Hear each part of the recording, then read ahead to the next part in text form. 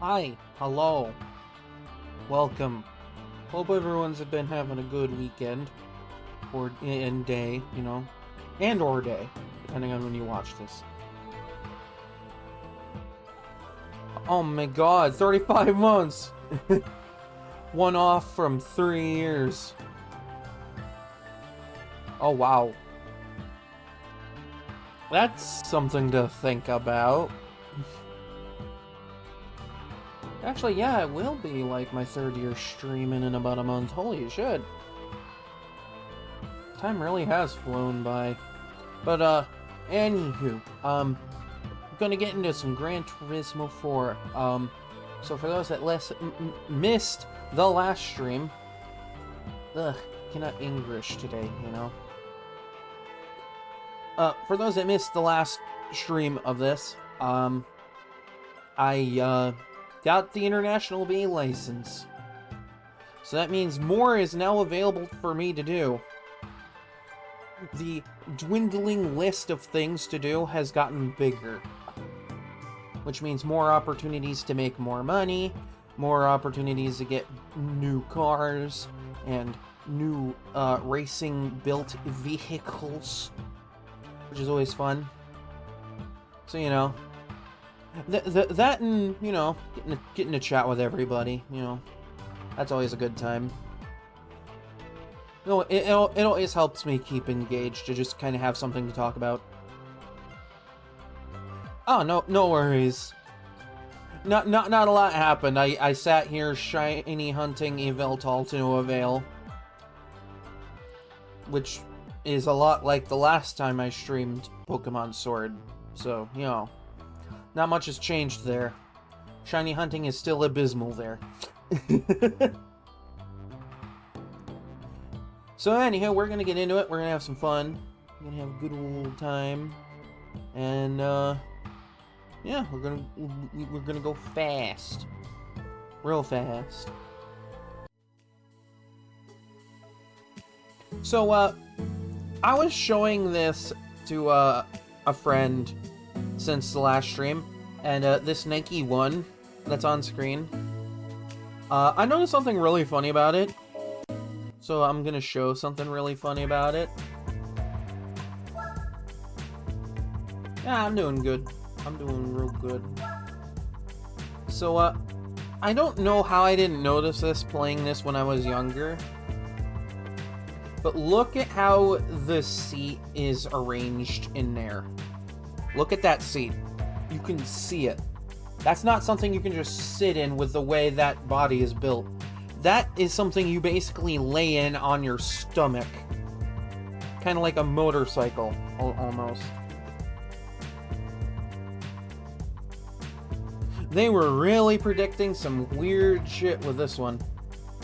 And I picked up on a couple of things, because, like, I showed it off to my friend in arcade mode, which is the only way you can really race this thing in this game.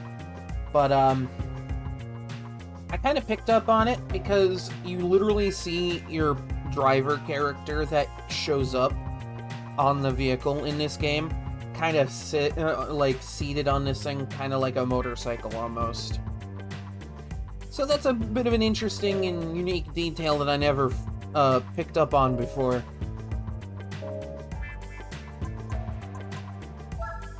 Thought it was interesting to share, Forgot to bring up the prize list. Let me bring that up real quick. Boom. Done. Easy. So easy. Okay.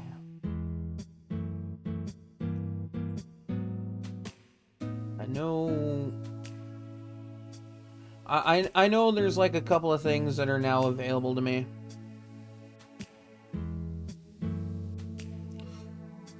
I have thoughts. I didn't watch the whole direct. The only things that really appealed to me were Pokemon and Fire Emblem, because I'm a fan of both of those. So, that's always fun.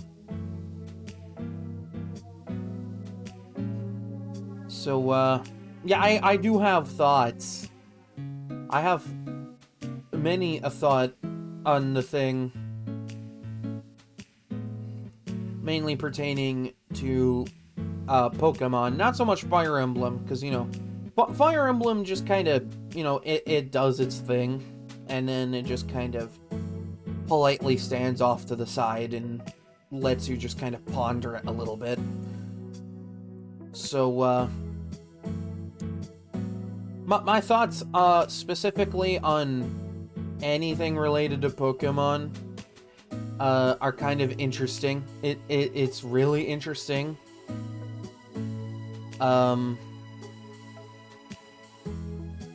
Let's see. The Japan GT Championship. I'll do that one later. I want to do the European Championship, but I don't know what shows up here. Let me get into something European real fast. That works. Because I'm sure it's European cars only. Yeah, I did see something about that. That's like an Animal Crossing type of game. From what I've seen. Oh, this is non-race cars.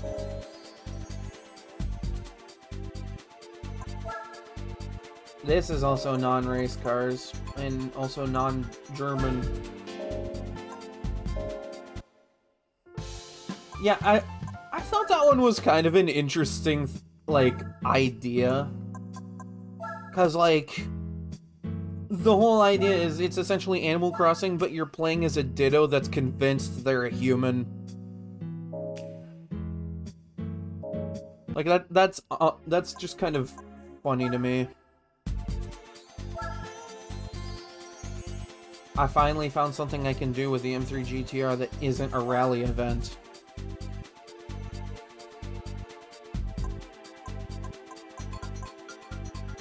Oh god. Oh god. Oh god. 2 laps around the Nürburgring. One is long and hard and grinding. 2 is overkill. I just want to see what shows up. I just want to know. I just want to know what shows up to this. I swear. SL65 AMG, huh?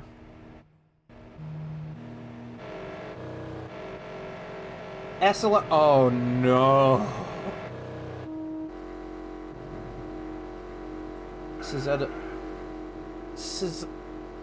I know that's a prize car for something. Let me look real quick. I know that's a prize car for something I can do.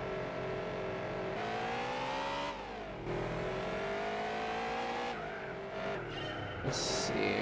Prize cars. Where's the Cizetta? Where's the Cizetta at?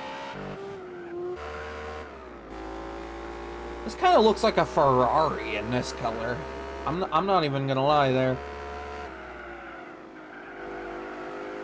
I know I saw it somewhere.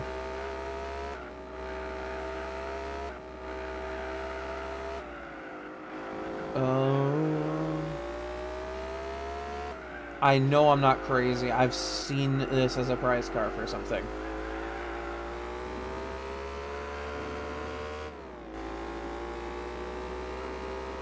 I'm just trying to figure out what it's a prize car from. Ah, there we go. The Supercar Festival, which is in the professional hall just before Gran Turismo World Championship. So clearly this is a really fast car.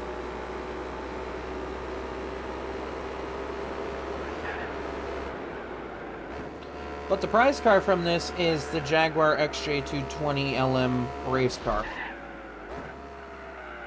which is a pretty solid race car. It's also British.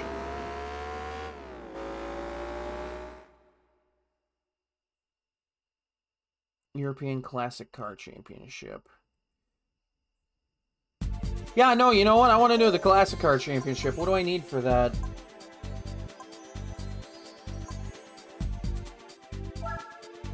Okay, I need a Euro car from before the 70s. that is asking for something super specific. Do I have a European car that is before the 7? I do technically have one. I do technically have one, but it's this little piece of shit.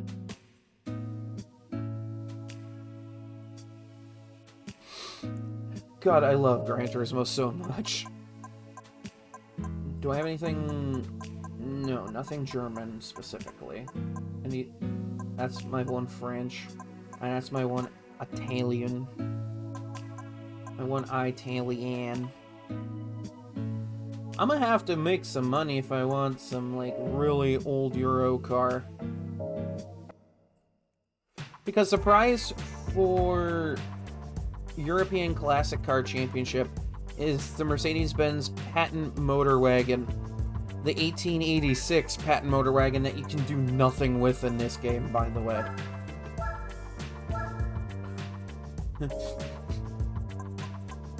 Why do I want something that's specifically that useless? I mean, I already have a Nike 1 2022. That's equally useless to me. Does this not have anything before the 70s from Europe? Oh, this is just literally the car I started this game with, isn't it? But in red? Always fun. But no, yeah, fuck.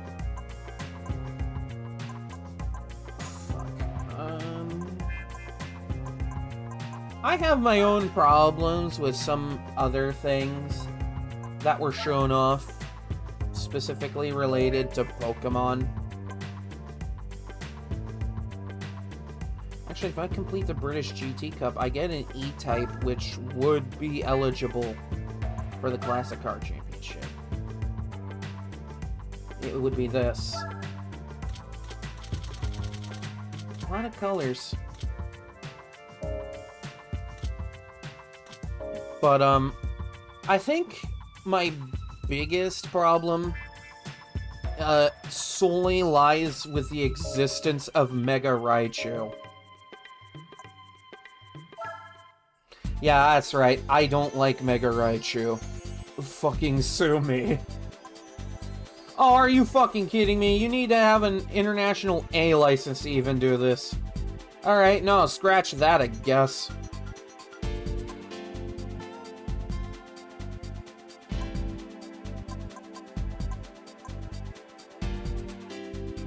$1,000 miles.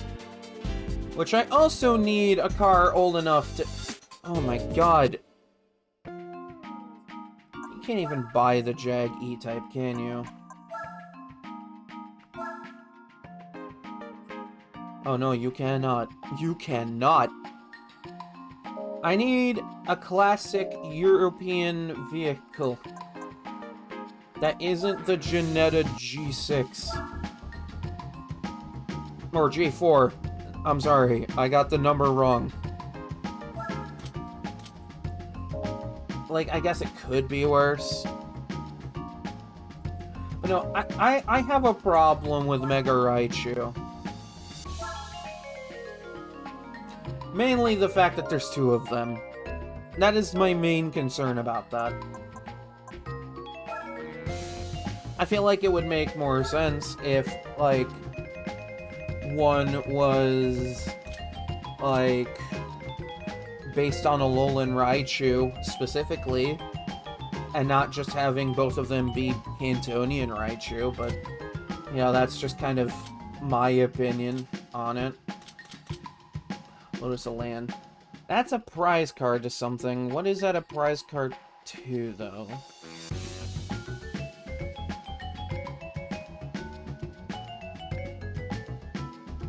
Lotus of Land. The Lotus Classic Cup. Okay, so it's specifically for classic Lotuses, but, like, Lotus Classics. The Europa Special and the and the Elan. Are you hold on, can you even buy the other one? No, you can't. What is this game on right now? What is this game doing to me right now? I'm like scrambling to find an old European car. And anytime the game goes, hey, guess what? You can get one from this. Alright, cool. What do I need to do that? Oh, you need like this license or this car. Like, hold on. Let me see what I can get the Europa from. Lotus Europa Special. Okay, so that's British lightweight car race. Am I able to do that? I have an Elise. Do I have the correct license for that? Wait. It says I did this. Does that mean I have the Europa?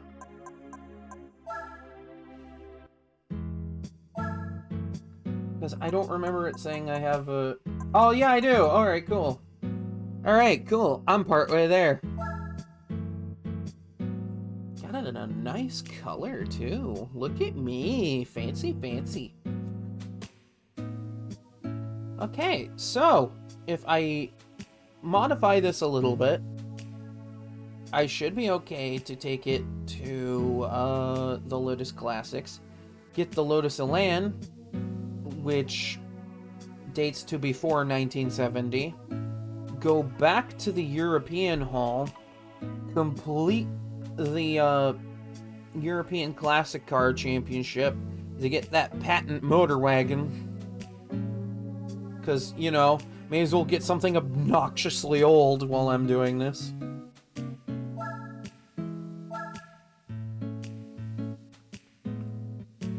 I was gonna say, I know I have an Elise and that I've completed that. So, like, you know, it's always fun.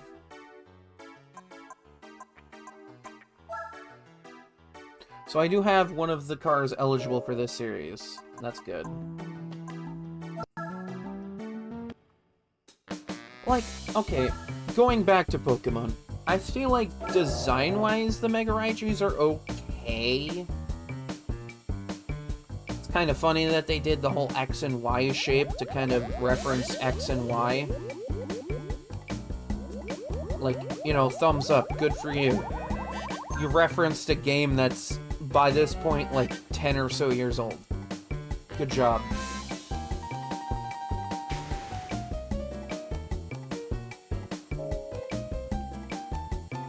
But the original idea behind the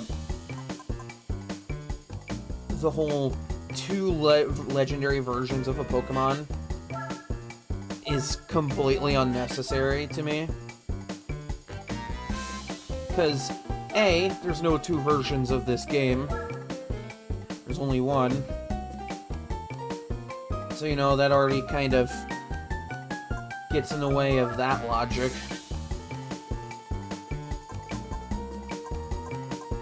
And, like, B, it's another Kanto Pokemon.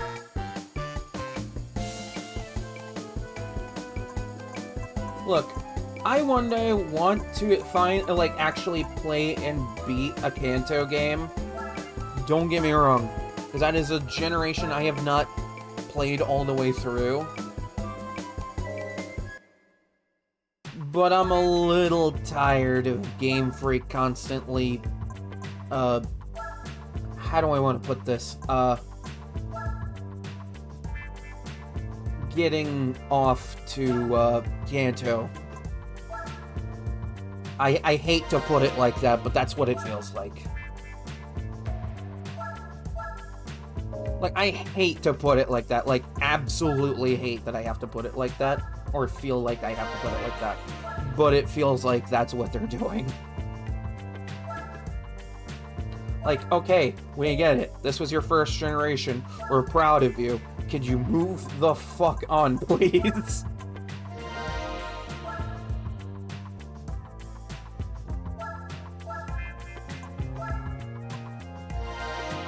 Also, gotta love that this is another game with no voice acting from the looks of it.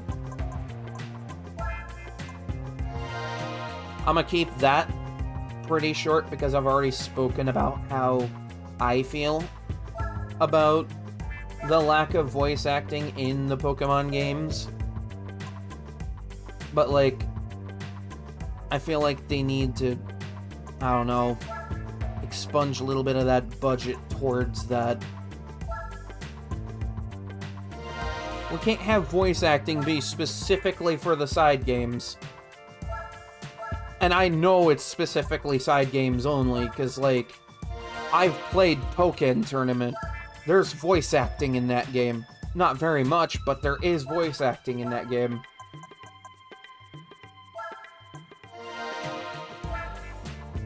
You can't convince me that it's not necessary for the main games. It's absolutely necessary. It's 2025, it should be a fucking requirement.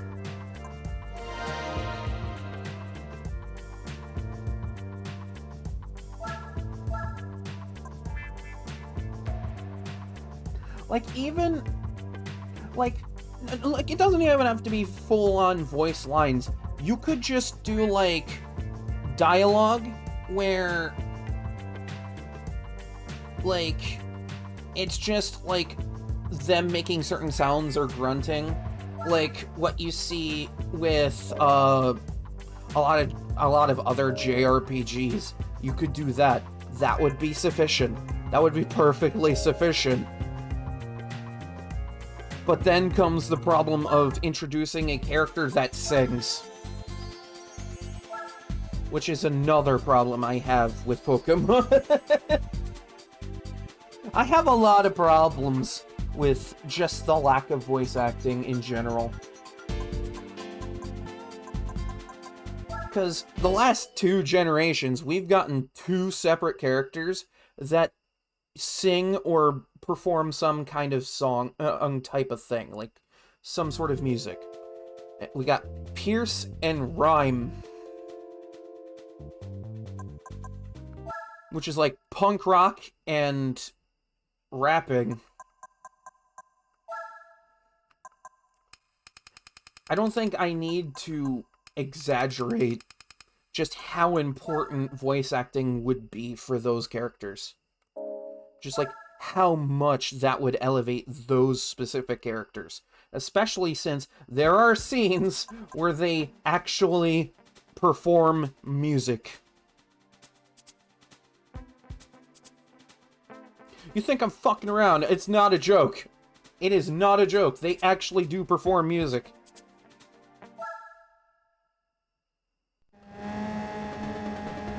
And you get them with, like, no voice acting, like... Bro, what are you doing? I'm going to continue having problems with it.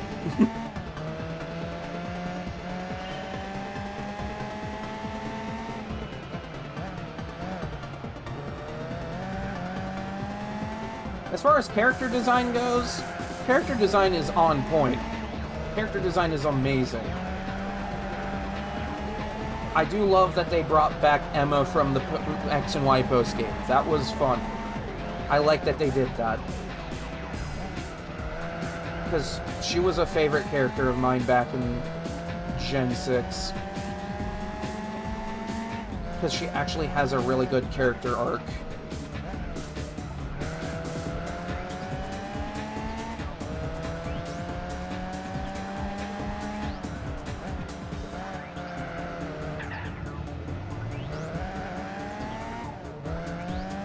Also, while I'm talking about things I don't like about ZA, I want to briefly go over my problems with the Kalos starter megas.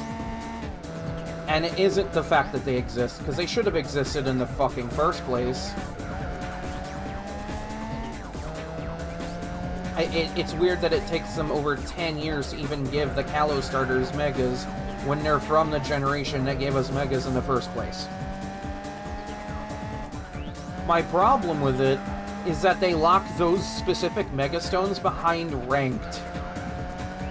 And if you don't do Ranked on the specific seasons that they have that as a rank up prize, you just don't get those at all.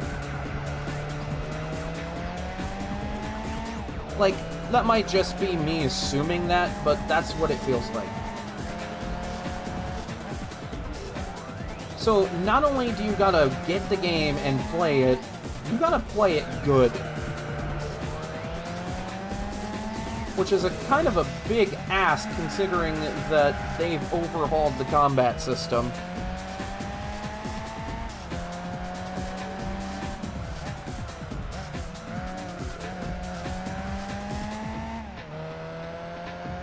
Like, you're asking a lot of your players.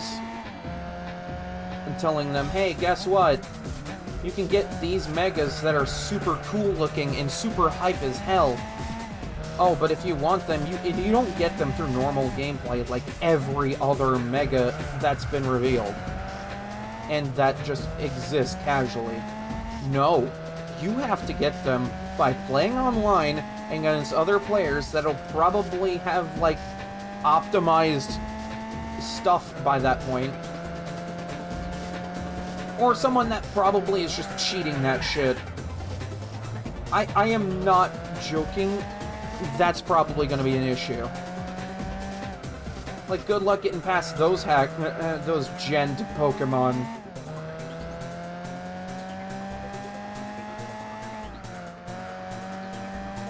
Like, it's not as much of a problem as it was like 10 or so years ago, when people used to gen Pokemon all the time. But you still get people that, like, put up raids and shit on, like, Sword and Shield and Scarlet and Violet that just, like, give away free shinies.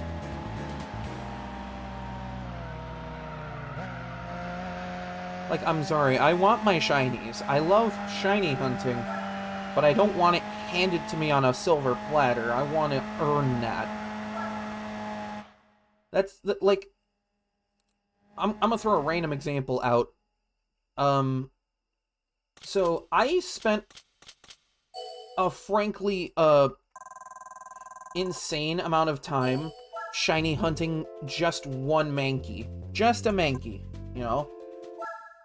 Just a little sorta green-ish puff ball that punches things, you know? Like, okay, cool. That's fine. Hey, it took a little longer than I wanted it to. But I felt like I got rewarded for knowing how to properly make a sandwich that not only upped encounter rate, but shiny chances. Just like going out of my way to figure out what does what. It felt rewarding.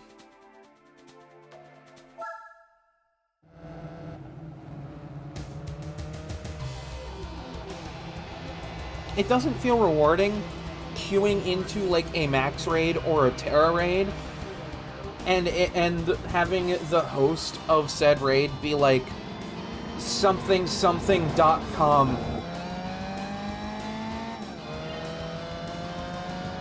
Like, a big one that was around a lot for Sword and Shield was Machamp's Gym. Or Machamps.com. That was a big one. Anytime I saw Machamp's Gym or Machamps.com, I knew immediately it was going to be a shiny. Because you see that name and you go, well, that's probably, like, a hacked raid or something. Or, like, if they're doing, God, what do they call it? The Wonder Trade thing. The surprise trades. Like, if you see Machamps.com as, like, the name of the trainer or the Pokemon, it's definitely not legit.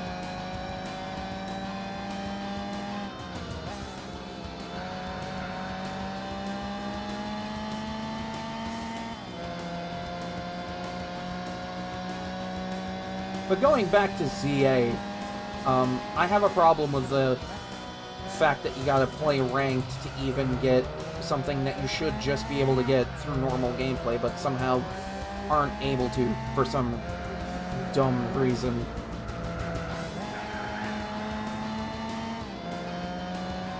And on top of that, I'm a little concerned that they've already announced DLC and the game's a month from release. I'm sorry, I see that as a red flag. I don't know why.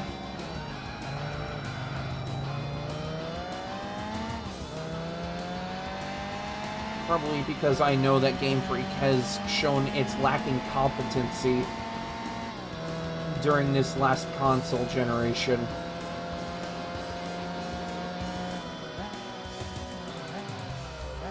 And none of this is me saying that I hate it, because I love Pokemon. I will continue to play Pokemon.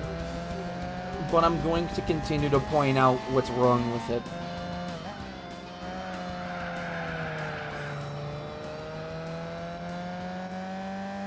Because I'm not going to sit here and pretend to be disillusioned by all of it.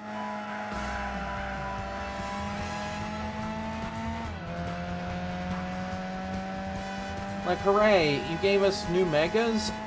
Like, no joke, we got, like, 3 of the new Megas they're showing off for ZA are Kanto Pokemon. Again, they are making more Kanto, like, Megas. Stop doing that.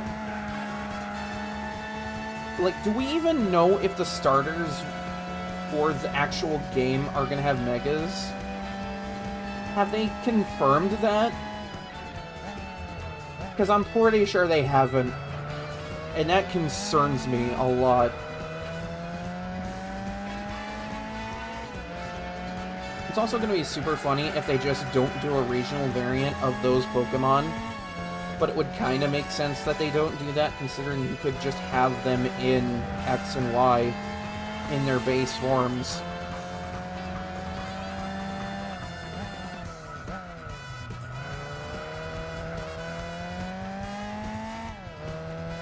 I also have a small problem with the whole, not being able to transfer things out of it thing, but that's not as egregious of an issue as using FOMO to get people to collect specific items.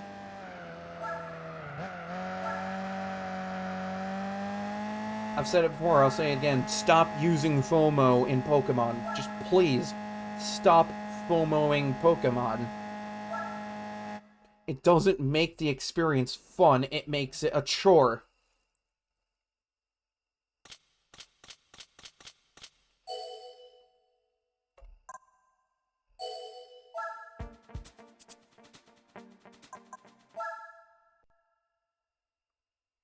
Because, like, I started, when I started playing Pokemon in general, I started playing Pokemon Y.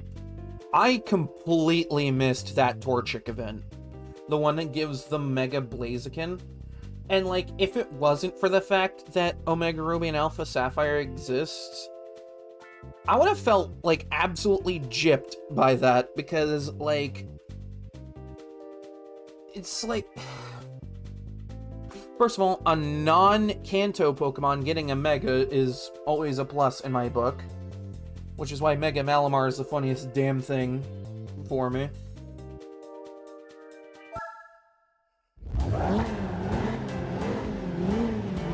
But, the fact that they made it, like, available in ORAS is a huge plus in my book. But, you know, I guess they kind of had to do that, because, you know, if one Hoenn starter was going to get it, they were going to give it to the other two and make it available for all the players. This meant that, yeah, you had to get another game if you wanted that Mega, but at least it wasn't locked behind some FOMO shit.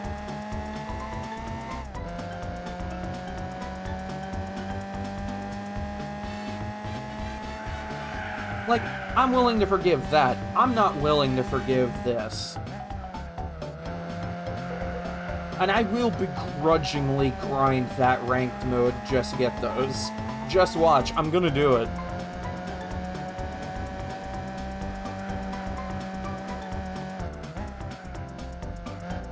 Also, this kind of also means that I'm gonna have to shiny hunt the Kalos starters again, because I'm not transferring the ones I got in Scarlet over, specifically because I just want to keep them in there, because I won't be able to take them back out once I do.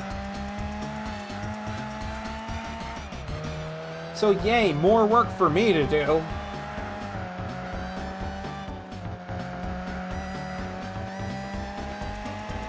It's a good thing the DLC exists now when outbreaks do occasionally happen for those starters. So at least it isn't as much of a chore.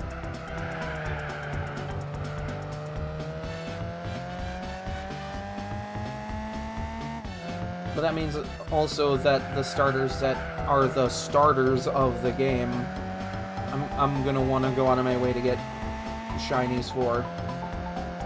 So, you know, that's 6 shiny hunts I gotta do now.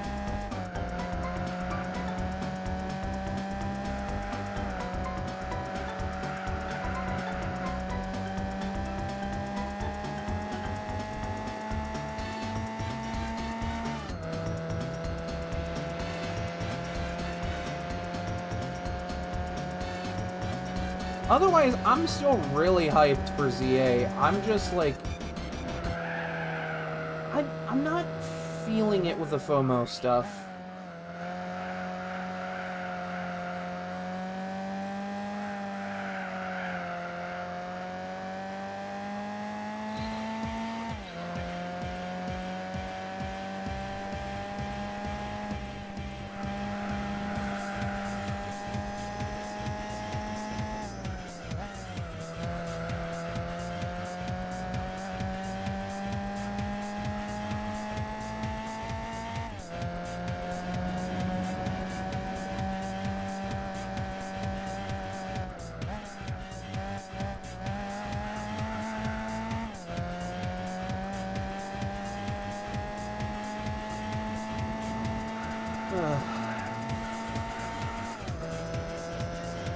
Like, the whole 2 Kanto Pokemon Mega thing, it just kind of feels grating to me now.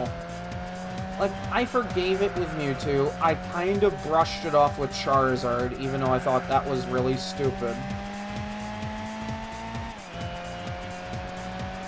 I don't know why I'm not willing to forgive this with Raichu, aside from the fact that I think they're just constantly getting off to Kanto Pokemon, and just Kanto in general.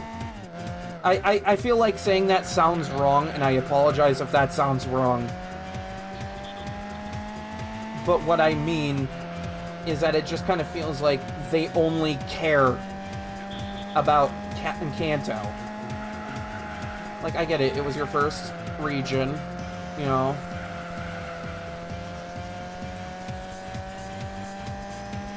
But, like, you've had plenty of other amazing experiences since.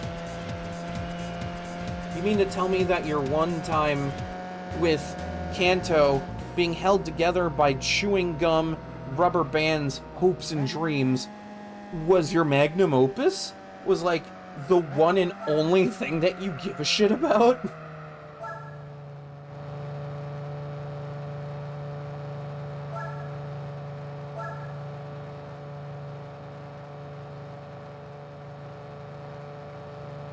And I don't want anyone to take this as me going, hey, how dare you buy this game because I pre-ordered this game, so I would kind of be lumping myself in with that statement if I was saying that.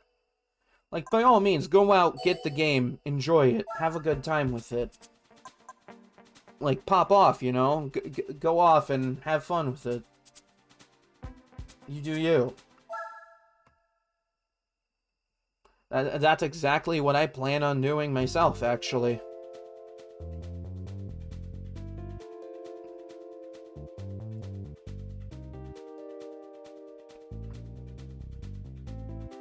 I don't know, I'm just so turned off by all the FOMO shit that they like to do as well.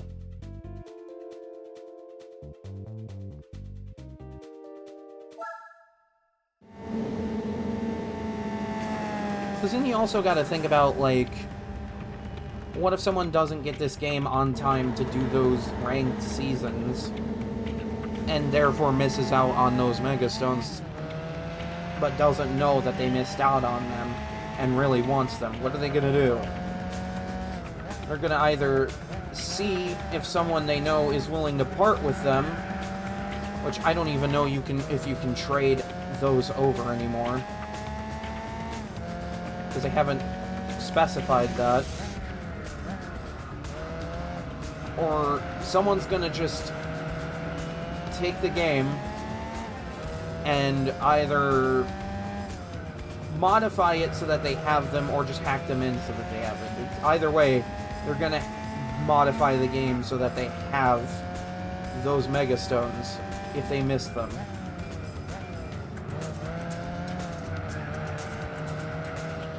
And we all know how Nintendo feels about modifying their games in any specific way.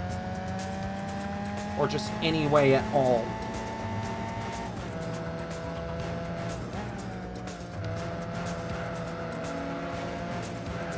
This is why fan games are hard to get.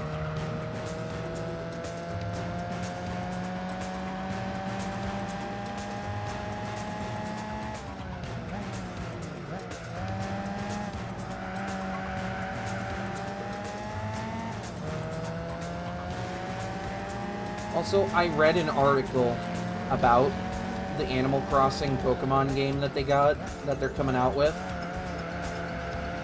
And I find it funny because the article claims that that's Game Freak's answer to Pal World. Like, first of all, if this is their answer to Pal World, that's sad. Because there's no way Animal Crossing is in any way the same as Pal World.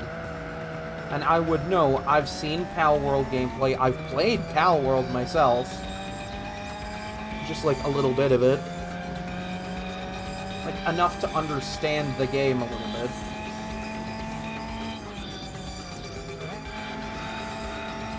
So are you telling me their answer to Pal World is Animal Crossing?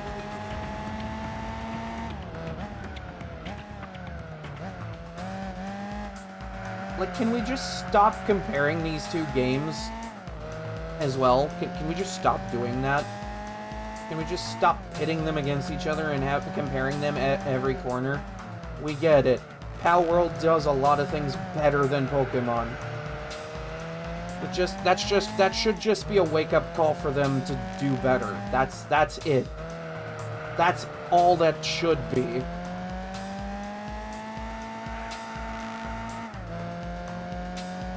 But instead, people are going to use that as a way to compare it to Pokemon. And, like, some of the things they say, yeah, I agree with it. Game Freak should do a little bit better, you know? They used to be amazing at making games. A lot of games before Sword and Shield were absolute slapper hits. And I'm saying before Sword and Shield because, like, yeah, Sun and Moon had its problems. But, like, they weren't that bad. X and Y was groundbreaking with the fact that it made everything 3D. Even though they didn't have to do that, but, you know, I guess it was bound to happen eventually. And a lot of people are gonna say, you know, it shouldn't have gone to 3D at all. And I respectfully disagree with that sentiment. Because it's Pokemon, and they had 3D games before X and Y. It was only a matter of time until the main series itself got a full 3D, just went full 3D. It was only a matter of time. It was kind of nice that they, in the very next generation, also added trainers standing behind Pokemon, which just kind of added to the feel of, this is a battle, This isn't just two Pokemon standing in a void together, beating each other up for fun.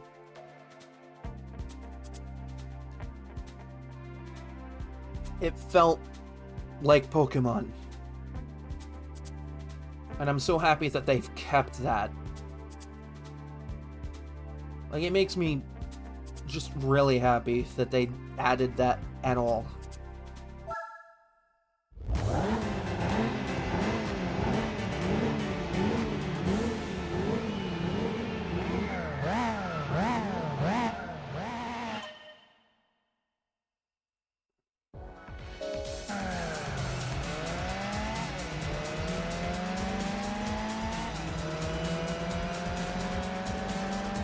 Well, that's just my 2 cents on all of that. I kind of wish they would give us a better look at the character customization for ZA. Because, well, just kind of confirming it in part of a trailer is nice. I kind of want to see, like, if they're going to do the same thing as they did with Scarlet and Violet and let you make your character at the start. Because I'll give Scarlet and Violet a lot of crap, but being able to make your character at the start was just an awesome move.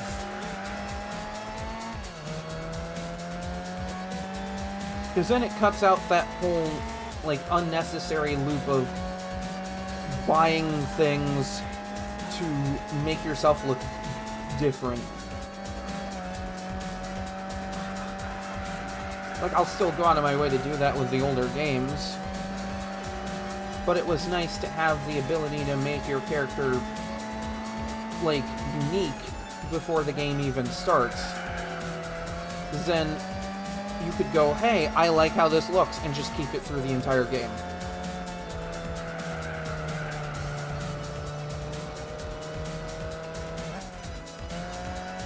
Like, one thing I love about Scarlet and Violet, and this was something that, like, I really enjoyed with my first playthrough in Scarlet,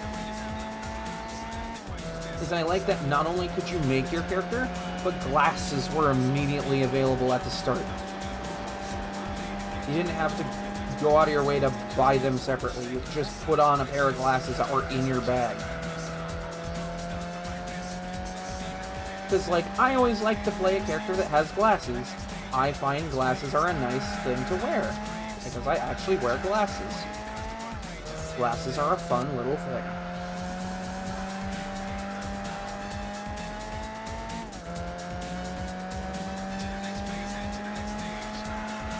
That, and, like, the character I tend to use a lot for Pokemon does actually wear glasses, so having that option at the start is a nice touch.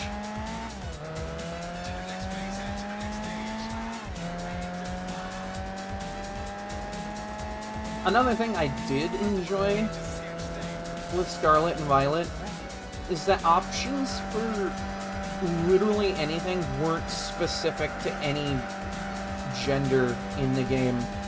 Like, everything was a gender-neutral option.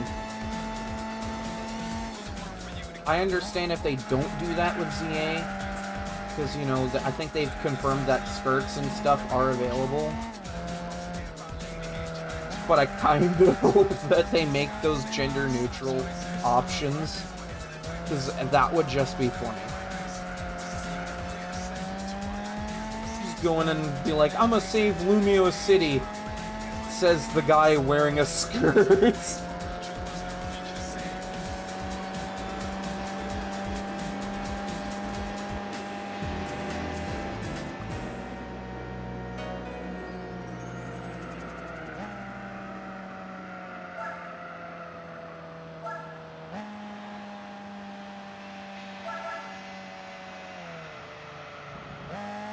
I just think it would be funny.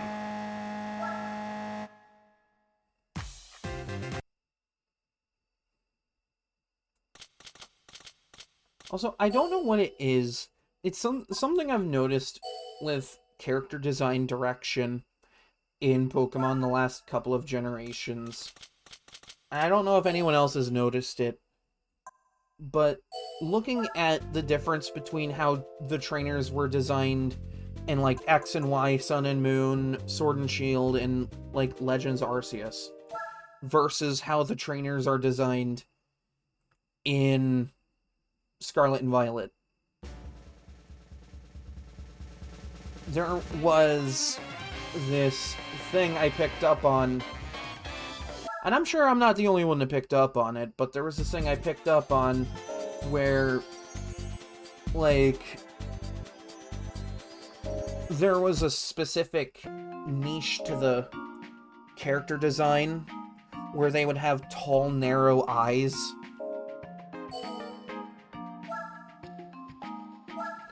And, like, I always thought that was a nice, unique touch. Because, like, you know, naturally, I'm gonna like that. Because, like, it looks neat. It was signature to Pokemon. It was unique. It was a unique design trait for characters. Just like how Dragon Ball characters have specific ways that their hair and eyes are drawn. So did Pokemon with, like, the eyes. And it was fun. And I enjoyed that.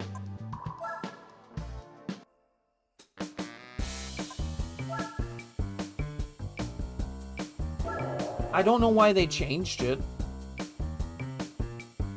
And I swear I'm not crazy. I swear I'm not the only one that has noticed that change. But, like, a couple of people I've talked to about it, just, they don't notice it or don't see it. And then you have me over here, like, pointing at it like I'm just, like, tweaking out or some shit. It can't have a wing. Alright, fine, that's... Alright.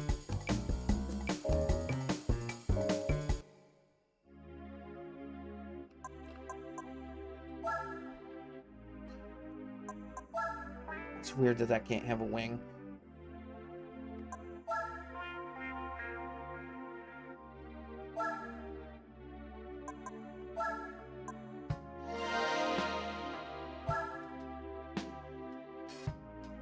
But,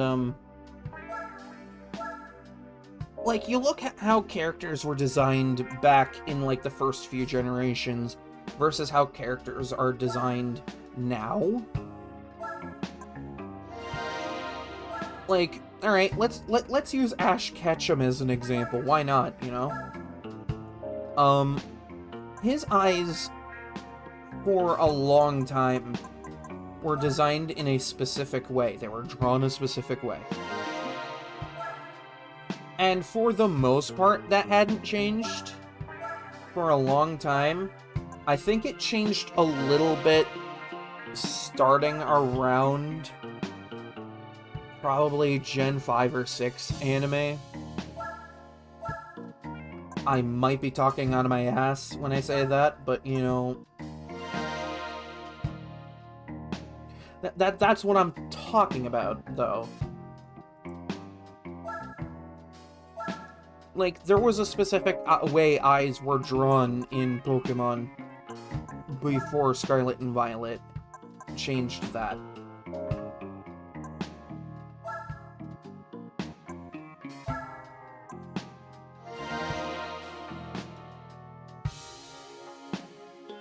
I'm not crazy. I have noticed it. I've pointed it out to multiple people.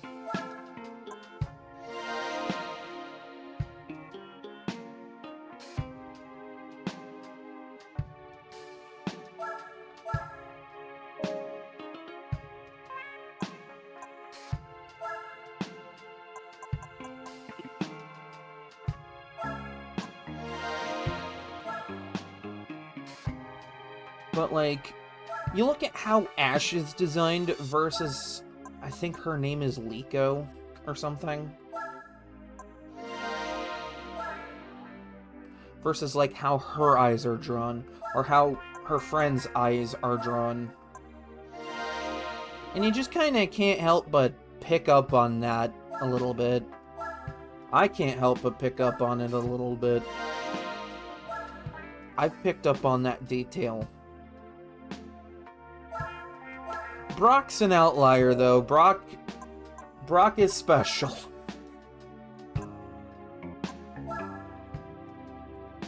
He gets to get away with what he has.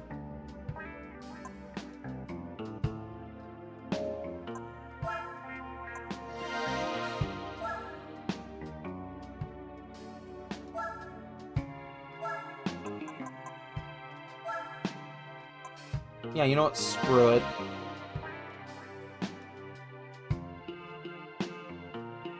If I need more money, I'll go rallying for a couple of minutes.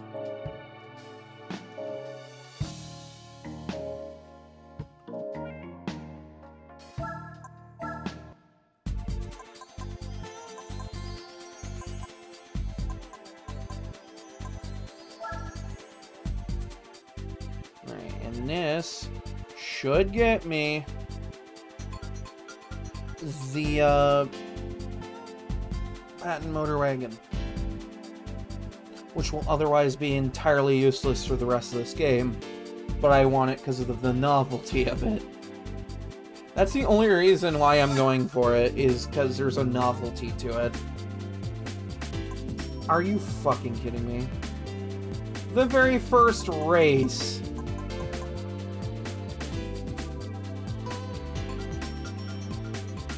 Oh my god. This game just loves to throw that track out now. Like, after the first time, you know, it just throws it into everything, I guess.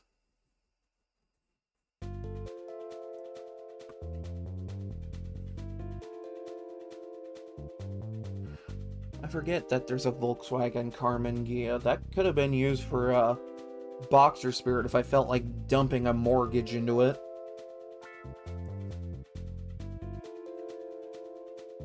Well, the first race is a nearly 13-mile track in a car made before 1970.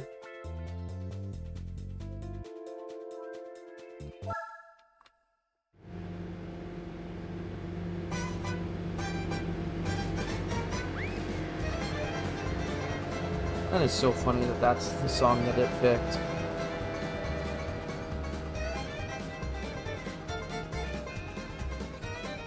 I just gotta go around here once. That's all I gotta do.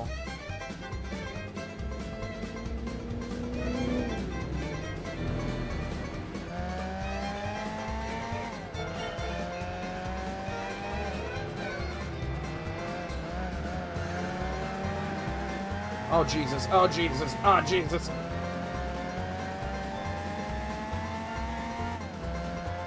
This thing's a little squirrely.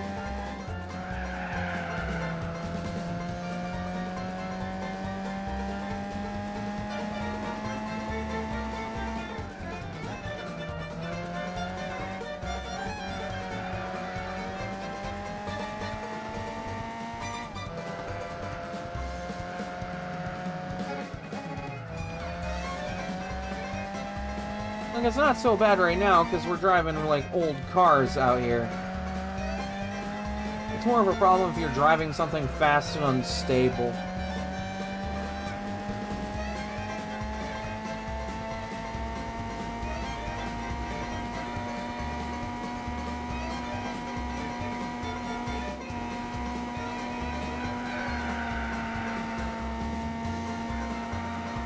This thing only tops at, like, 111 or so. Oh, I'm going a little faster. So I can't even go 120 miles an hour in this thing.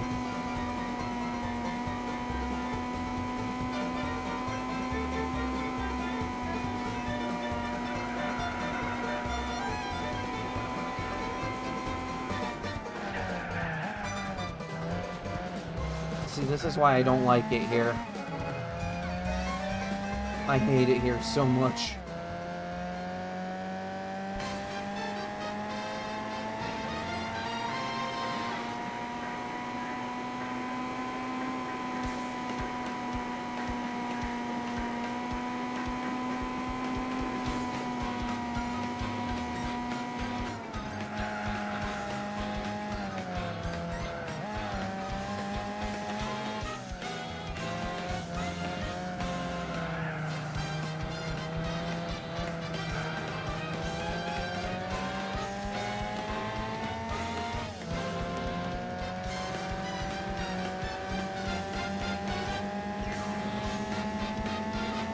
Alright, see ya.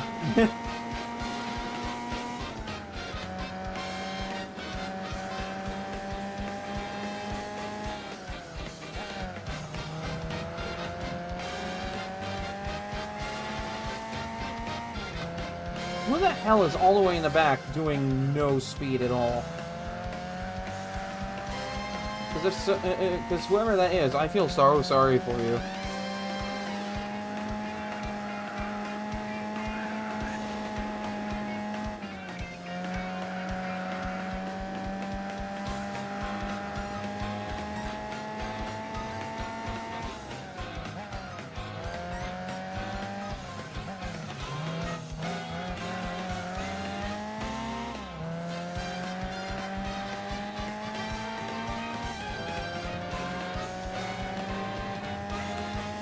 I'm sorry if I ranted for a good bit about that, but I wanted to get that all out.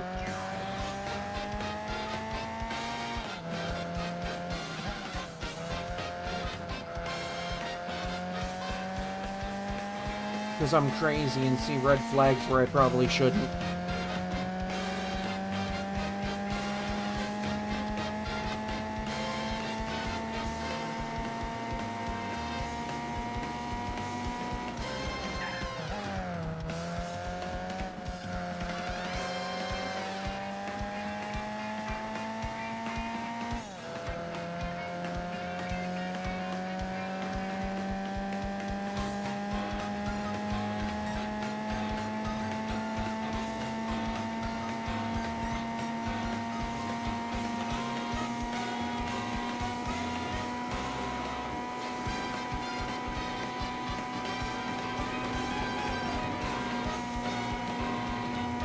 Doesn't help that this thing is really squirrely with handling.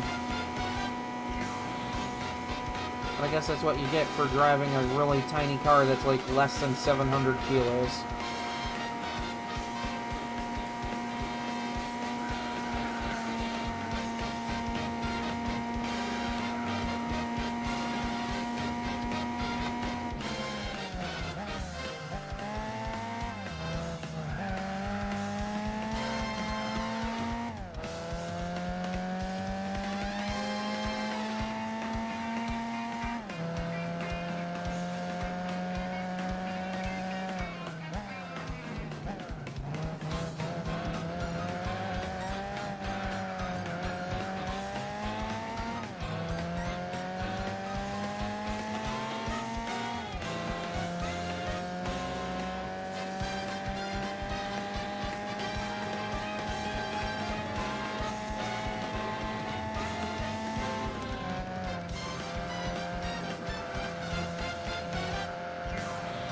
Thank goodness it's only once around here.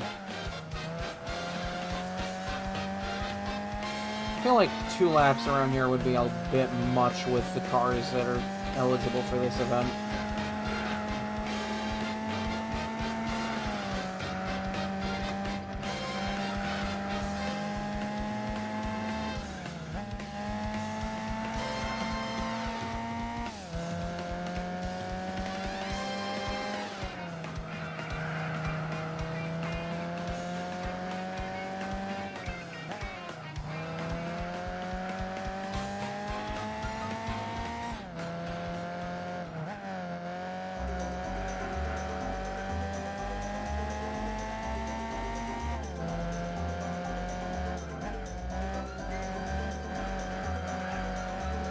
I don't think yeah, I haven't seen anything related to the other games that were in the Direct. Did they have anything related to Metroid? I forget. Because I know there was like a Metroid game a lot of people were like really looking forward to.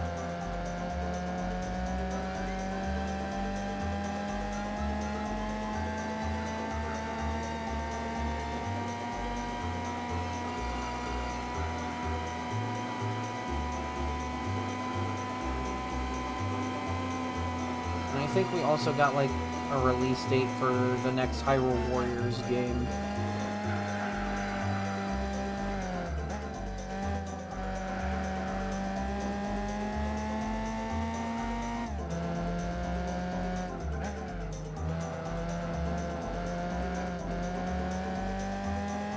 Moving on to, like, Fire Emblem, though, I'm kind of on the fence on how I feel about it. Because on one hand, I enjoyed the hell out of Three Houses. And having another game set in that era is always fun.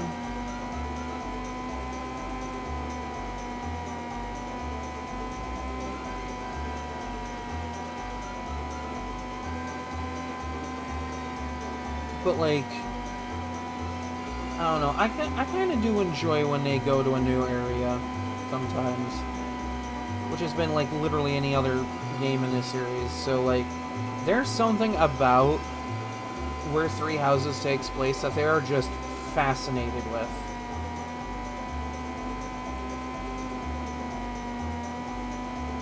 It looks like it's a lot of fun, though. The game looks like it's actually going to be a lot of fun. I'm kind of hoping that it doesn't end up like Fire Emblem Engage and coming off like a Saturday morning cartoon.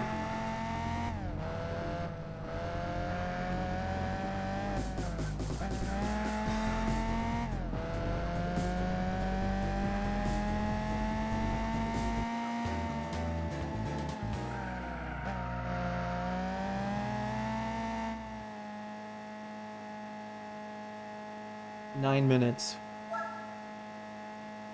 of just driving around in whatever part of Germany this is.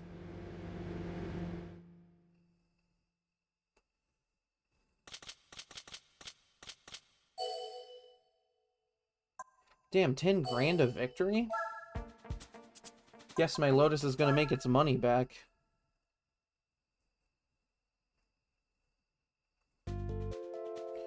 Fuji Speedway 80s. Alright, cool, fun. That sounds pretty hype, actually.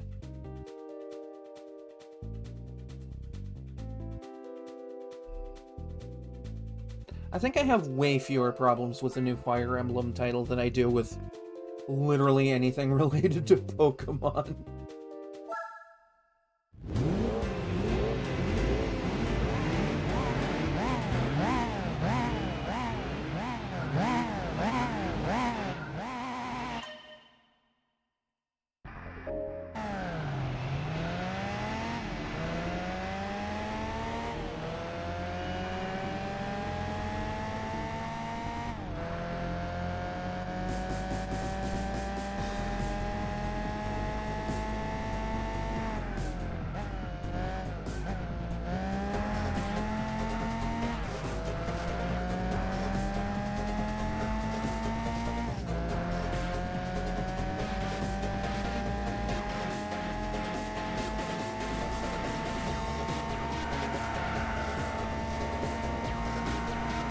This is why, like, whenever I talk about Pokemon, I try to, like, add in that I do enjoy Pokemon. Because I don't want it to come off like I hate it. Because I don't hate Pokemon. I just don't agree with all their choices, that's all.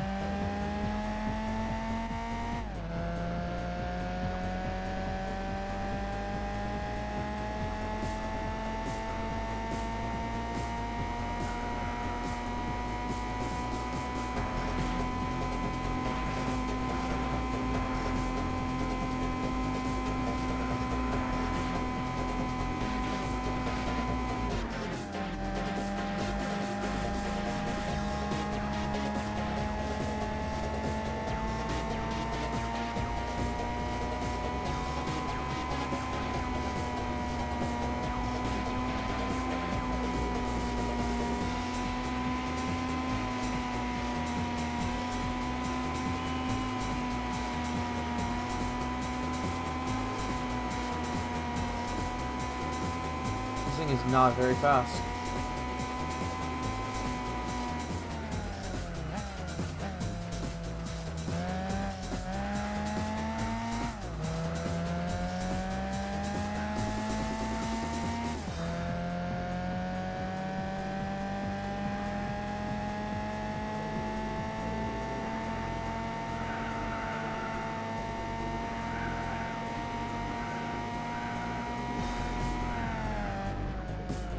That's what I mean when I say this thing is squirrely. Do you not see this thing constantly fishtailing itself? I mean, I guess it's not really fishtailing, but you know.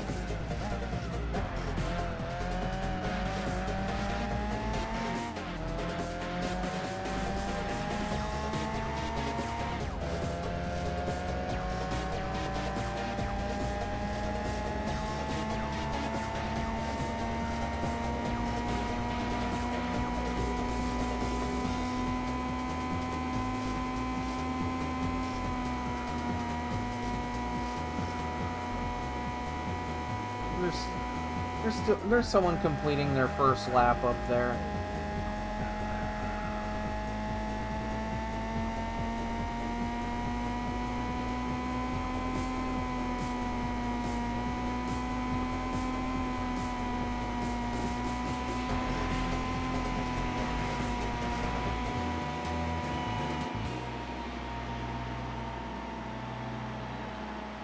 Of course, it's the Fiat 500. In the 3.5 minutes it took me to finish this race, this guy completed maybe one-ish lap.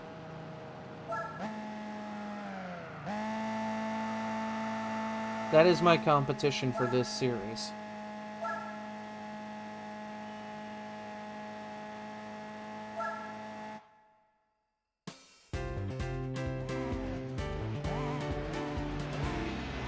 I kind of want to see what this thing is topping off at.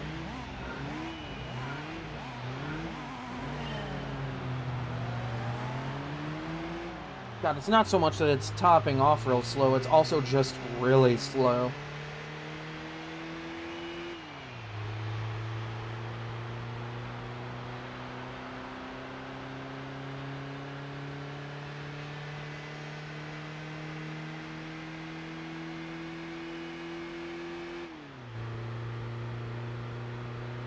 My God.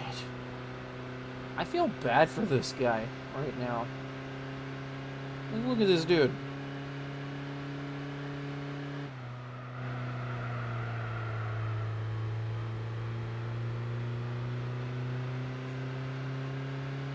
Like, that's probably why I got really close to lapping him. Like, if I had another lap, I would have lapped him.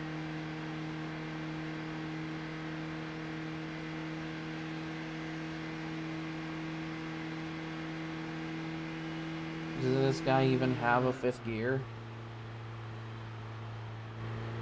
Guess we're never gonna find out.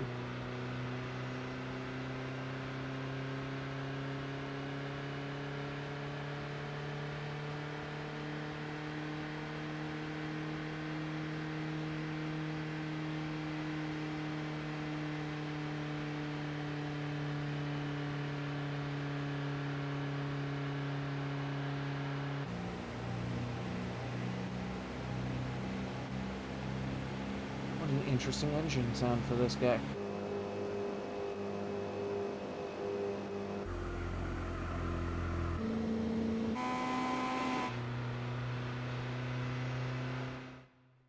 It is not exciting watching a Fiat 500, I'll tell you.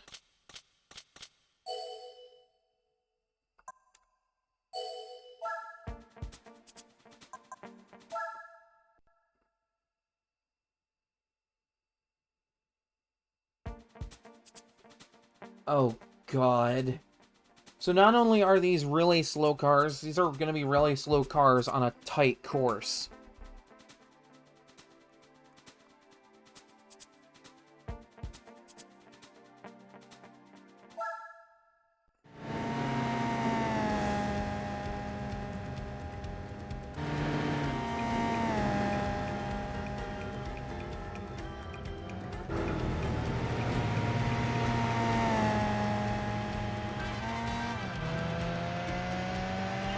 Game gives me a free position right before I even get control of the car.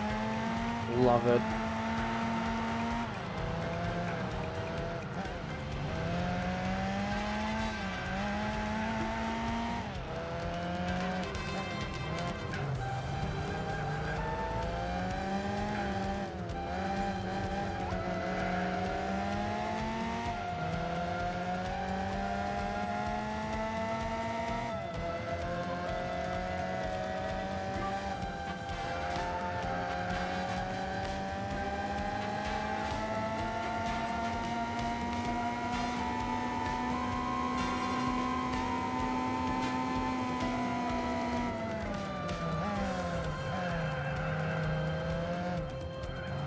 was a little risky with the brake strategy, but you know.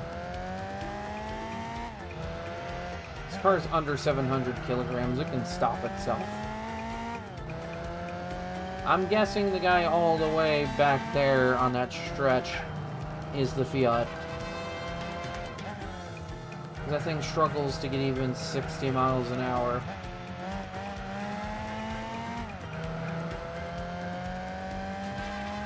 Kind of makes you wonder, because, like, if cars were way slower than what modern-day speed limits are, what were the speed limits back when those cars were around?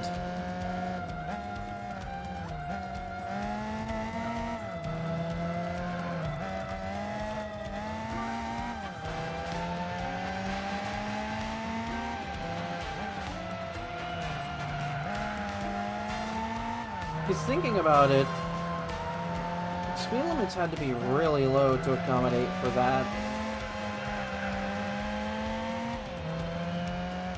It's probably why, like, you get a lot of streets that get, like, 25, 35, 45 mile an hour speed limits.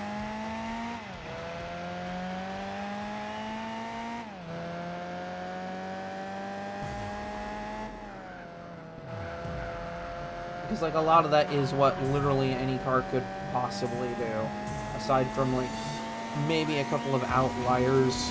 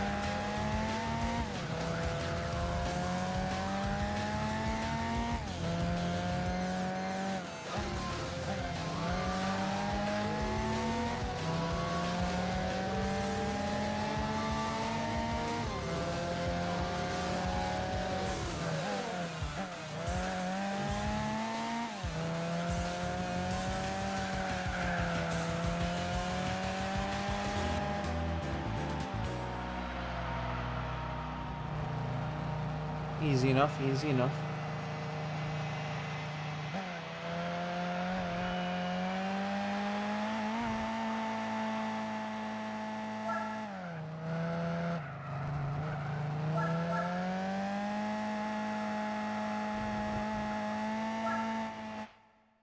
Honestly, at this point, you're driving a Fiat 500.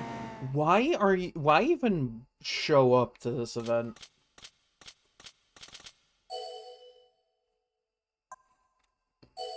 Like, at least modify it a little bit.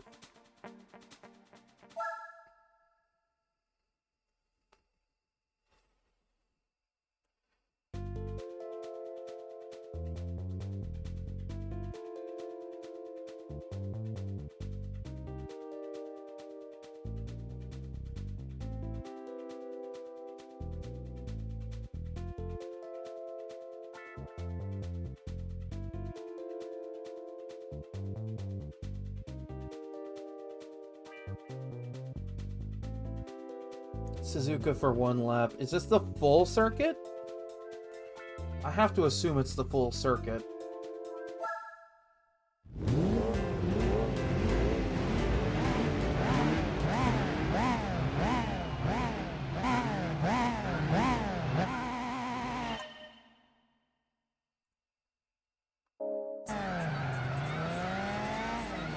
Yeah, it's a full circuit.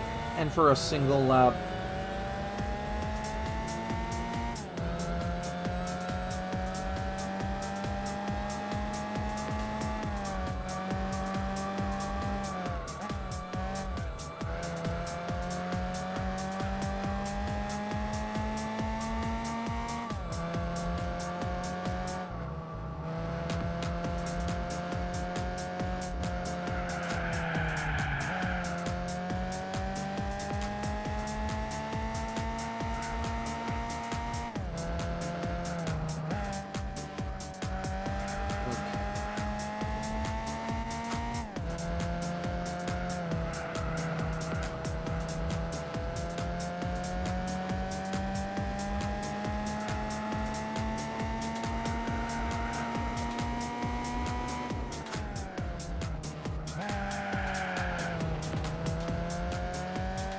Well, at least I didn't go into the dirt.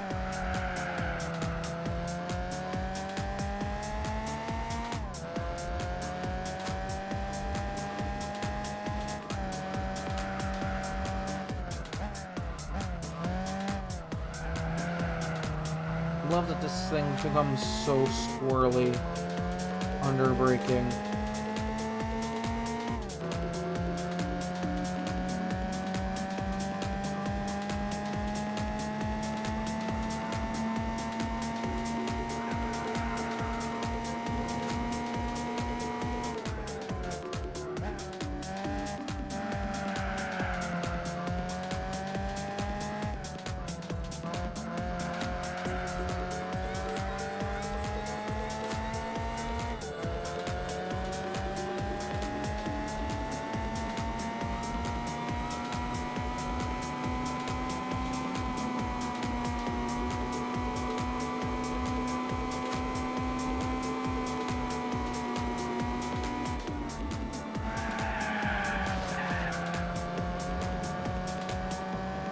Well, that worked out.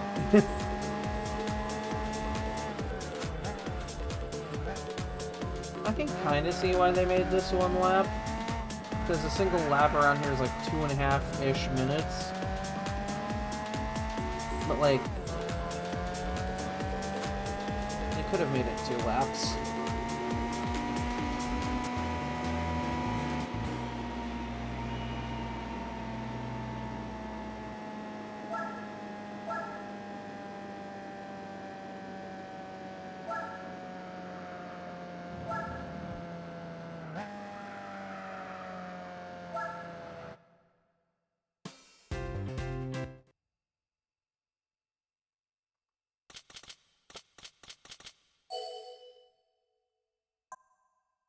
Ha, funny number.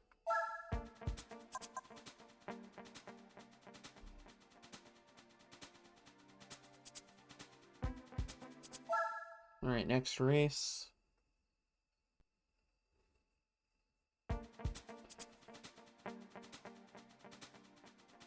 Two laps at Deep Forest Reverse. Alright.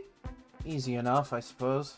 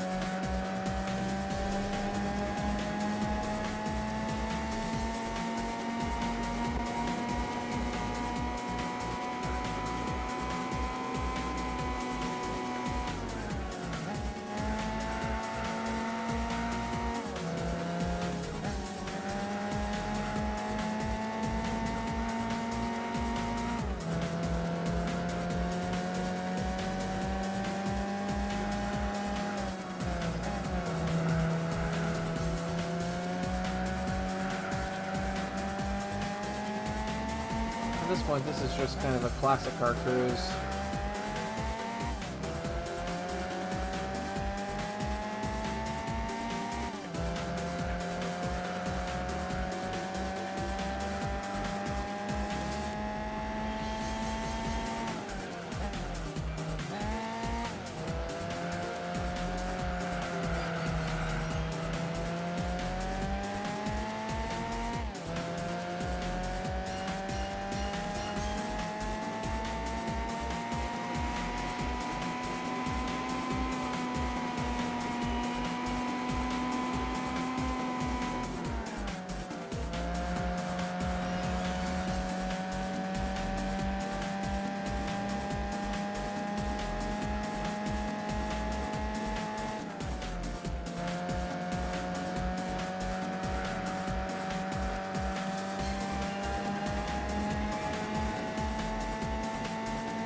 Yeah, I'm just gone at this point. Oh, I was not looking. That's what I get for looking at chat. That's what I get for looking at chat. See, kids, this is why you don't text and drive. I just turned this into a PSA.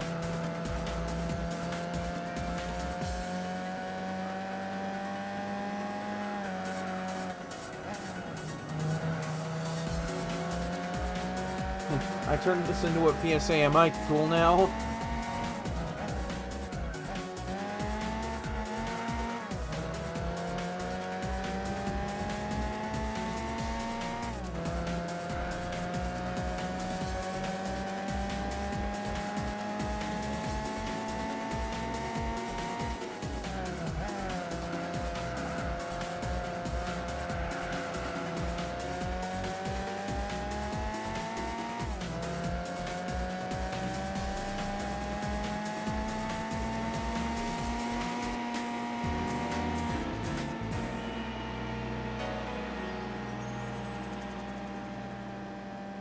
And that's done and dusted.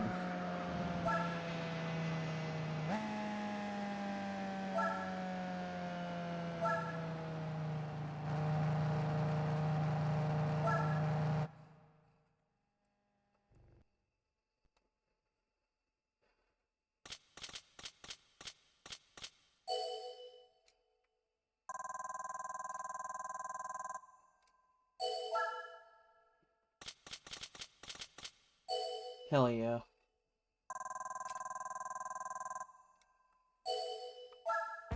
Broke back into 6 digits.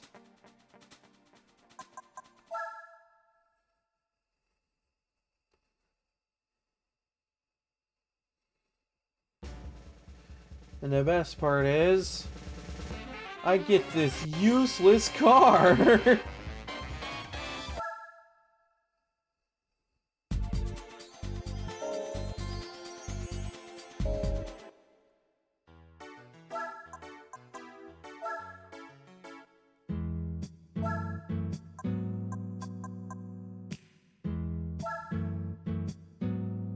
Look at that. Look at that. Isn't that just not the greatest thing you've ever laid your eyes on? An L1 type engine.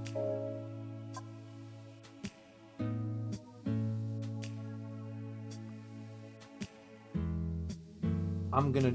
no, you know, I'm gonna drive it. Fuck it. Why not? You know?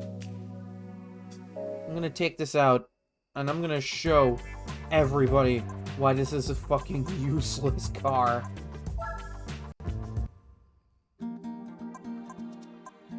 We'll even go to the shortest track in the game.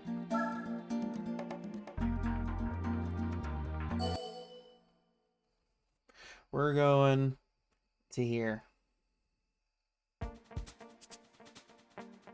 I'm gonna show everybody just why this is one of, like, this is a useless car. I'm not even gonna play music because that's gonna drown out the engine. Listen to that. Listen to that.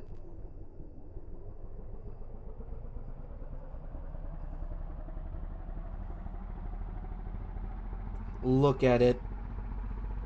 I want everybody to look at this. Is this not the fastest thing in the world? This thing redlines at 12 miles an hour and then just loses speed all the way down to 4 miles an hour. How do you expect to get anywhere in this thing?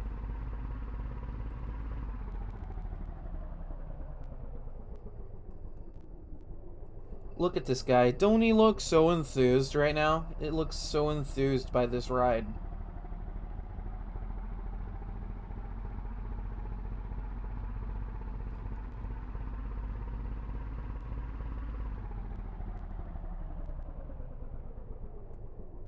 This is a car made in 1886. Is this not the most beautiful thing you've ever seen?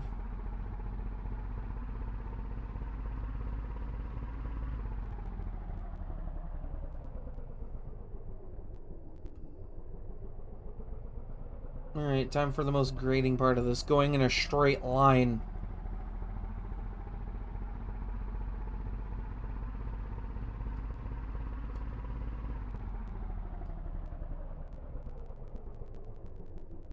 Actually, wait, how are you powering this thing with, like... Because, like, cars nowadays have, like a few pedals. Like a gas pedal and a brake pedal. How are you making this go? Because I don't see a gas pedal anywhere. As far as I'm concerned, this guy's just sitting on this thing and enjoying the cruise at this point.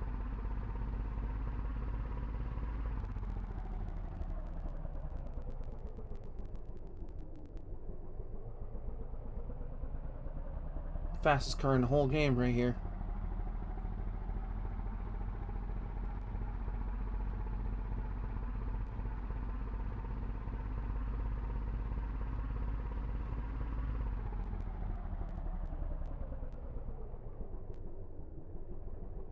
God, those wheels.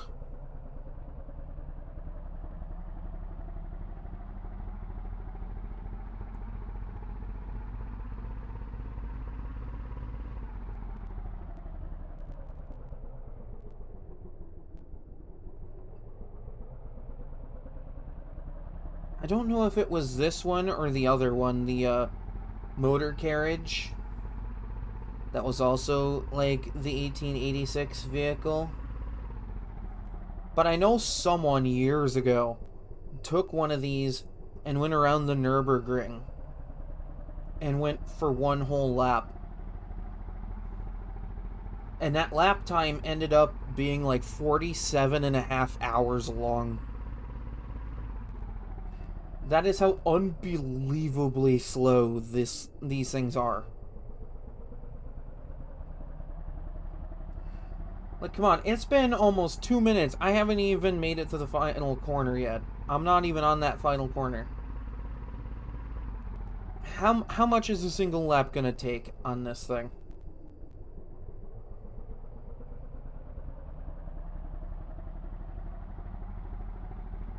Yeah, that's right. I chose to put a really absurd amount of time into just driving one lap around the smallest course in the entire game, just to emphasize that this thing is entirely useless.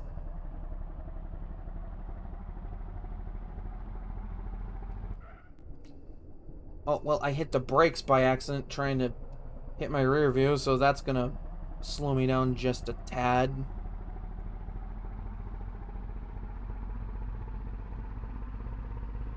I'm not doing another lap just to see if I could get it faster just because of that. There's no point.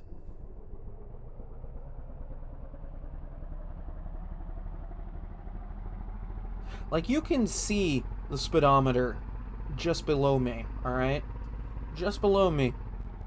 And just, like, how unbelievably slow this is.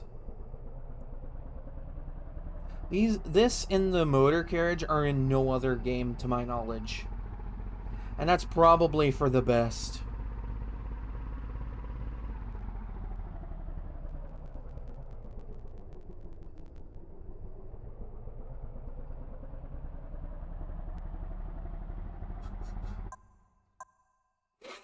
This is so funny. 3.5 minutes! To do one lap around the shortest track in the game. Is that not the best damn thing you've ever laid your eyes on in your entire life?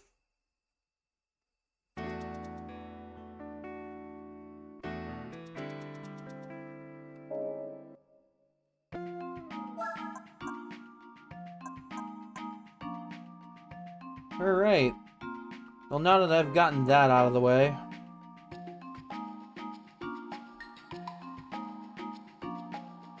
the World Classic Car Series gets the other vehicle.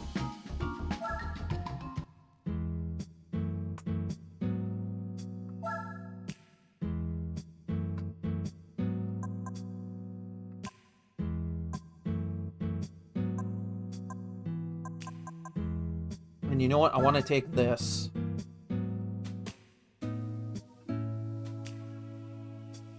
Just because I can. But I'm sure I'm going to have to modify it a good bit.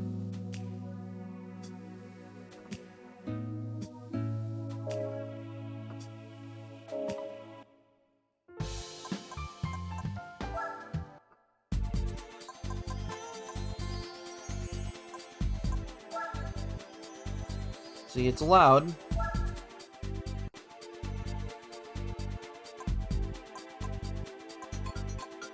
Oh god, why do they keep bringing this track back?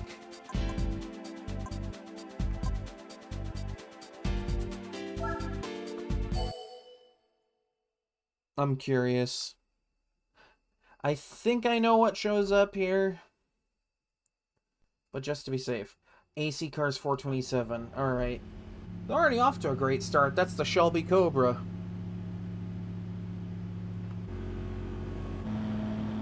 Ooh, first vet.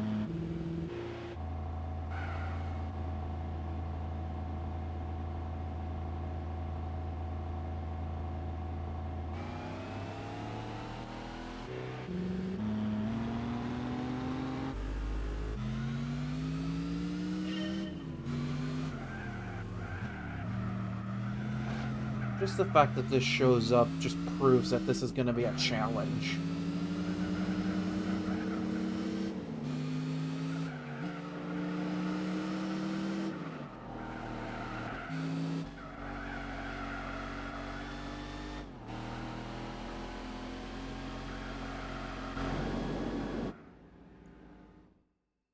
Alright, well now that we know those show up, let's do a little poking around a little bit.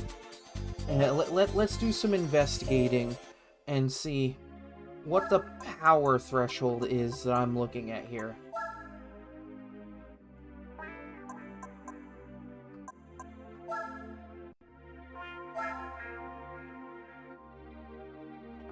Oh my god, 478 horsepower on this one thing.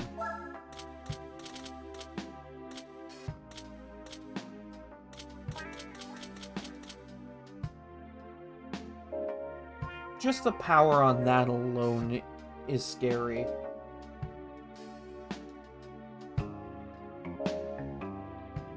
The other was the Mercury.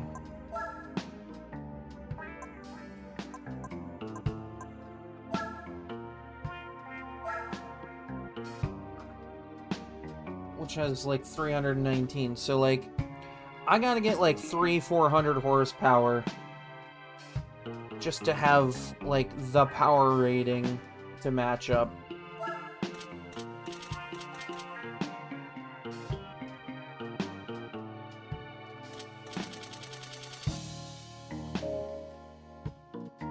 So that's not even something I can buy, because otherwise that would be a really good car to bring to that. I forgot. Can you get the AC Cobra? Okay, yeah, you can, but it costs an ungodly amount.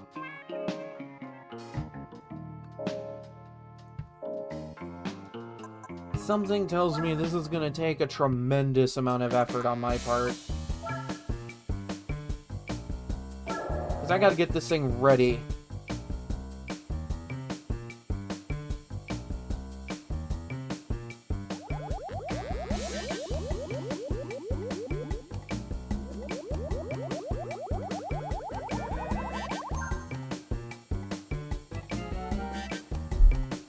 Bump my mic.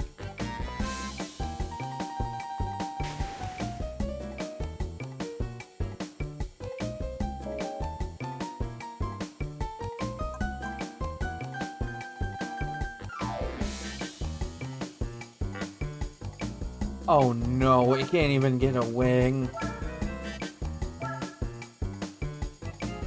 Can't even get a wing. That's not good. At all. Is there a tire restriction? Yes, there is. Standard or sport.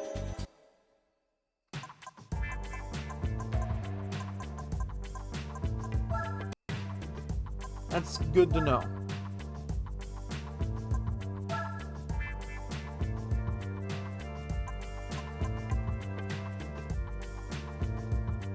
This bodes so well for me.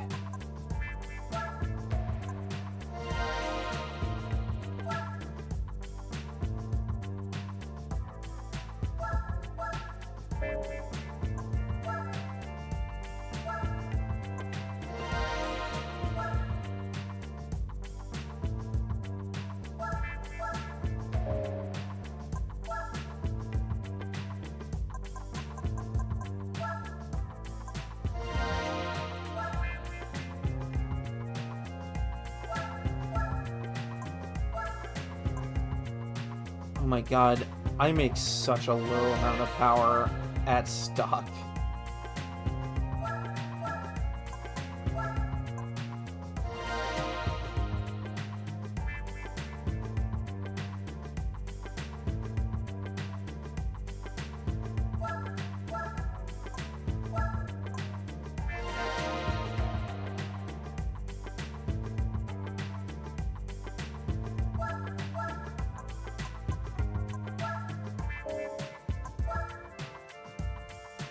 God, not a lot of these are going to get me that close. Well, let's just assume I'm going to need this.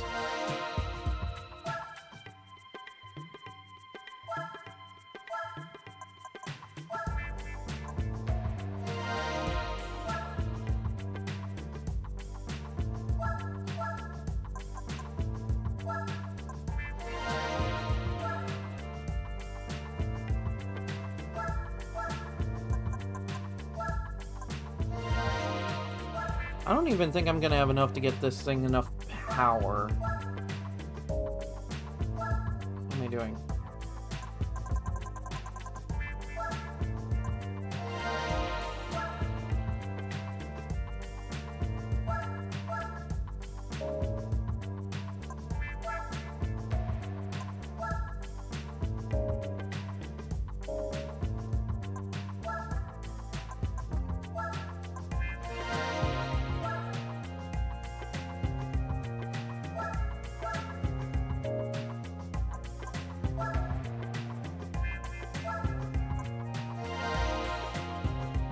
Yeah, this thing's also going to need to be light.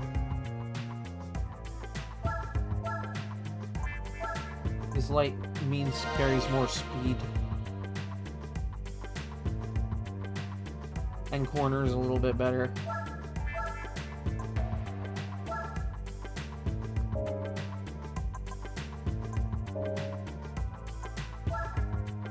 What type was I looking at? Okay, so I have sport mediums. That should be okay. That should be alright.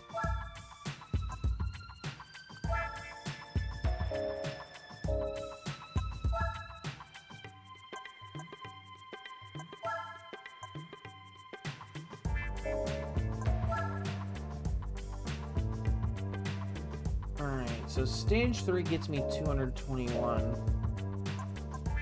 for NA tune-up. Turbo 2 gets me to that for a lower price.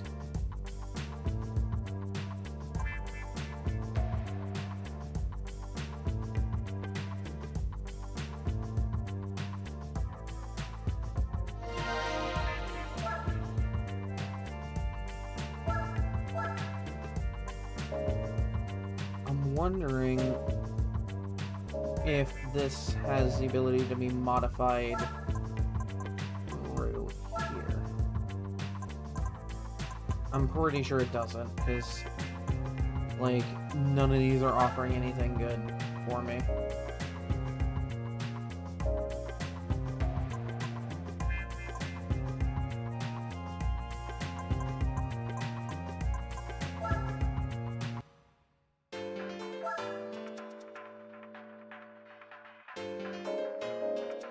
Let's... yeah, power and speed. I need power and speed.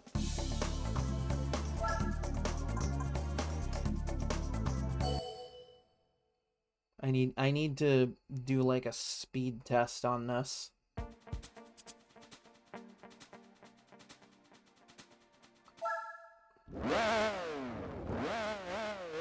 Oh, that sounds wild.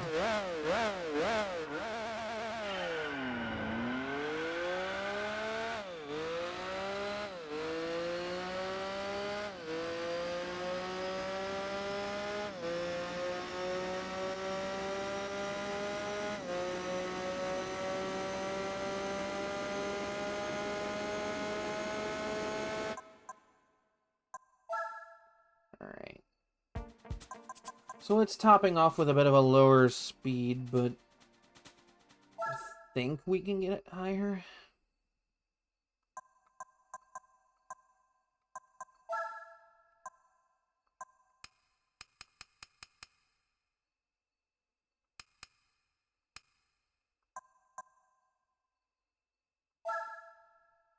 Let's try 13 on that. I don't know if this will have enough power to do it.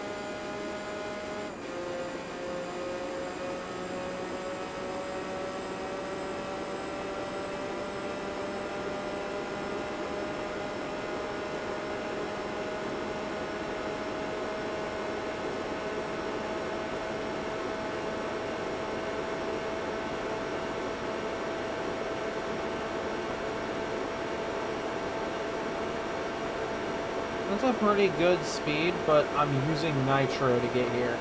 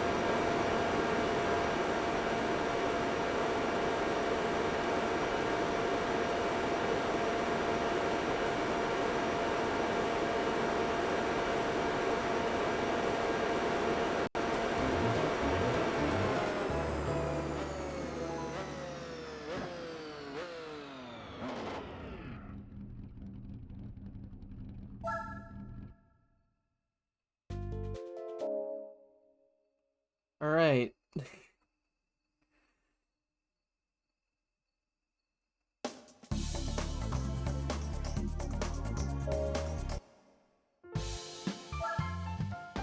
I kind of don't have a lot of faith in this one, but I want to try it anyway, just to, like, just to see where I'm at with it.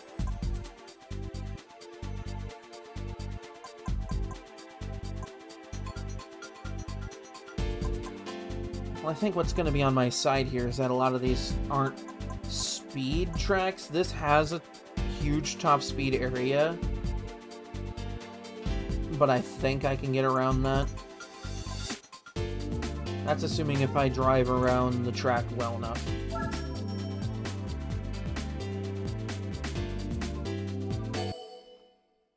Alright, we're trying this. I'm gonna give this a shot.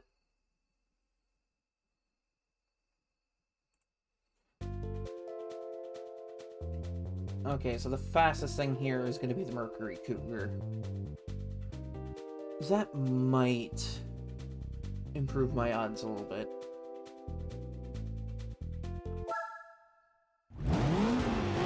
Seven points.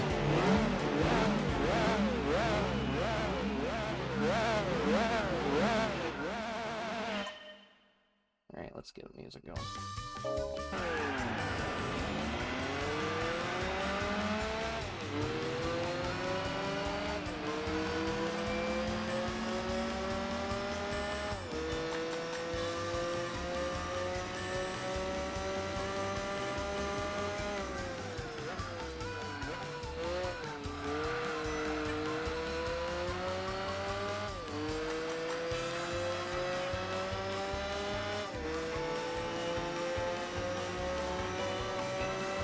I'm taking the 7 points to mean that there is something about this thing that'll make it better than the Mercury Cougar.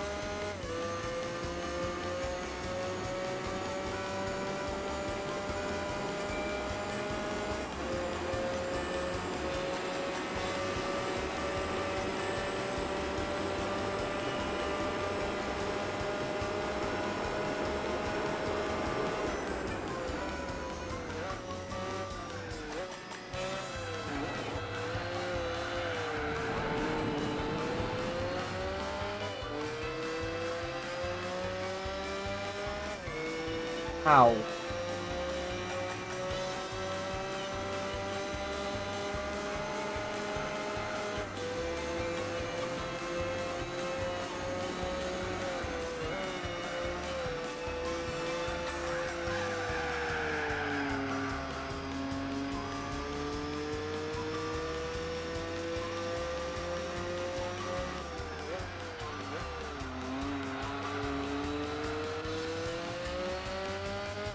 Oh god, he had a skill issue around that corner. Holy shit.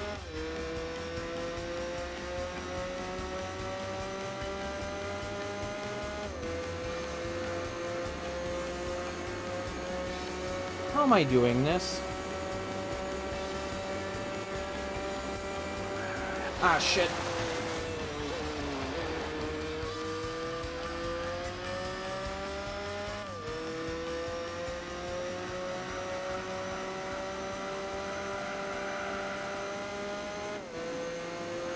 Oh, Jesus.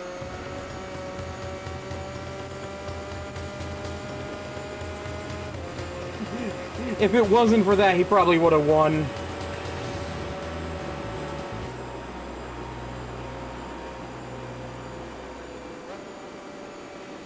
How? I don't even have 300 horsepower on this thing. How did I win?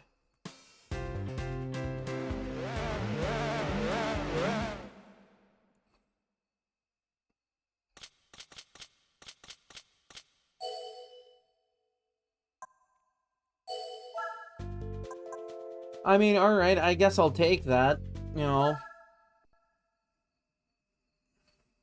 It's a Shelby Cobra I don't have to deal with.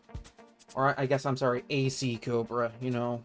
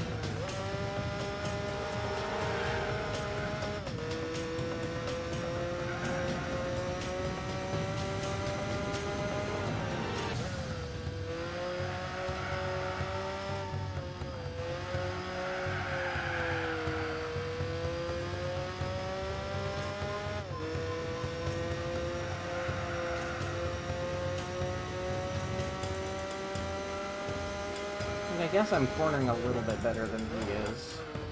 That's good news.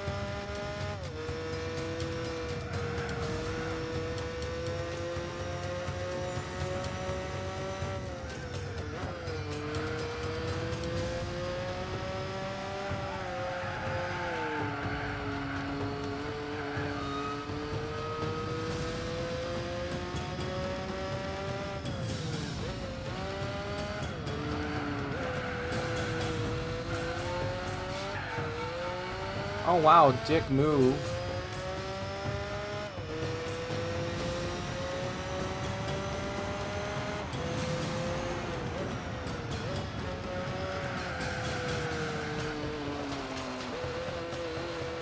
Come on, get on the road, get on the road.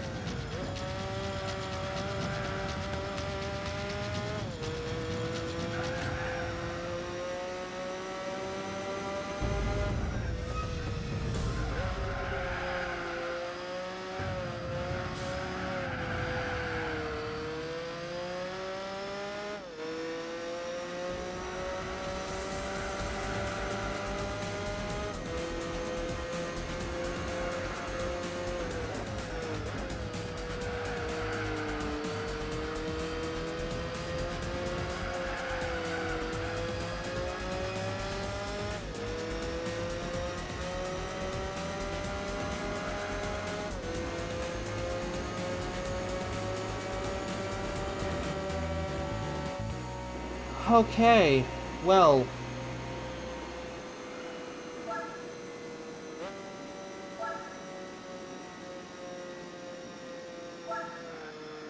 That ties us.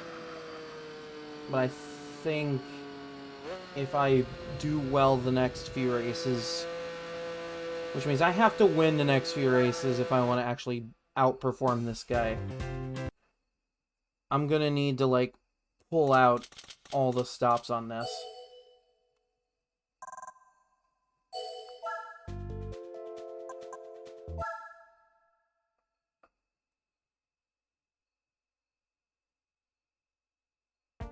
And of course the next fucking track is this one.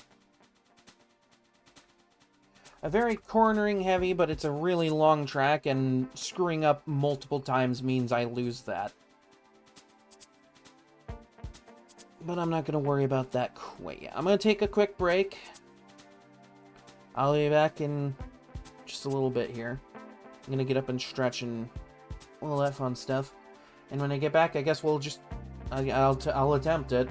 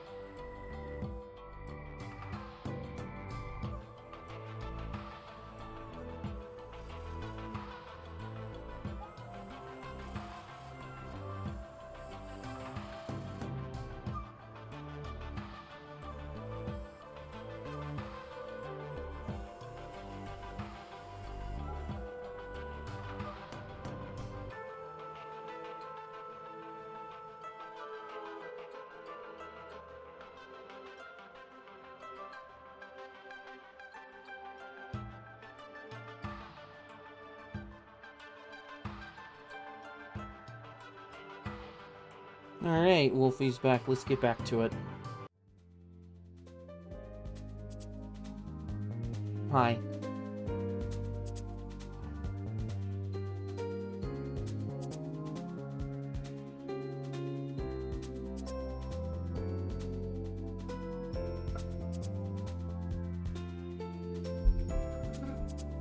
Let's adjust that mic's position a minute. There we go. Alright. I'm a little nervous about this one, but I'm kind of hoping that the Cougar skill issues a lot with this race.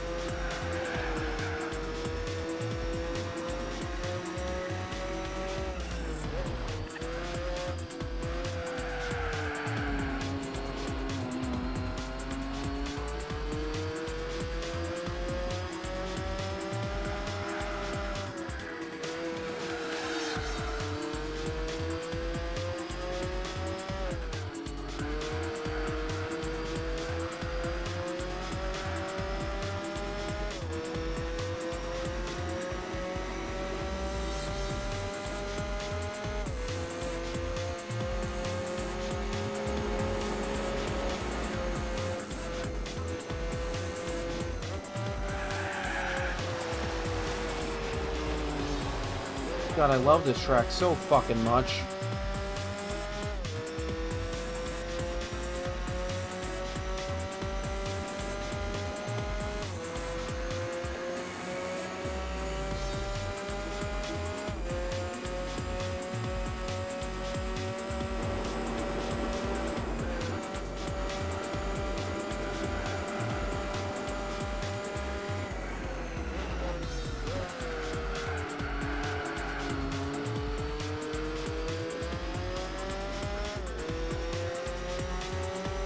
God, I gotta make up an 11-second gap here.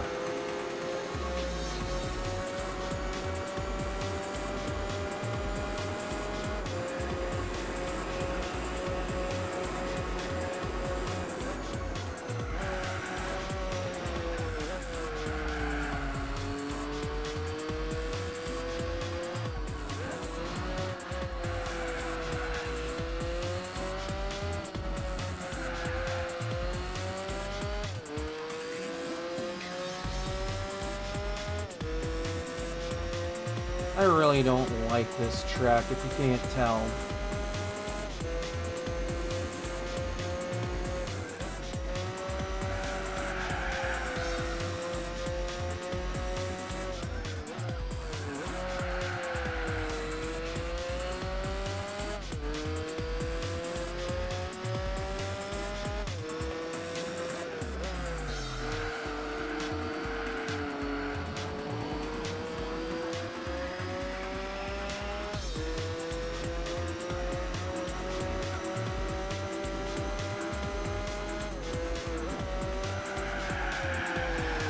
God, this thing does not want to fucking turn.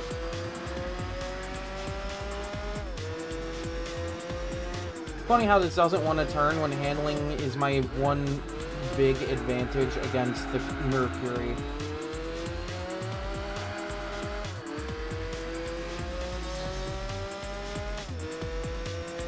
Oh, Jesus Christ. I don't think I'm going to catch him at all.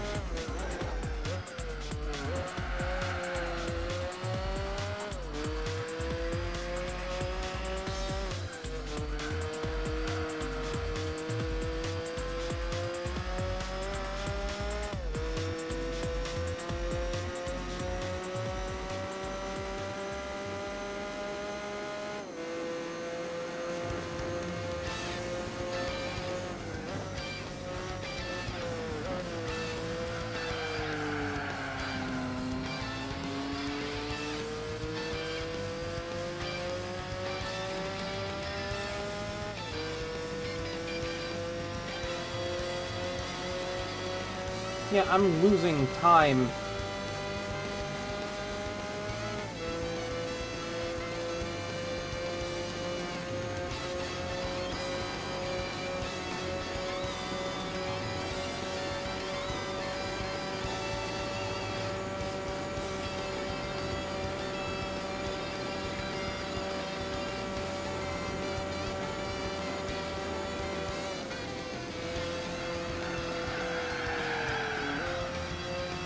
If I have to, like, money grind for a Cobra, I'll do it. I won't enjoy any part of it, but, you know.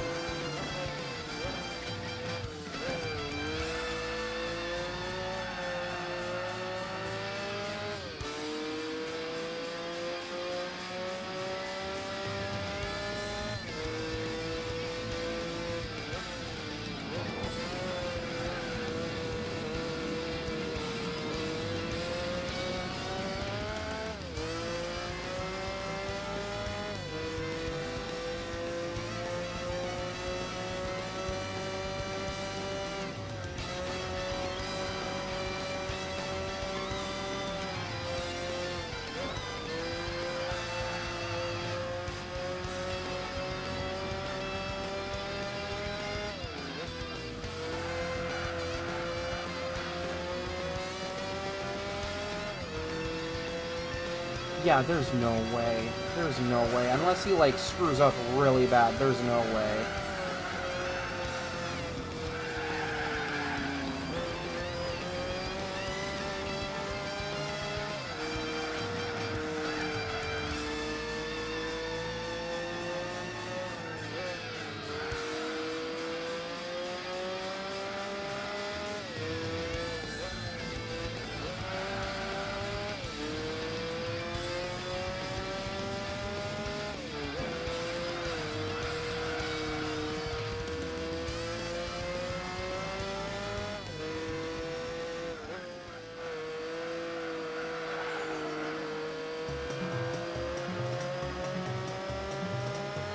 Yeah, he's constantly gapping.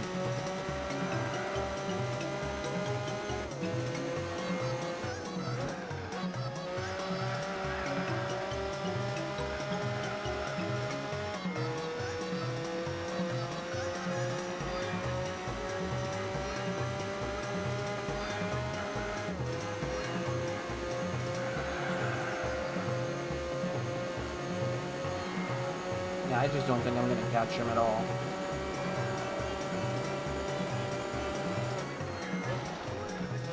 It would take a tremendous miracle.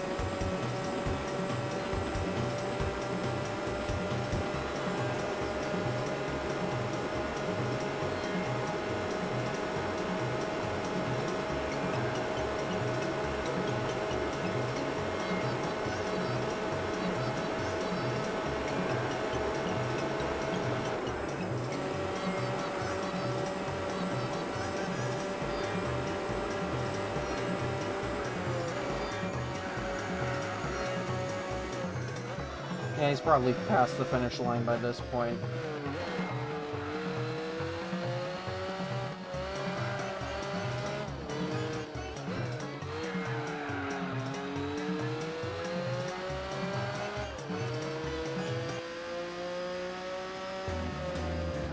"21 seconds. There was no fucking way."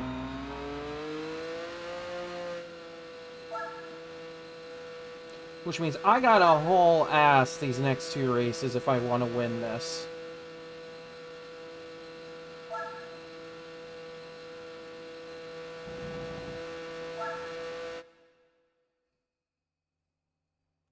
either gotta haul ass or he's gotta fail really hard.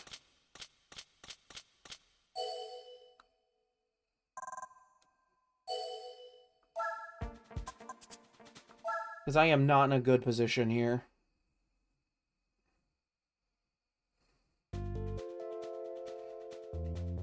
Oh, Jesus Christ.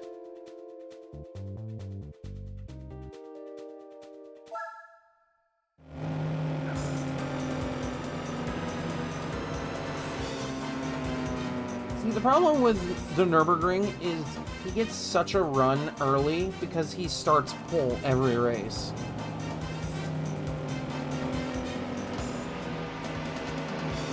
So he just kind of wins by default because of that. Which is so much bullshit in this game.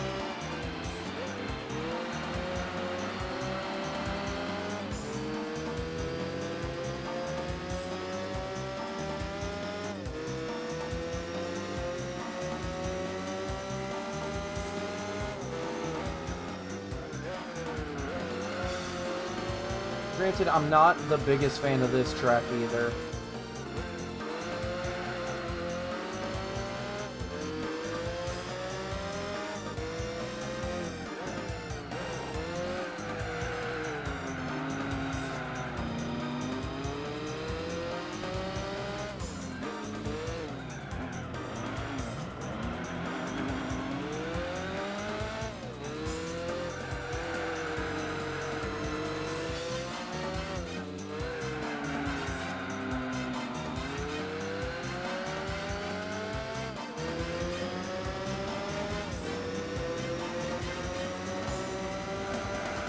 My God, how is he gapping so hard?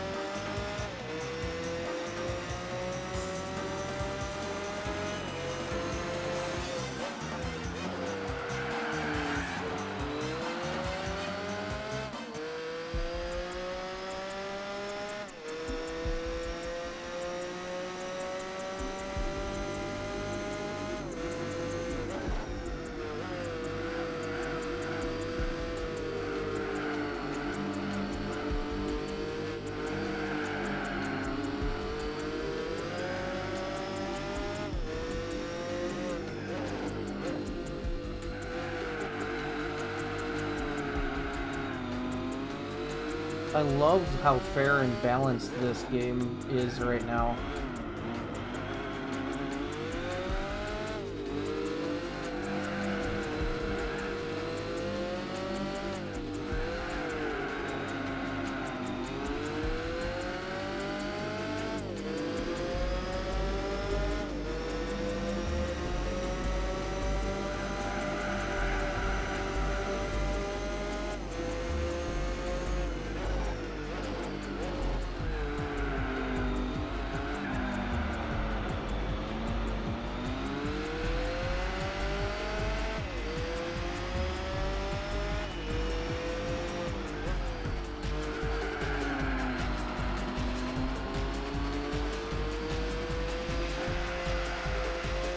Yeah, he's constantly gaining somehow.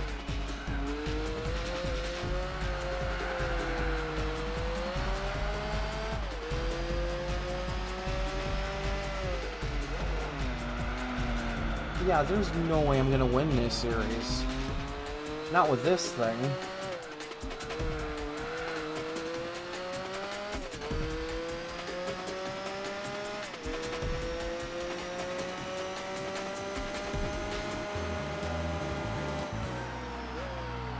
Yeah, Yeah, because this puts me in a position where no matter how I look at it, I'm screwed.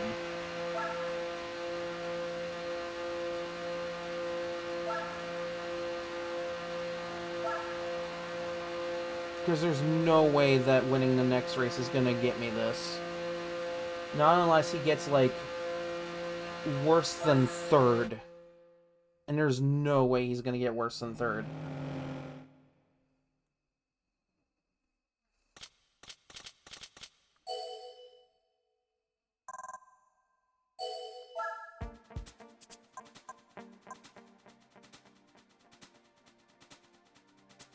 I'm curious, what is the next race of this?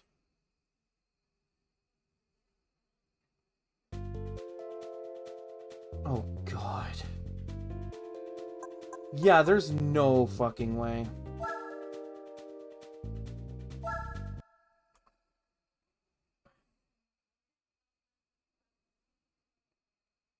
Which means it's back to the drawing board.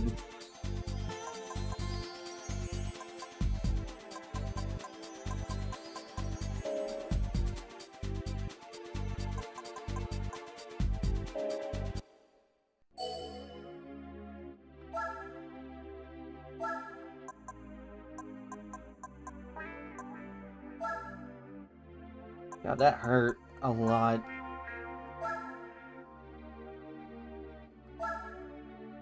That really hurt. Okay.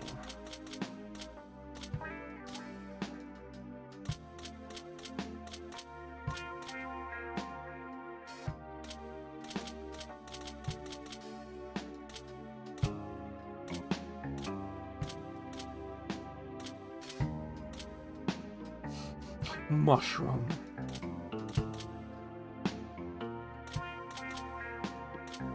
Sand.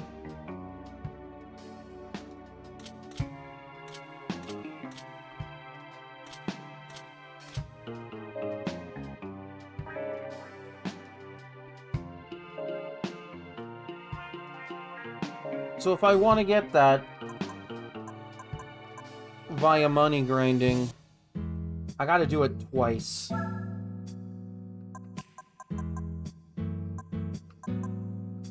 I gotta do that one thing twice and sell this twice.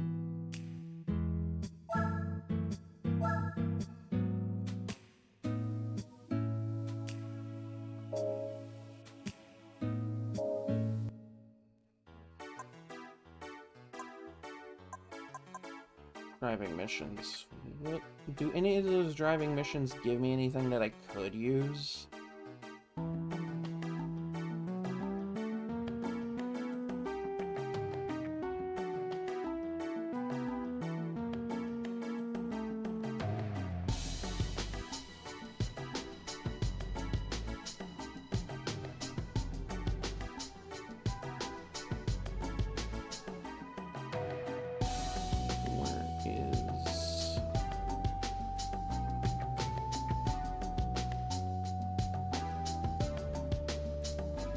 Okay, nothing good from this.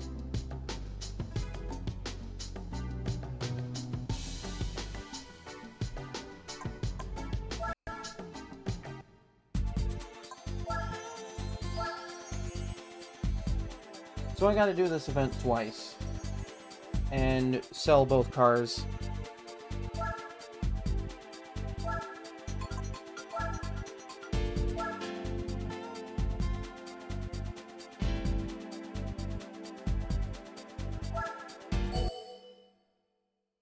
What should I do in this game, you know?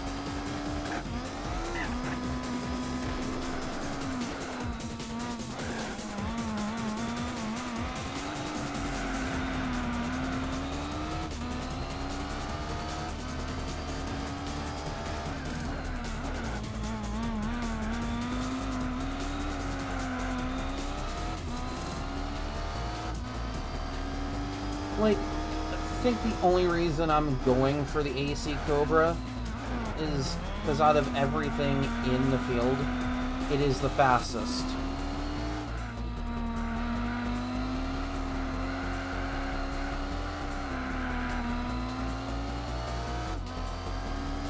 Like, I'll put a couple modifications on it, obviously, but, like...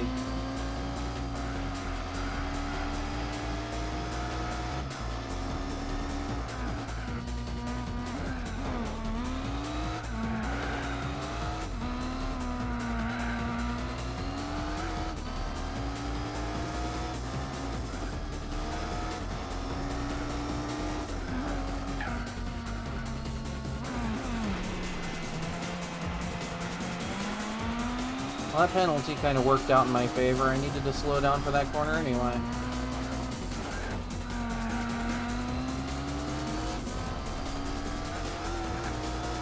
When using a penalty works in your favor.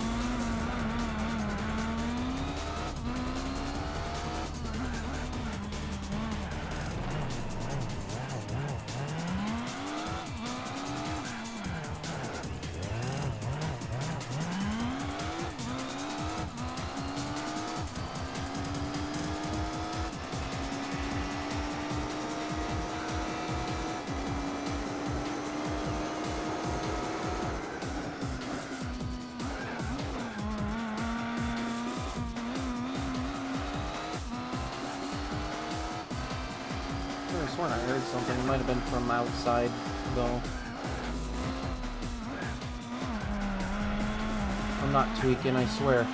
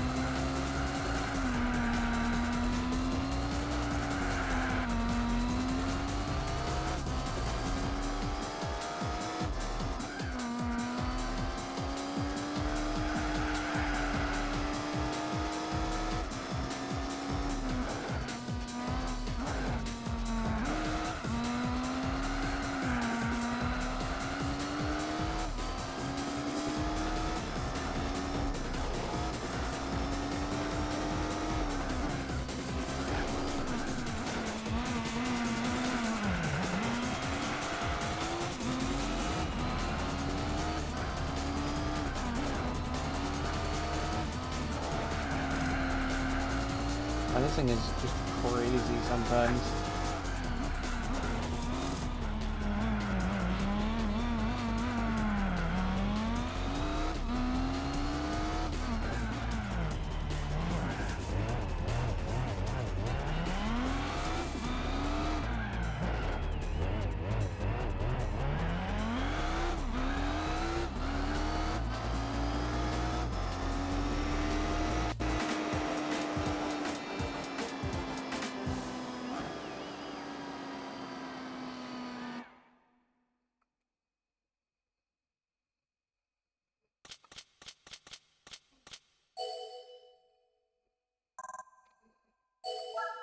See, at least I'm getting like $5,000 to win too, so that also contributes a little bit.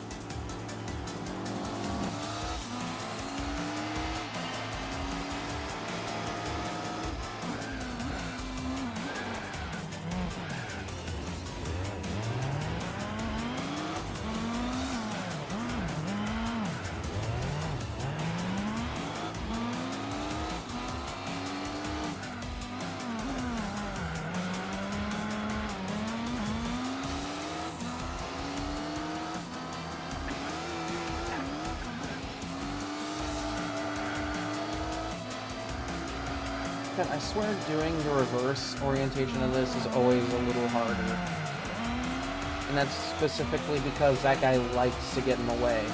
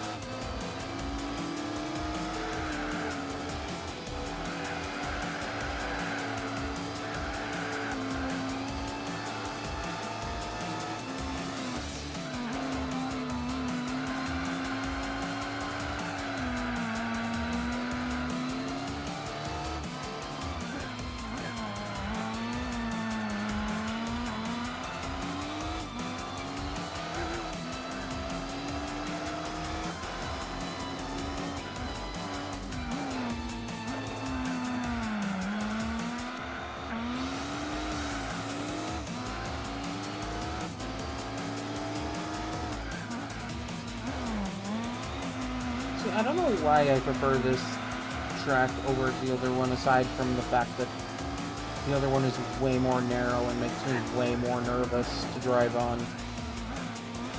I don't know, I just don't like the other rally course.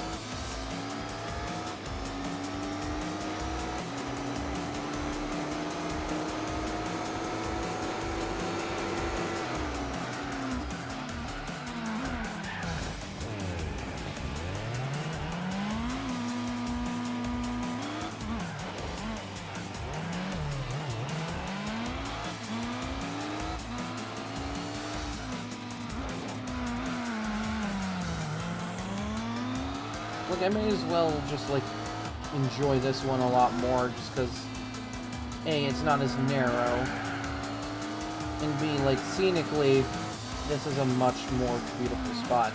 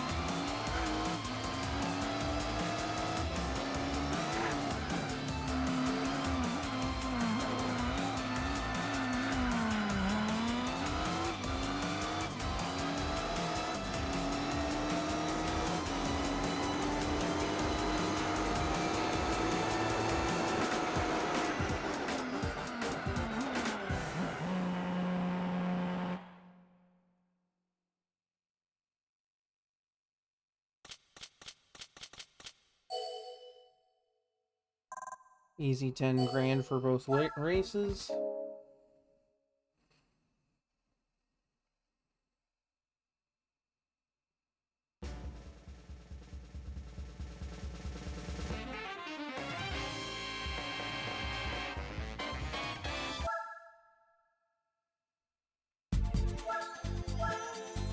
Alright, and we're just gonna circle through and do that again, and then I'll sell both at once.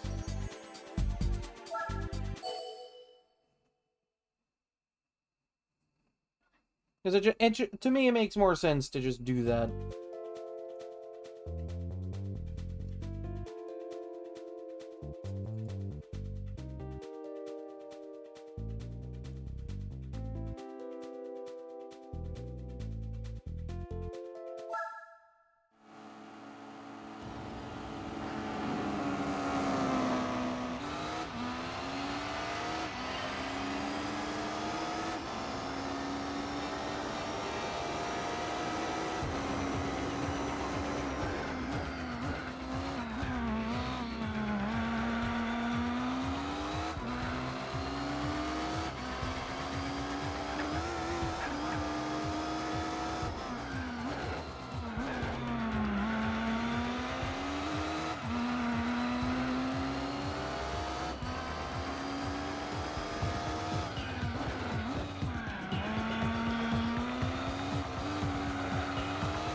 We're standing awfully close to the driving area, let me tell you.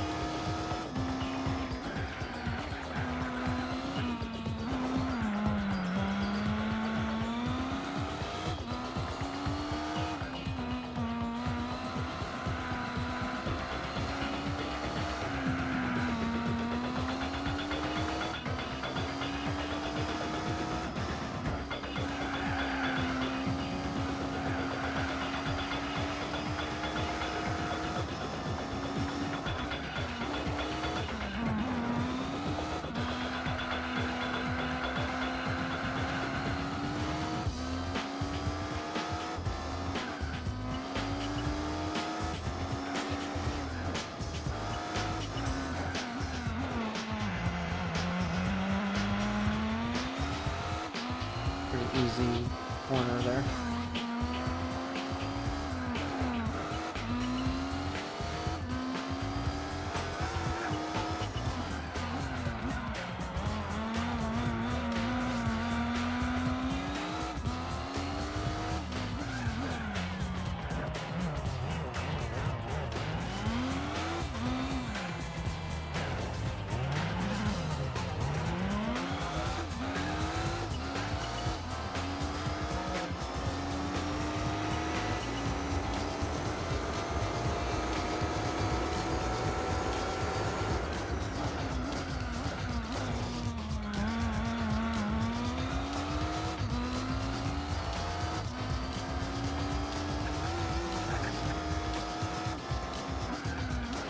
I love how that jump doesn't make me as nervous as it did the first, like, time or two that I did this. Like, I'm just used to it at this point.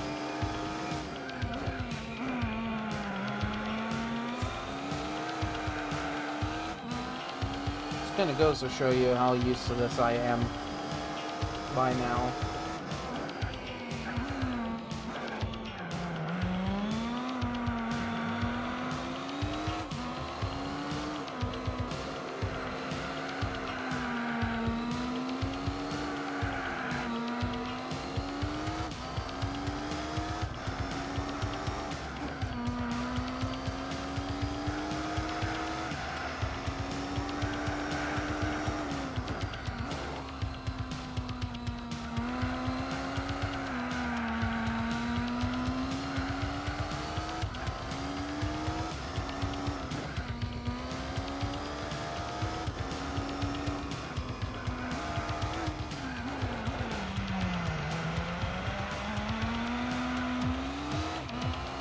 Damn, that was a beautiful corner right there.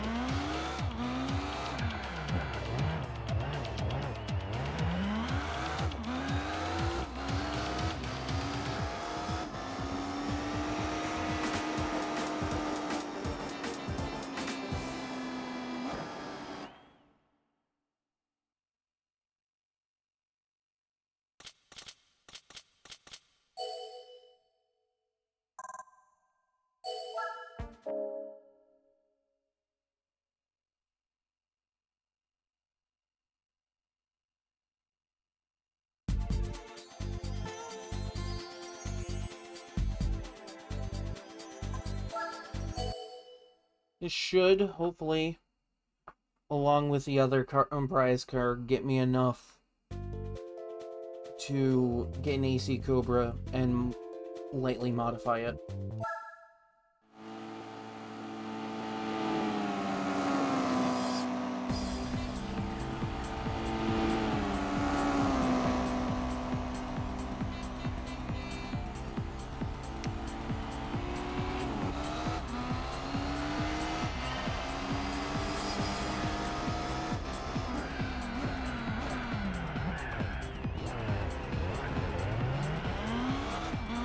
Oh wow, you failed that turn too, huh?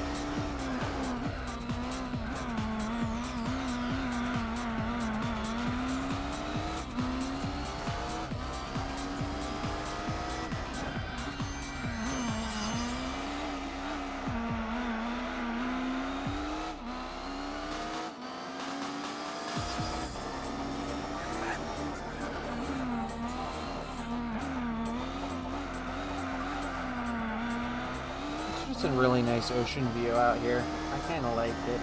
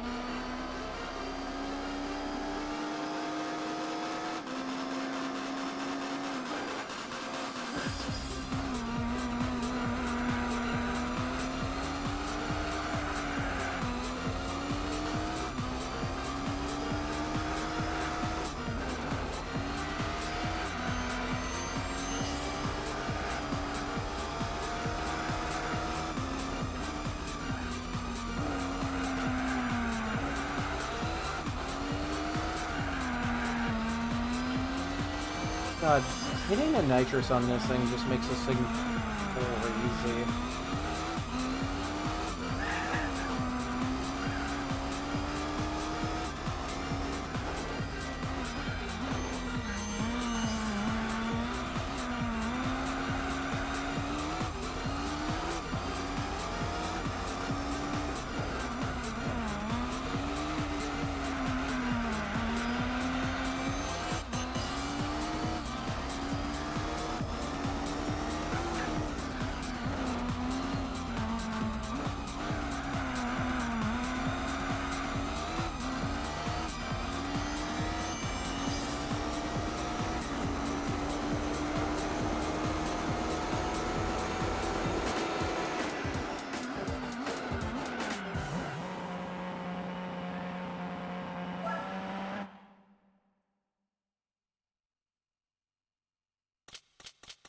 And just like that, I got 2 of these things. Well, technically 3 if you include the one I'm driving, but, you know, semantics. That should give me more than enough to get an AC Cobra.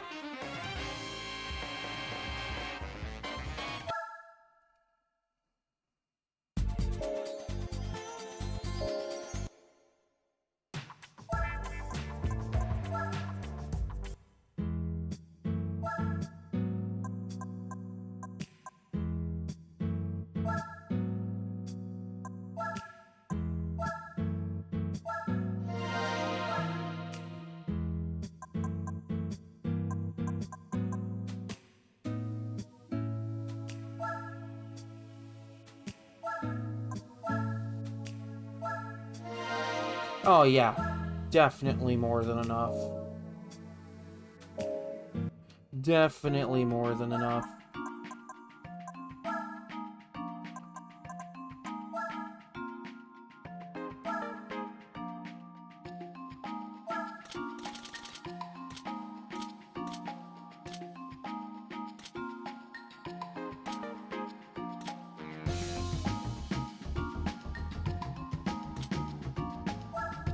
Kinda like this with just plain red. Looks a little better.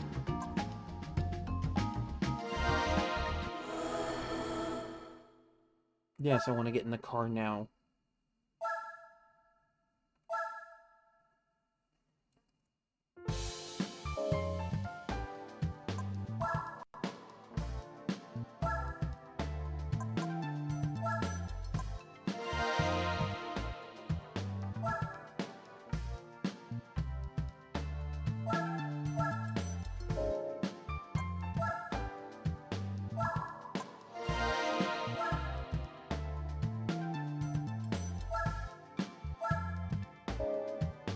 I love that this thing can just get race brakes. That's very handy.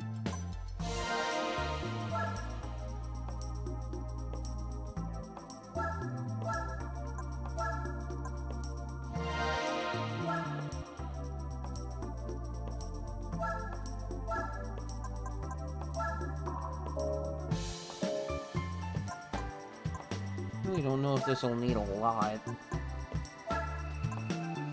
Like, definitely this for better cornering.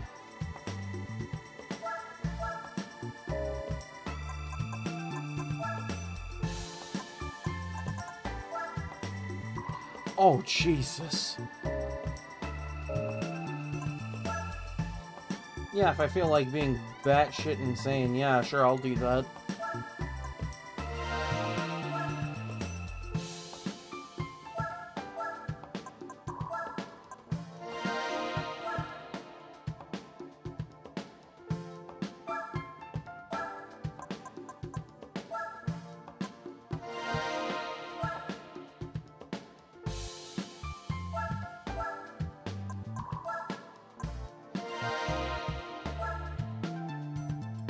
And that'll just generally help it accelerate a little faster. What tires am I looking at? Sport mediums, that should be okay.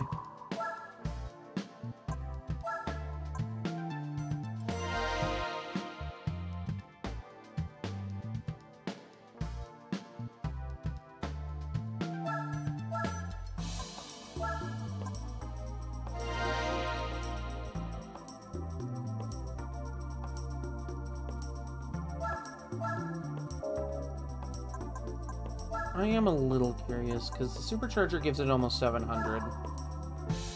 Okay, so supercharging it would be pretty good for this thing. If I wanted to, like, full mod it. I'm, like, not looking to full mod it quite yet, if at all. It should be alright.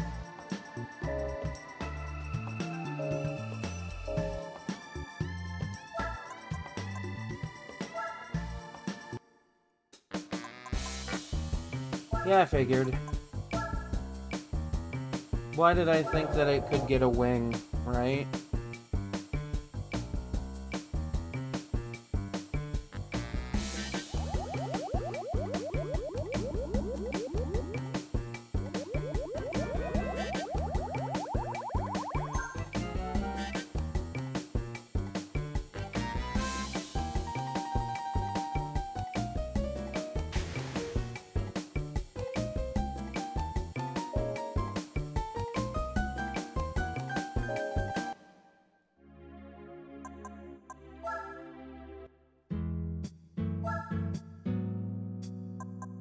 Alright, so I'm producing almost 560 horsepower. If this somehow cannot win me the World Classics, then I just don't know what the hell will.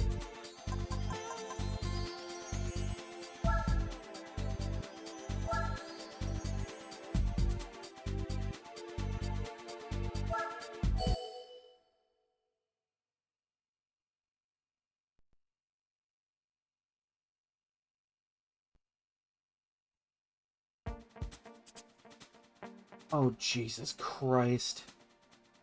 The Buick Special. No, you had to make it harder on me, didn't you? Way to go.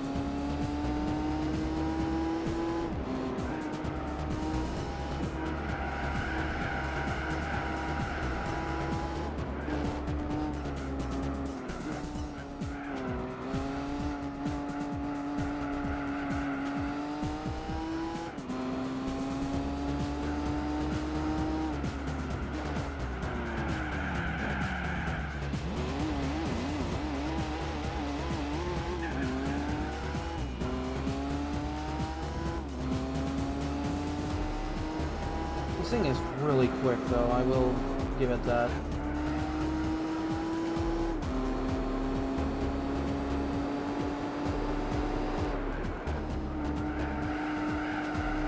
Takes forever to break into the first gear, though.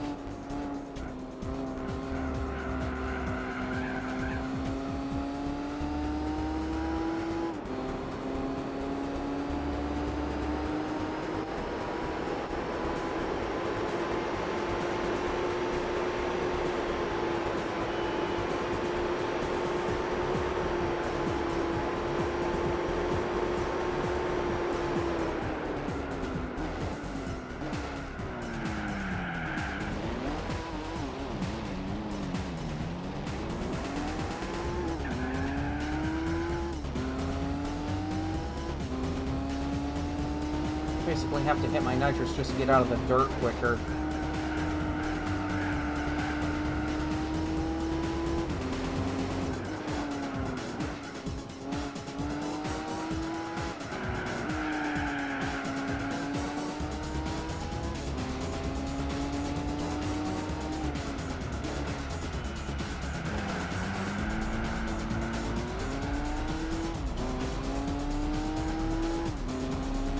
I put race brakes on this thing and everything, and it's still not great on brakes.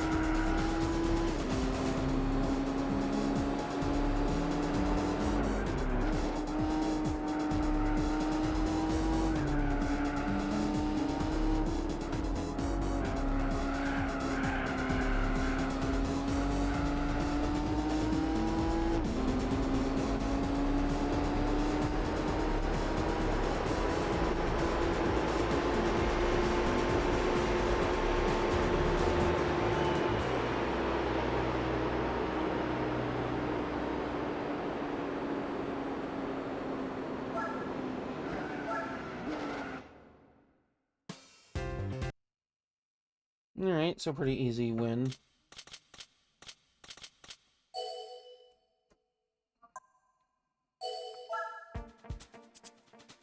Just kind of hoping the rest of this series is the same way, because... Ugh.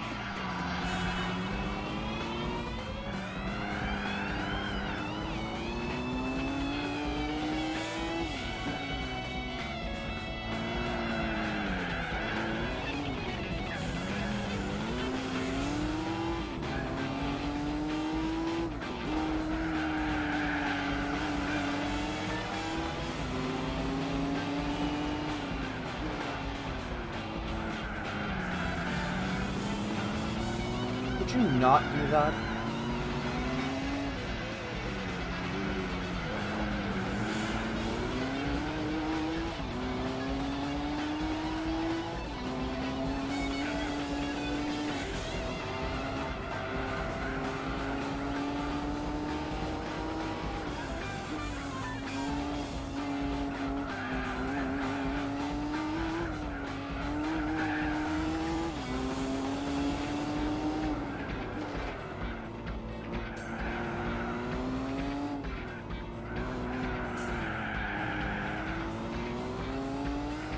I gotta ask whoever was working on the sound design for this game, but why is it this thing with a race muffler sounds like a fucking Nissan?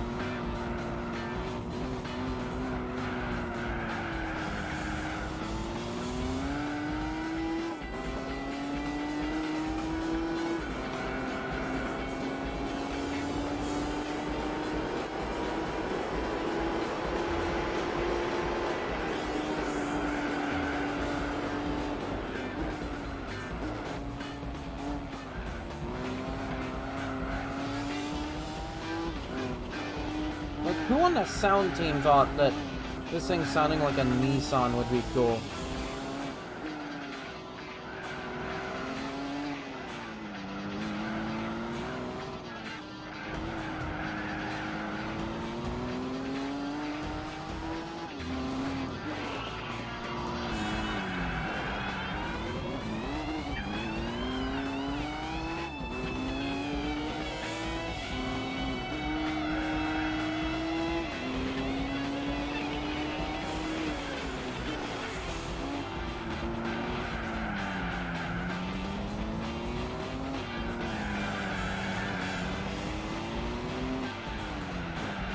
God, this thing does not like turning or braking for that matter.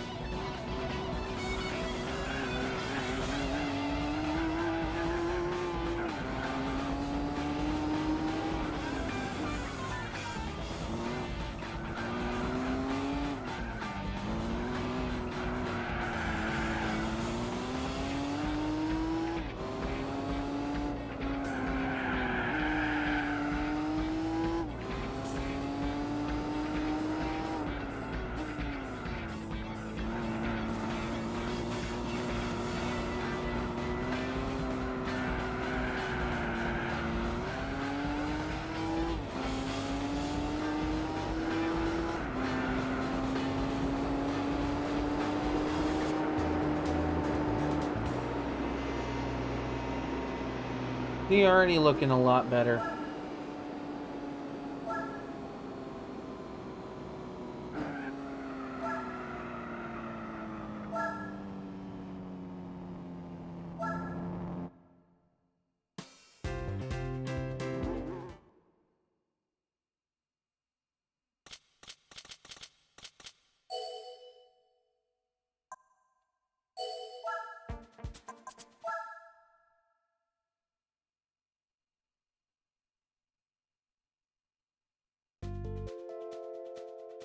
Alright, this is where it's gonna be nuts for me.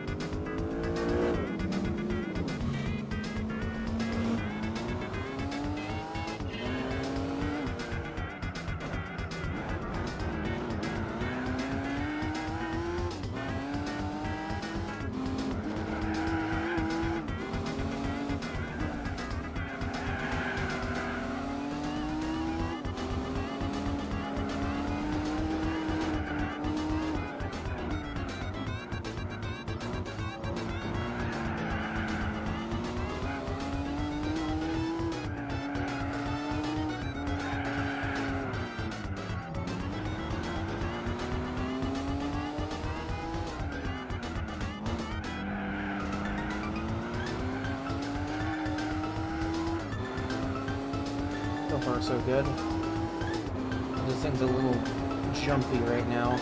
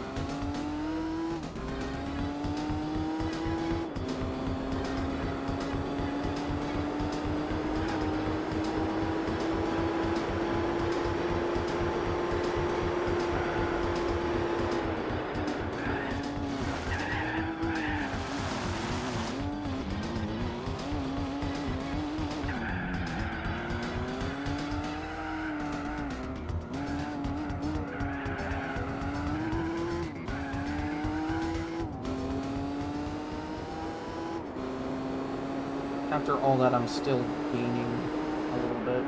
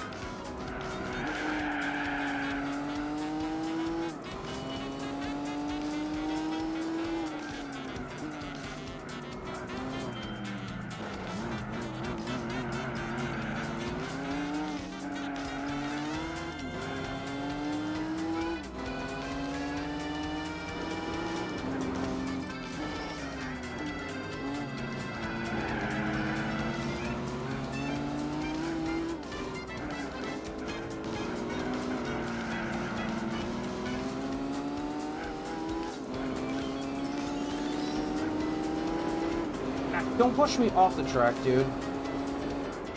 That's rude. Rude. Very rude.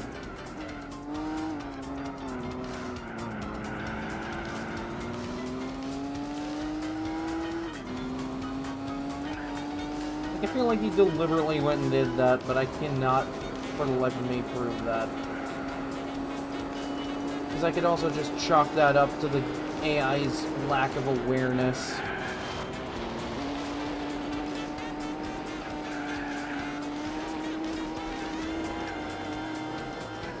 Back on the fucking road, dude.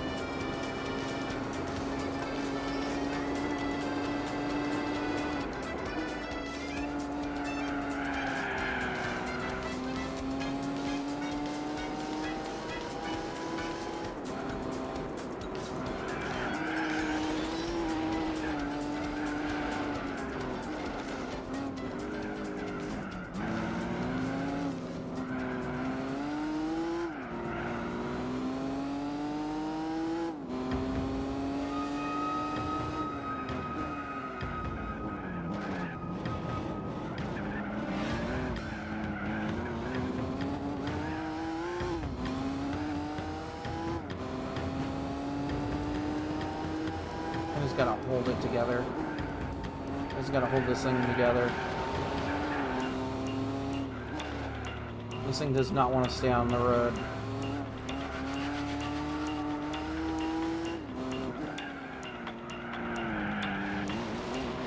I sufficiently hit the brake for that corner and it still wants to go off the road.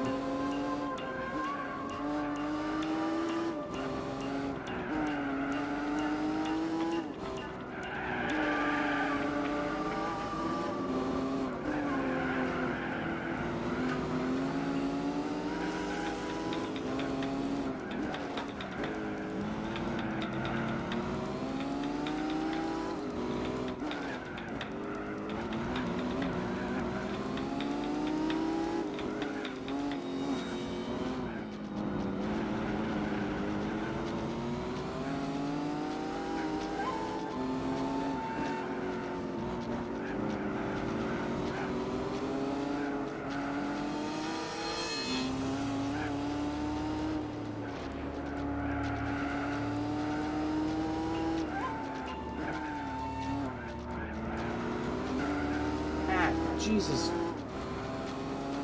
Here I am trying not to fucking go off the road and he's over here hitting me.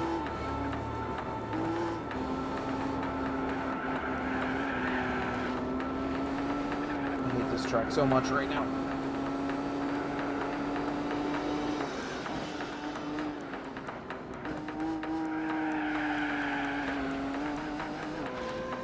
I sufficiently brake for a corner, yet the car's like, nah, I'm just gonna go off the road anyway.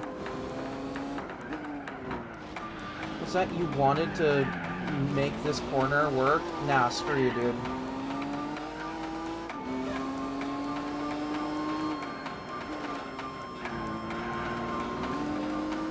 Like, the amount of slowing down I have to do just to make a corner without spinning out is insane to me.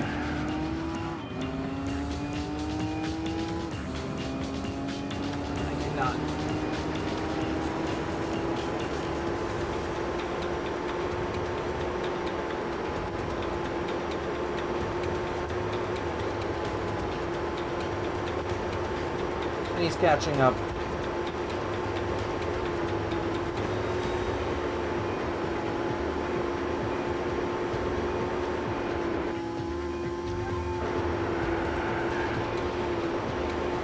Oh god, oh god, oh god, oh god.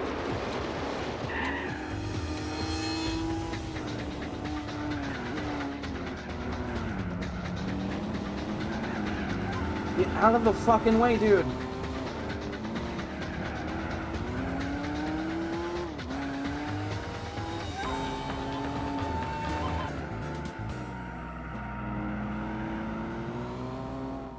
Ugh.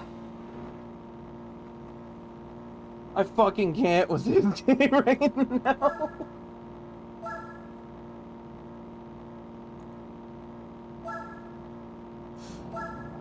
It takes me hitting him off the track just so I can win. I fucking hate the Nürburgring in this game so much.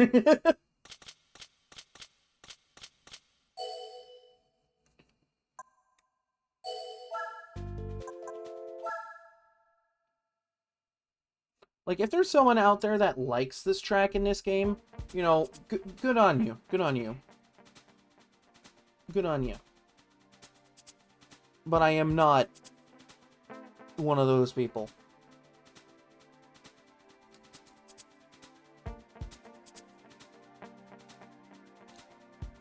Like, I get the game is supposed to get harder as you go on, but like, Jesus Christ, this is a bit much.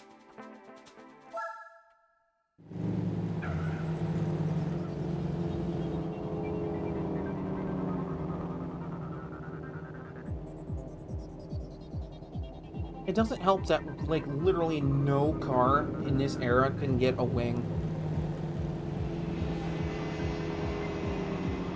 So, like, you can't even stabilize these things.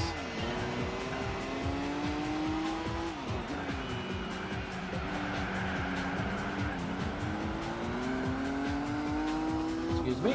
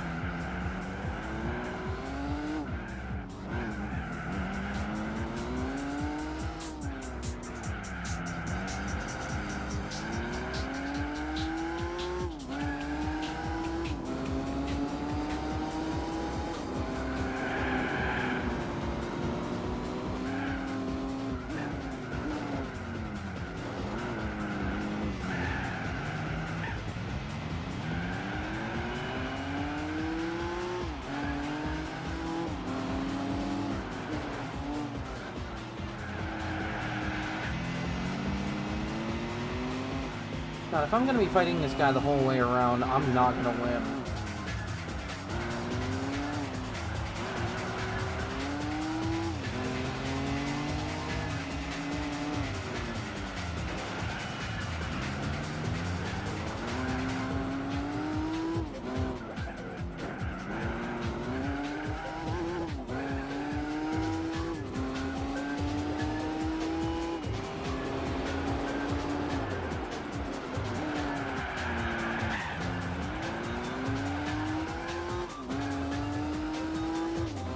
I basically have to nail the nitrous as soon as I get off that corner.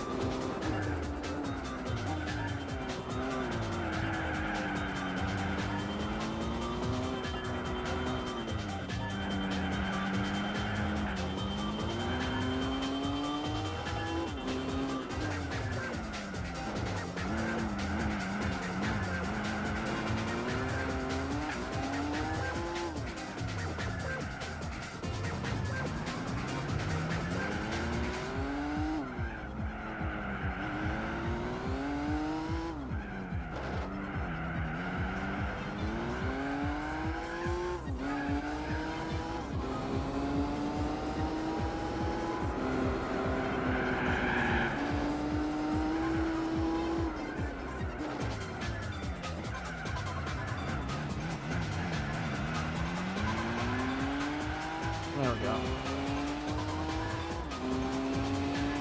I just gotta nail some of these tighter turns and I'm good.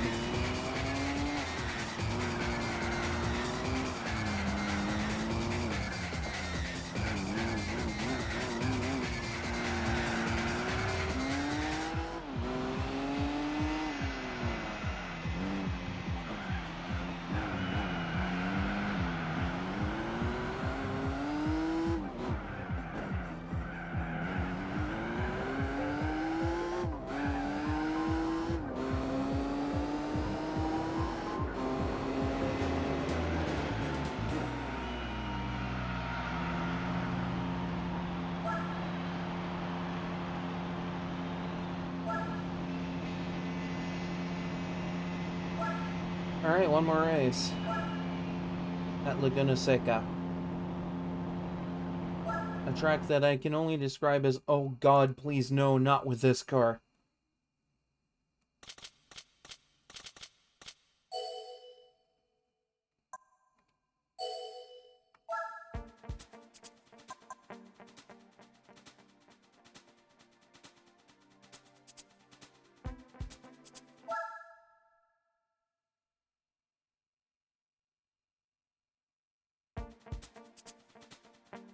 Because, like, if this is anything like Gran Turismo 3 with the Shelby Cobra, this track is gonna be painful with this car.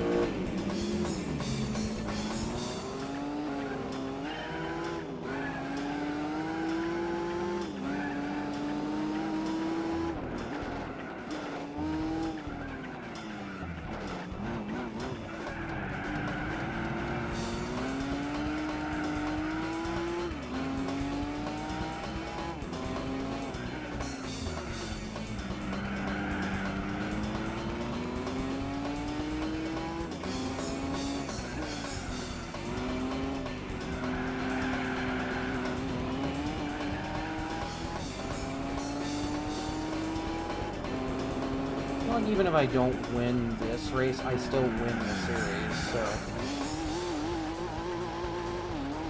Oh, God. Stay on the road! Jesus, fuck!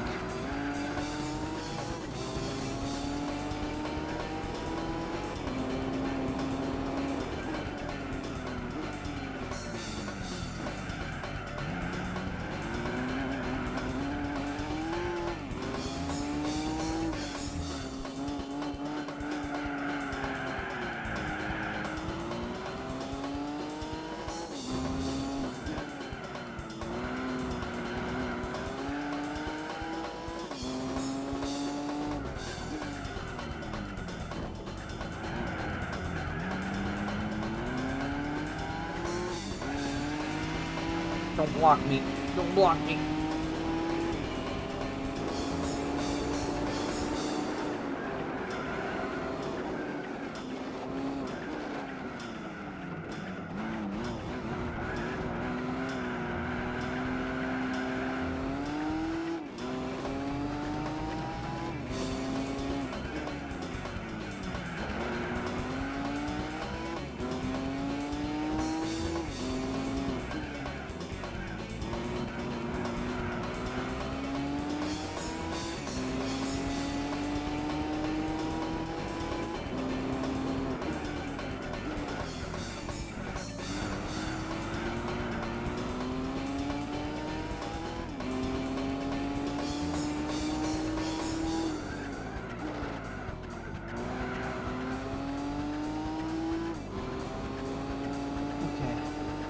Got a couple more corners and I'm home free. And then I get the other useless 1800s vehicle in this game. And I'm one step closer to the Gran Turismo World Championship. That's also good. Because I have to complete this so that the series is available.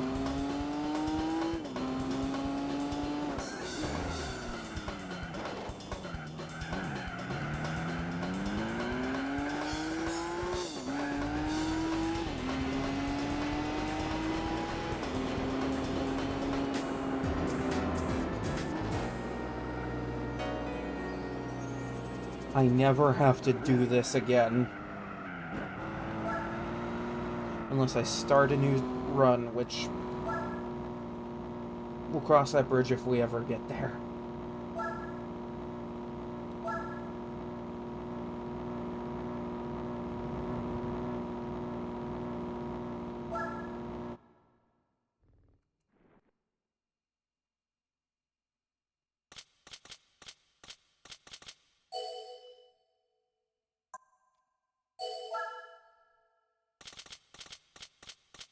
Oh yeah, that's right, 50K.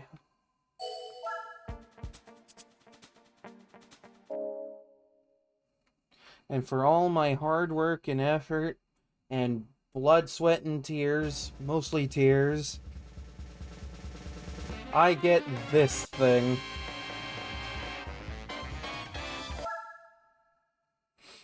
This useless thing. Okay, that leaves World Compact, Supercar Festival, and Gran Turismo World Championship.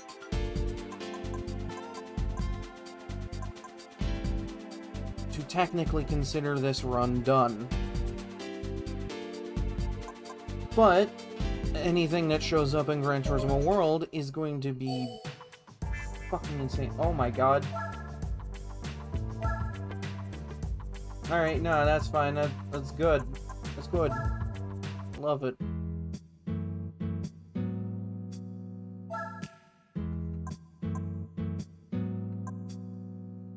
One horsepower. It's better than the other one because it has only one. The other had none. Can't even sell it. You can't. All that effort, you can't even. You would think a car this old, in this good a shape, would probably be worth millions, but you know. Guess not, I guess. Now let's do something absolutely stupid and do the exact same thing I did with the other car, but with this one. Because, why not? Why not, you know? Let's see if this is any faster. This has to be faster. Right? Right? It's got one more wheel on it. That means it's faster, right?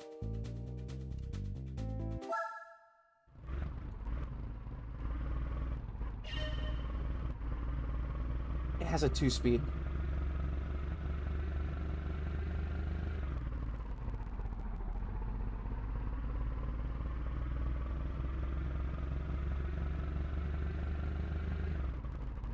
So it redlines at about the same speed, but it doesn't drop down anywhere near as low. This is essentially a horse-drawn carriage with its own little motor on it. I feel like putting a horse on this thing would make it faster.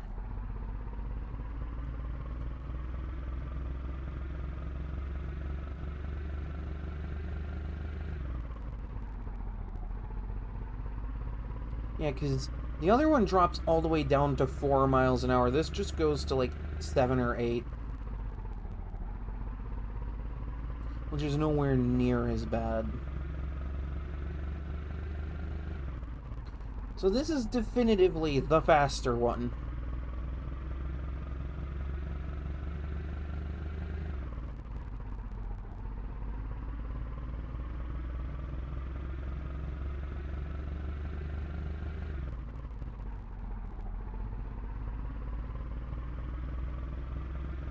Okay, so the other one was 3.5 minutes around here. I'm wondering if this will be any faster around here.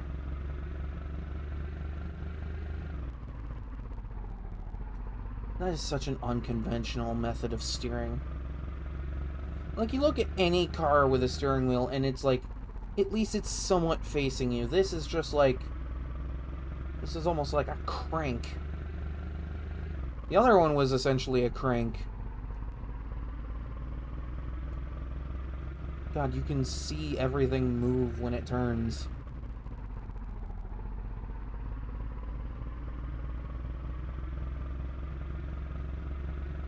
A car's so pointless, it hurts.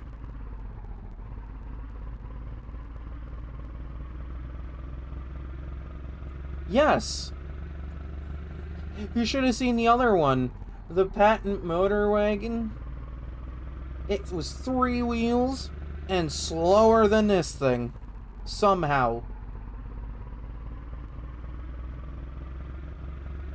A slow car in a racing game.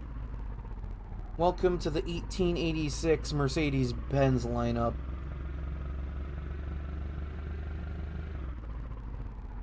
You can't even race these things.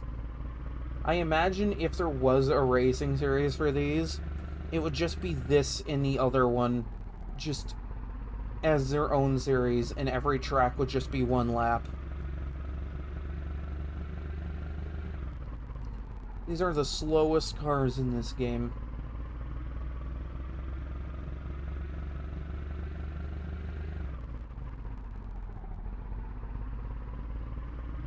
And this is a 2-speed.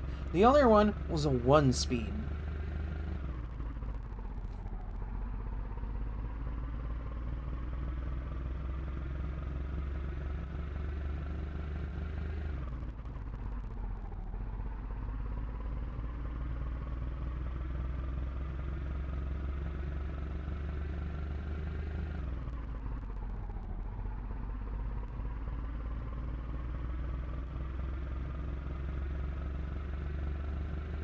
I don't know why, but I just really enjoy showing these off. They're just funny. Of all the weird choices in this game, why this and the motor wagon? Like, this is the carriage, the other one's the wagon. These are essentially just horse-drawn carriages with a little motor on them that makes them move on their own. That's it.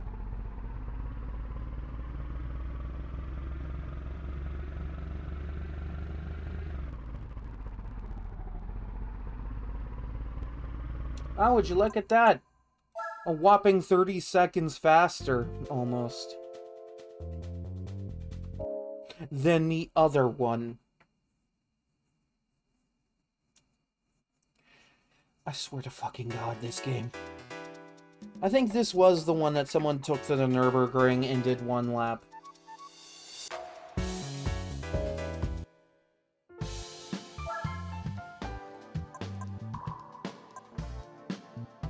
You can upgrade your car. I wonder what you can do. Is there anything you can do?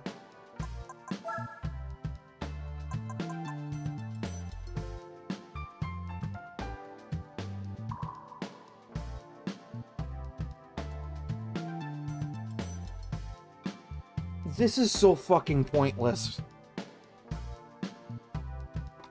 It just makes the turning better.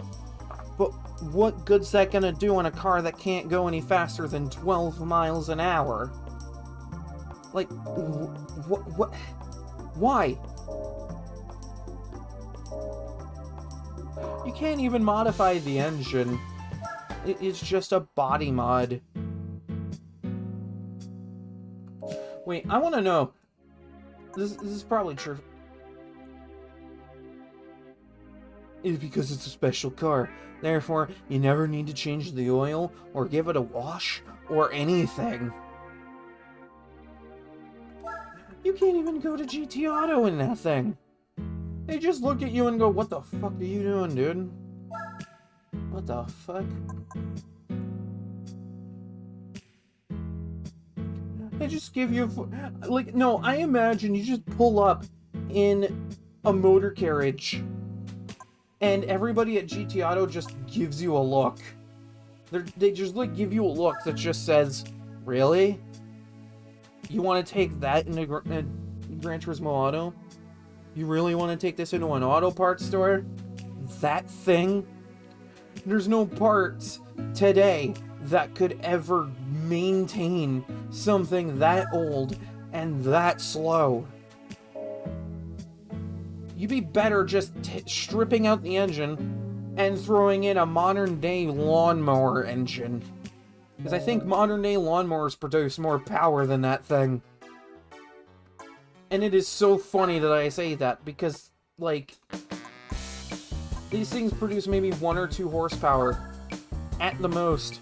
And I think, hold on, I'm gonna Google this. Just to give myself, like, a basis for comparison.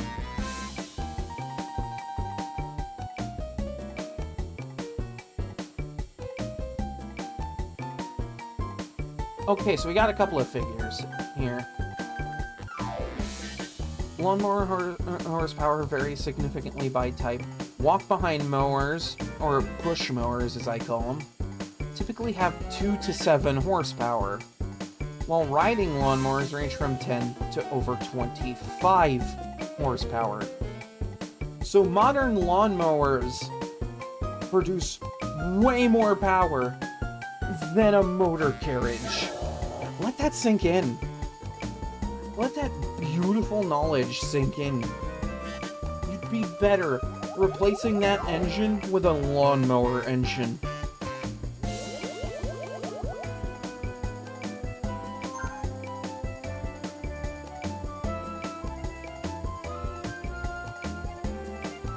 I don't know what else I could say to just drive home the point that, like, it's... Why? Why do these cars exist in this game?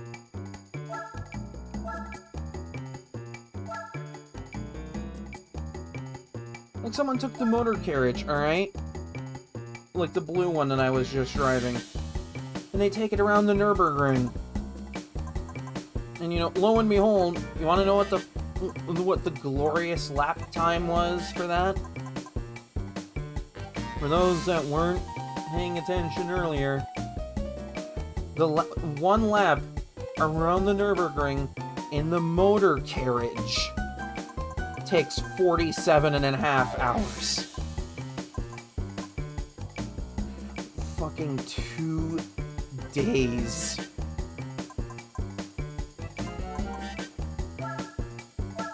You could find so many better things to do with your time. Like, that is just, by definition, a waste of time.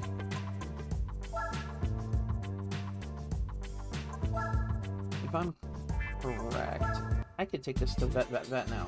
Yes, I can take this to vet now. What do I get for completing vet? Please, list, tell me, and depart knowledge into my brain so that I know what I get from doing this. Corvette.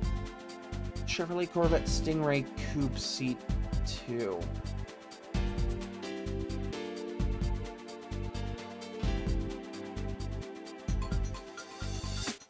Wait.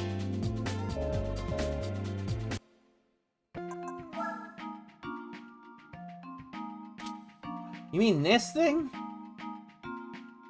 That I could just buy? With money? This thing.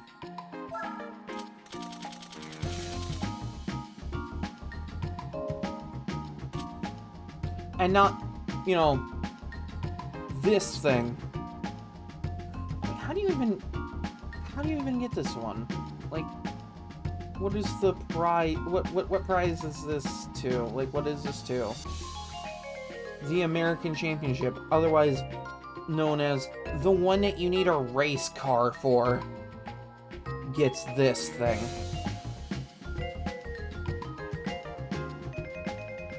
Why?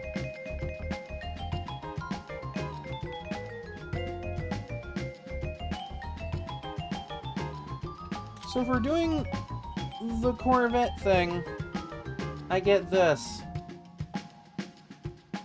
I swear there's like a race car version of it in this game, but I can't figure out where it's from. Like, how do you get it in this game?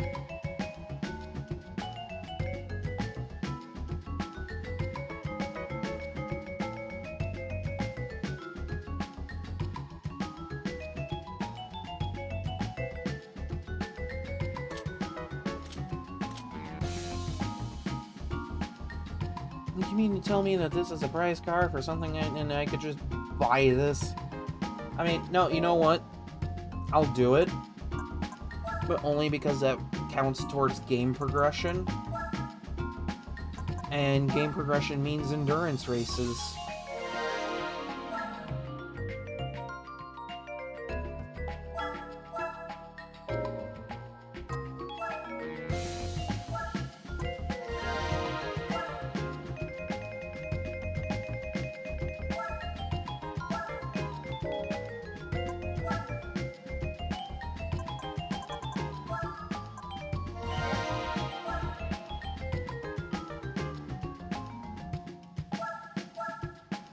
Game has a lot of weird choices.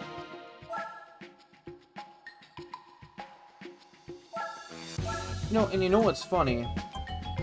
That Corvette Stingray is eligible for the World Classics.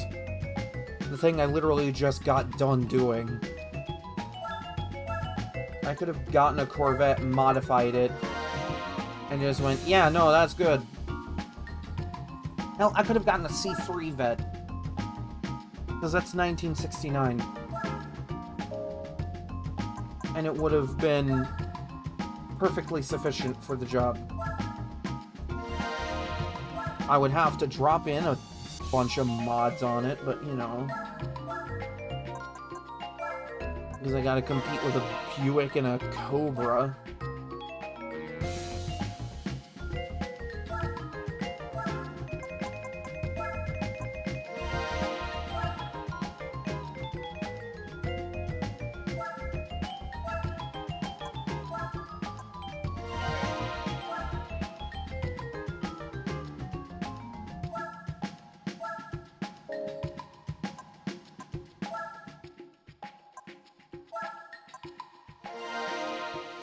Damn near 200 kilo drop.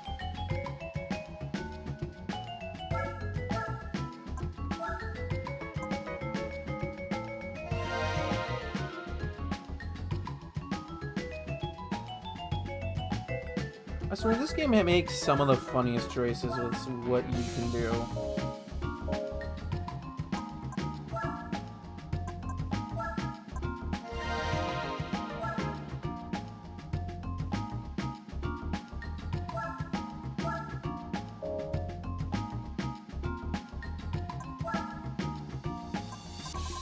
Oh, you can supercharge it?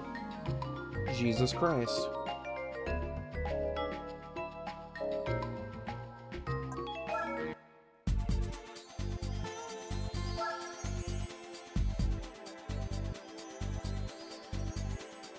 Yeah, there is another Stingray.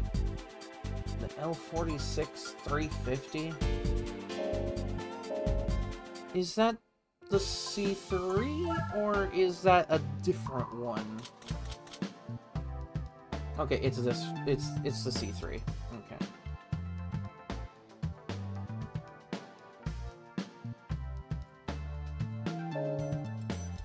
Because that is such a weird name.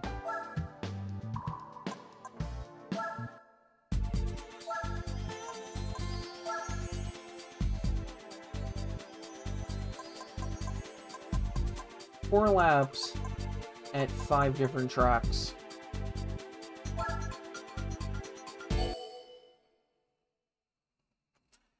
I mean, well, any way of getting to 25% game completion so I unlock endurance races, you know.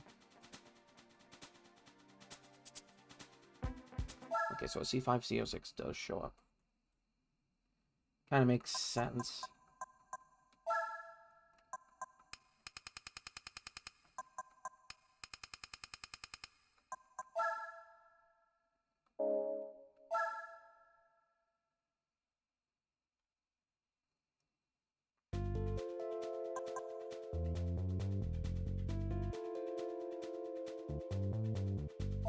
Let's do this.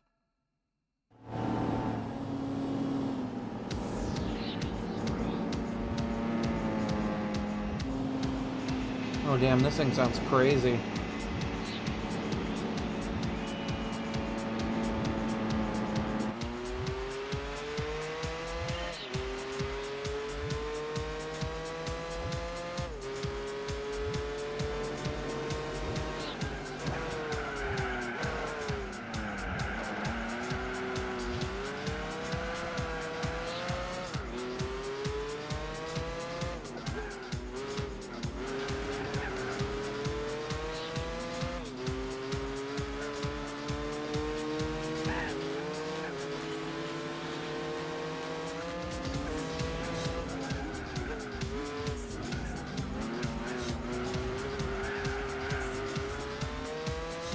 Hell yeah.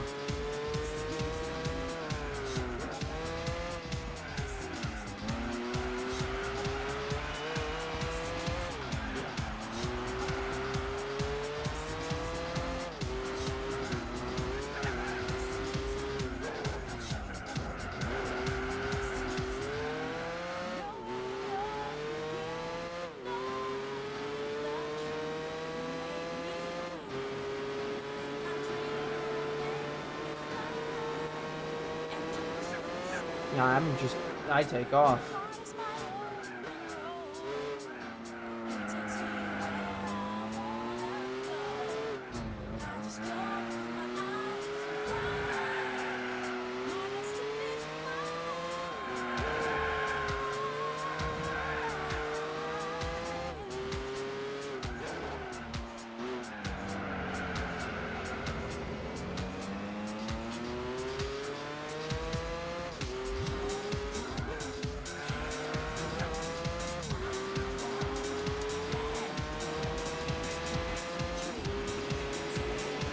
Alright, easy enough. It's a few more times around here and I got it.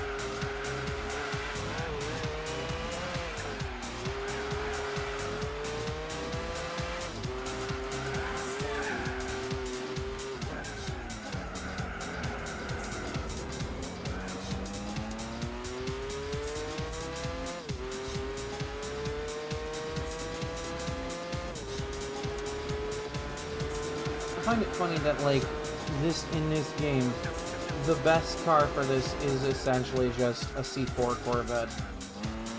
Not even a C5, the C4. I mean, C5 is good here, but, like, from how the AI perform in this game, you would think, oh yeah, C4, why not?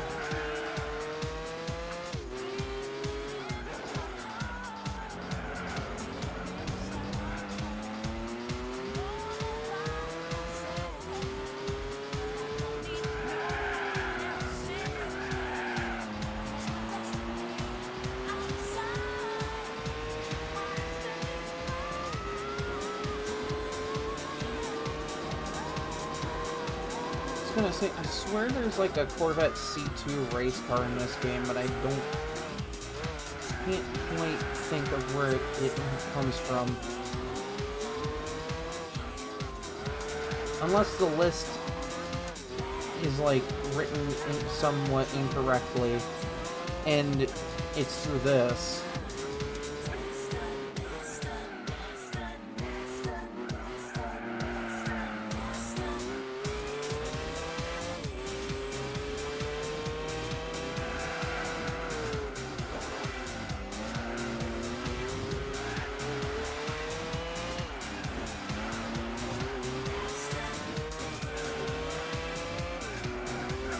I've always kind of enjoyed the design of the 4th gen Vet a little bit more.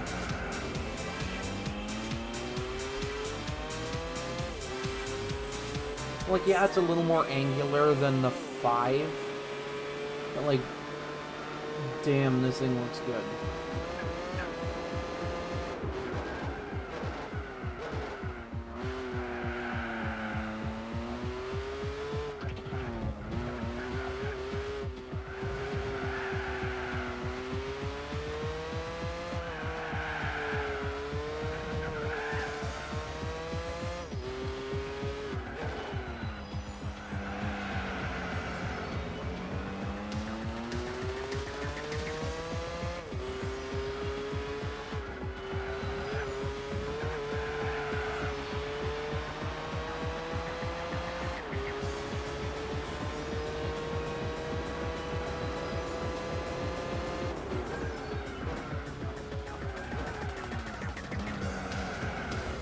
I see someone's been enjoying my choice of playlist music. Always good to see.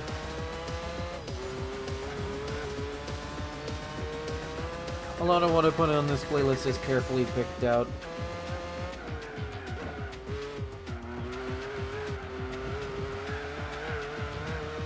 I always enjoy seeing how others enjoy it.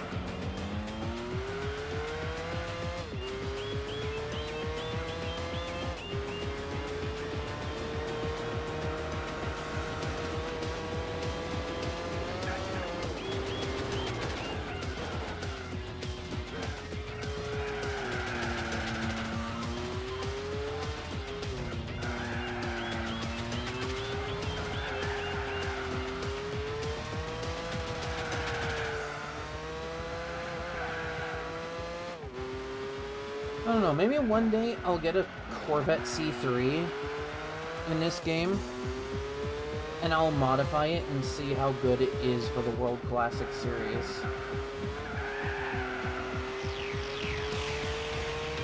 Because by all accounts, it should be eligible.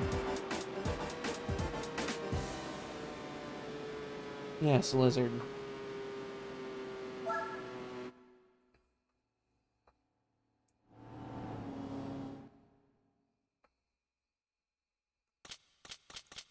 It's like, according to the game's rule set, the C3 Vet should absolutely be eligible for World Classics.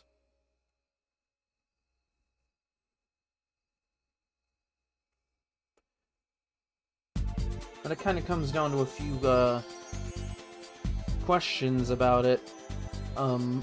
Most important one being, can it get a wing? Because the stability a wing provides is really helpful in this game.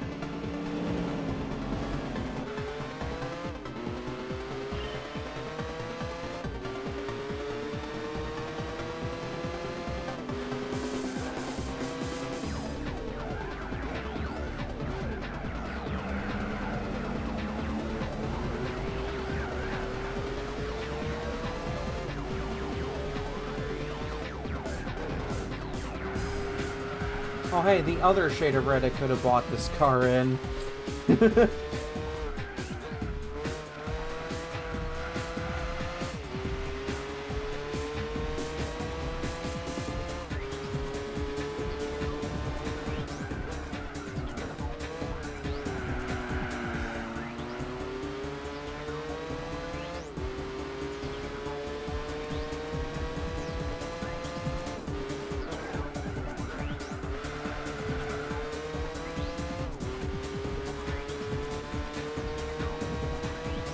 2 red C4 ZR1s, why not?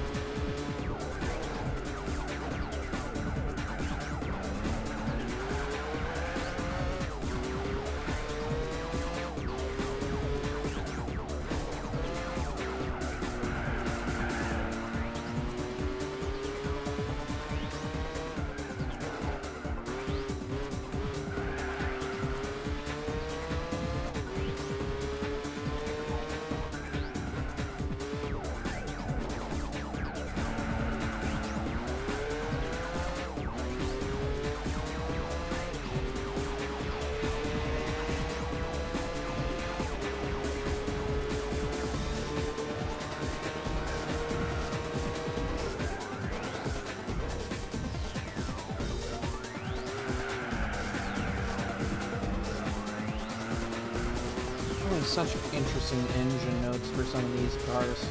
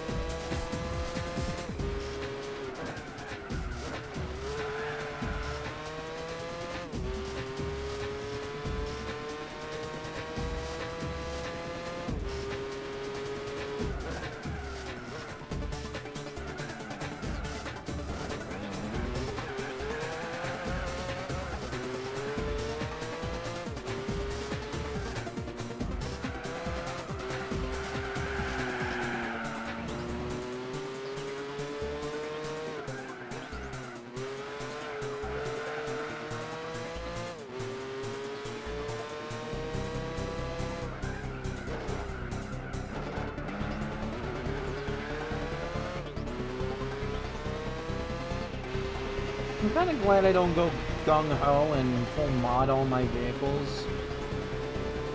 Because then it lets me enjoy, like, mid-mod builds like this.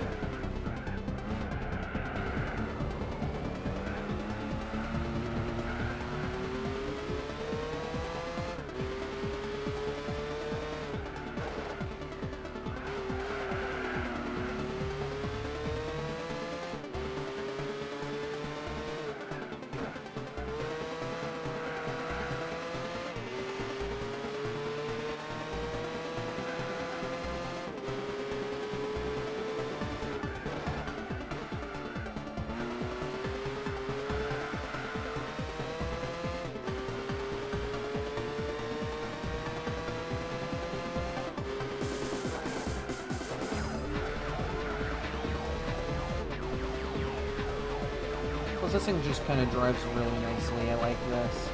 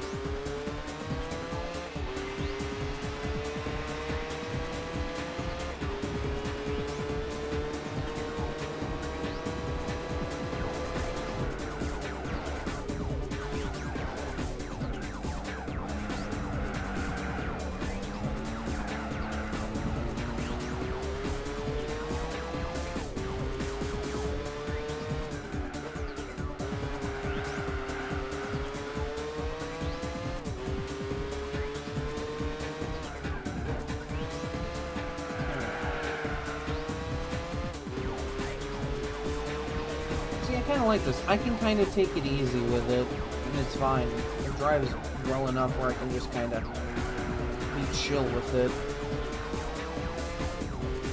You know, unlike a certain AC Cobra that I was driving earlier.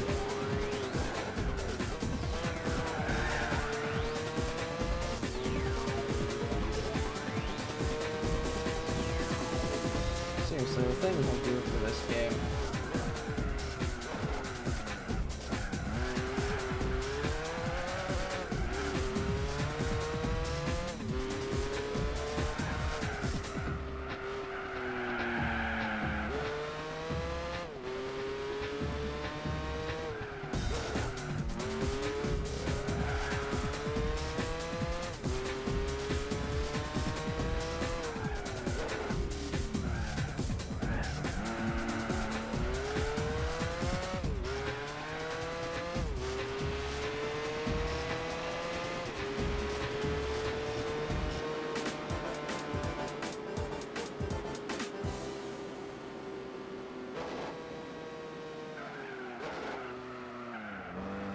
Pretty easy 4-point race there.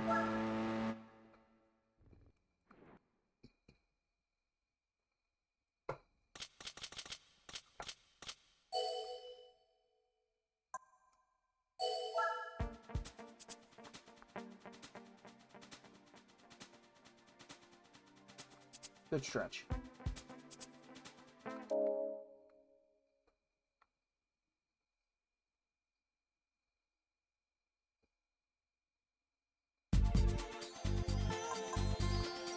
Oh God, New York.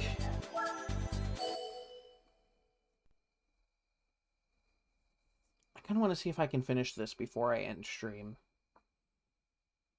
If I can finish this series. Would be pretty hype.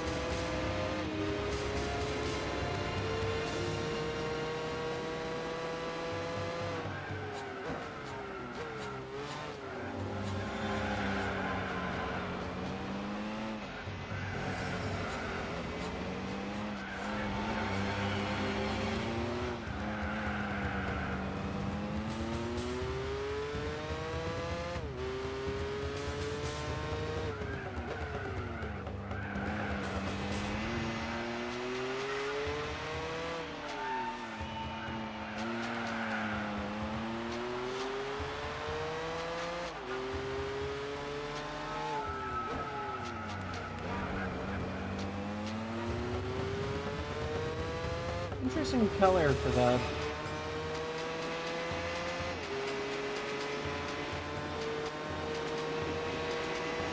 Almost like a cyan type of sky blue deal.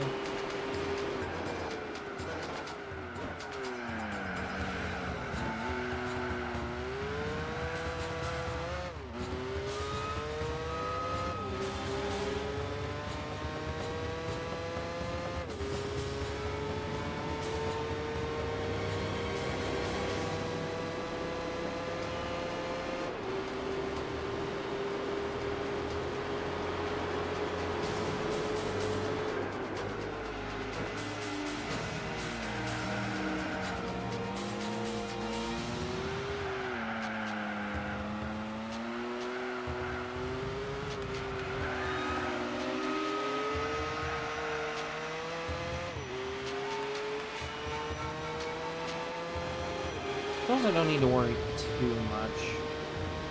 This thing's usually pretty capable of going around the track pretty quickly.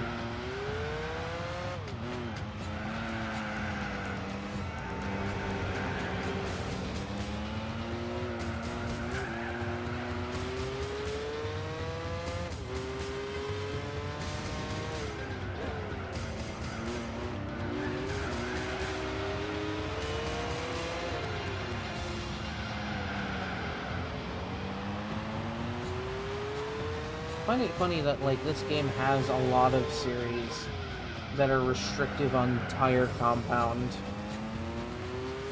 Almost like the last game didn't do that and was kind of a pushover because of it.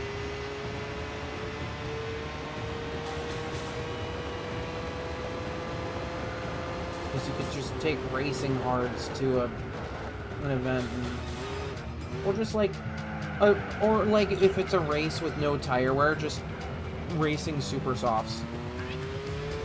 Because then you get the best handling out of it. Because, you know, why balance it, right?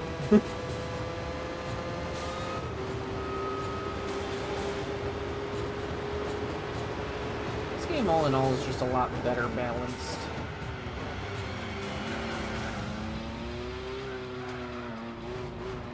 It's like a lot of the earlier racing series requiring specifically street or sport tires. It's honestly kind of nice.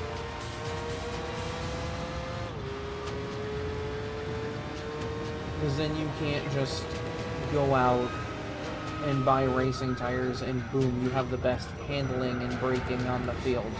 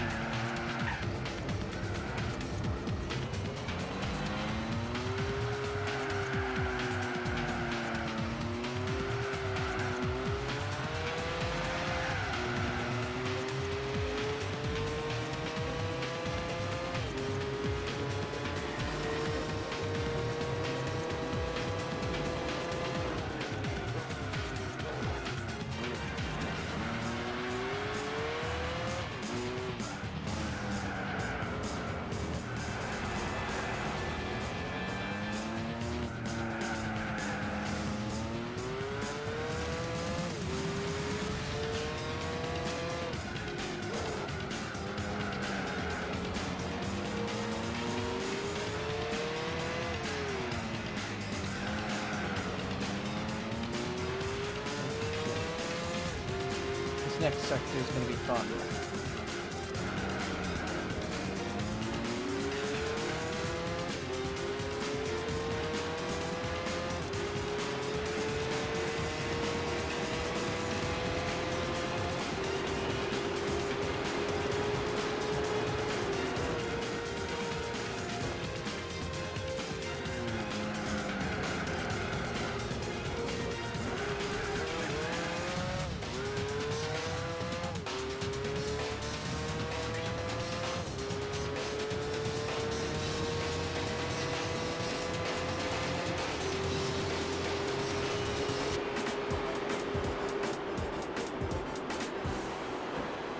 Honestly thought I was gonna plow right into the wall on that like really tight hairpin.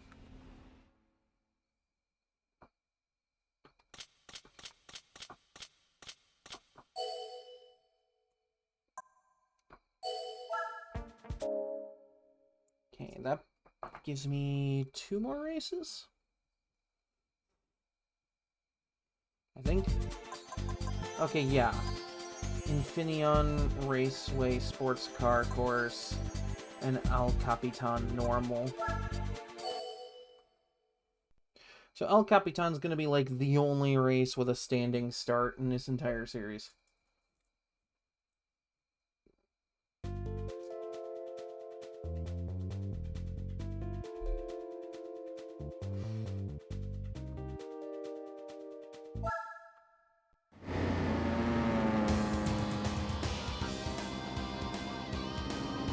Kind of fitting that a C5's in the lead here.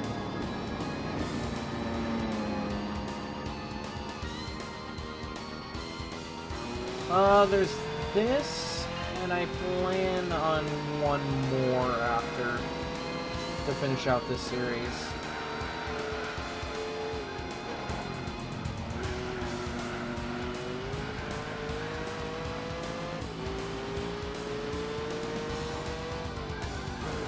I really want to know if it's the race car C2 or the street car C2. Because I'm pretty sure there's a race car C2 Corvette in this game.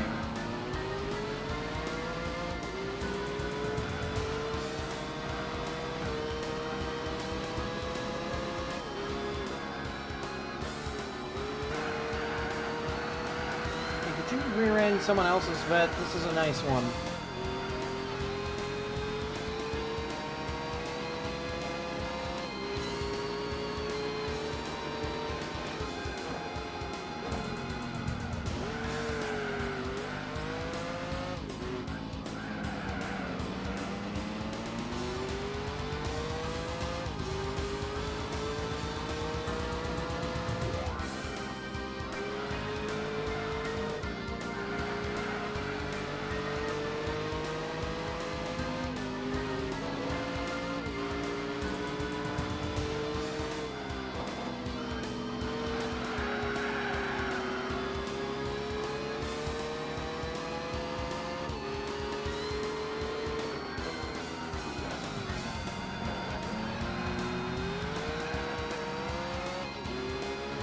Hell yeah, let's go.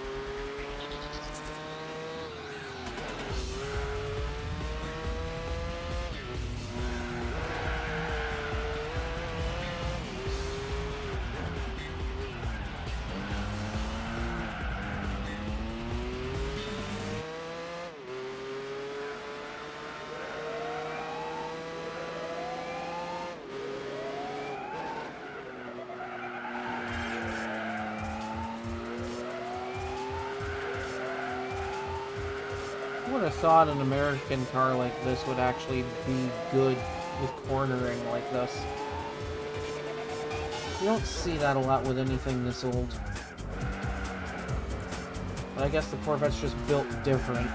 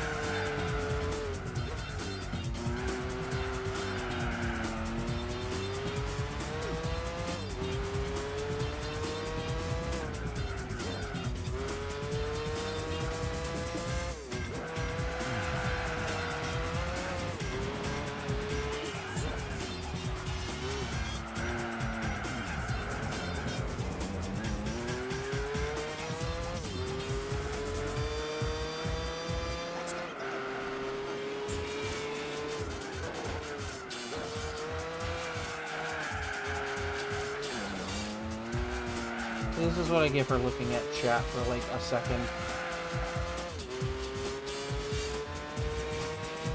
I gotta stop doing that.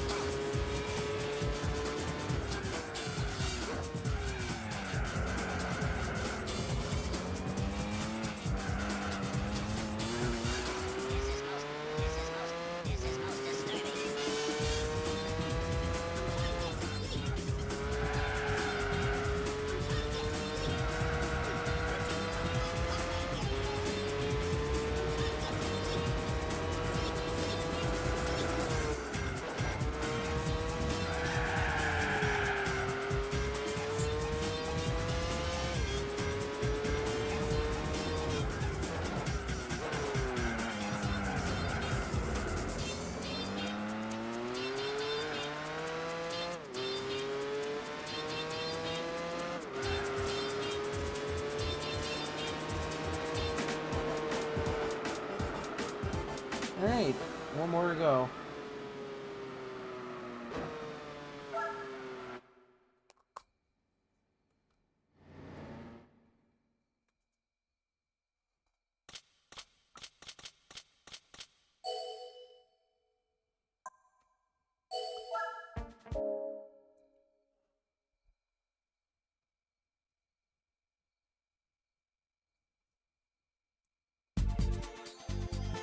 And that last race is El Capitan. Alright.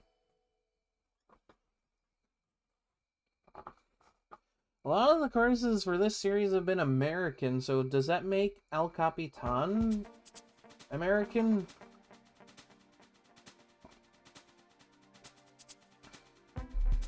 Actually, hold on, I'm gonna Google it.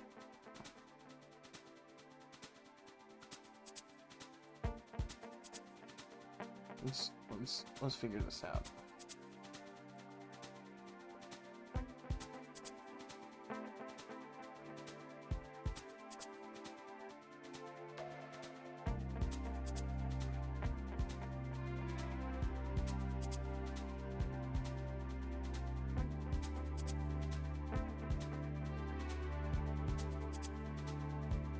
Oh, okay.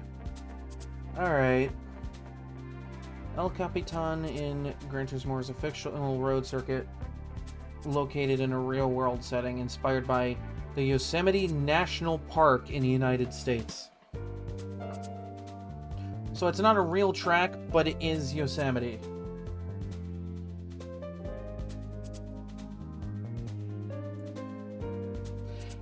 We learned something new today. We learned something new today.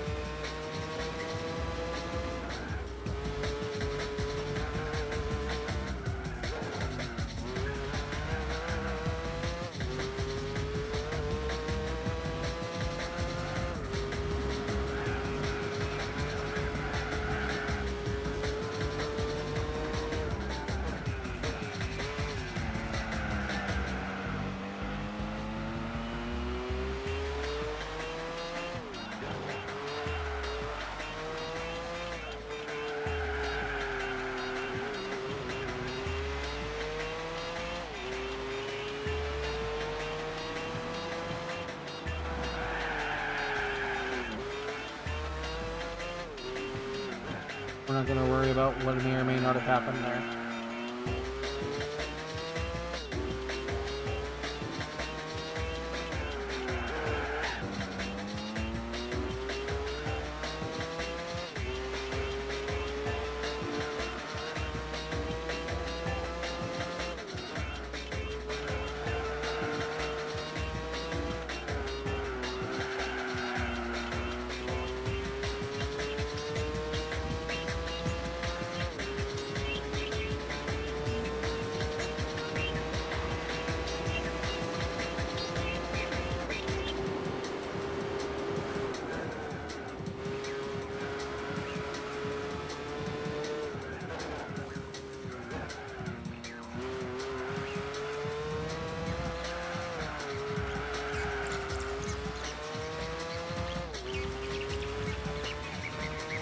I really thought that this would have been based on an American location.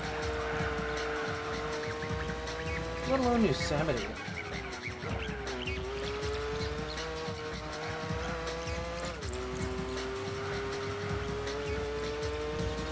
It's funny because I can't hear the word Yosemite without thinking of Yosemite Sam from Looney Tunes. And then I'm just like, you know, that's not what this game's going for, but sure, I guess.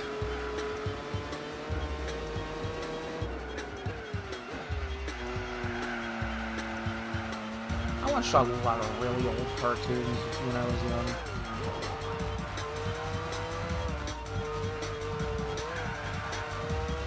You know, back when that funny channel called Boomerang actually played something other than Teen Titans Go all the fucking time.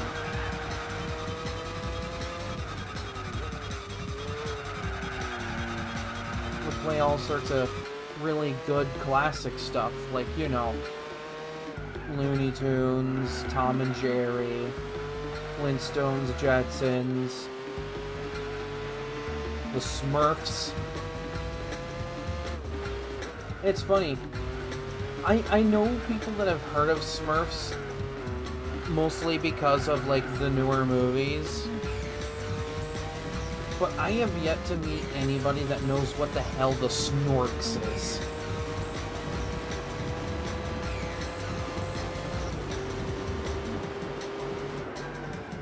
Because that was another really old cartoon.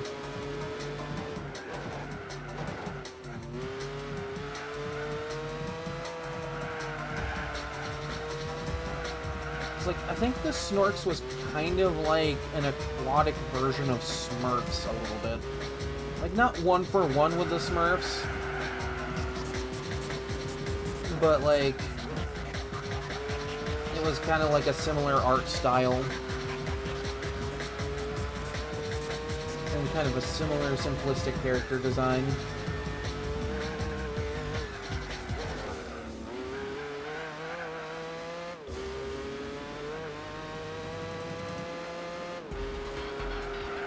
see, what other classics have I watched? Well, I've seen a good bit of Scooby-Doo and spin-offs of Scooby-Doo. Yeah, a lot of people don't know what the Snorks is. It's kind of one of those obscure classic cartoons. And like, I only know about it because I grew up with Boomerang. And Boomerang used to play a lot of old cartoons.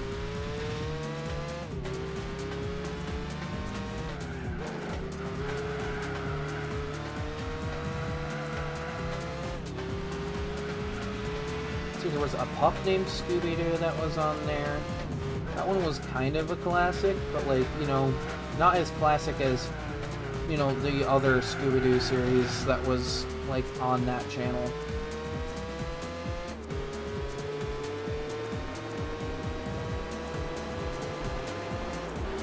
I used to watch a ton of Scooby-Doo, like, both classic and a little more modern.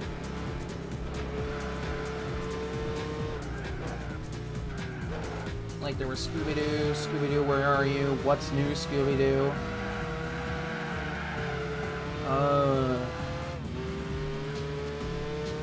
I haven't watched the one that everyone says is, like, really good. The one where, like, Velma's trying to be in a relationship with Shaggy, or whatever.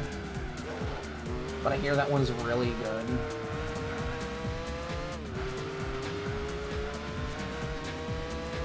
It's like Mystery Incorporated, or whatever.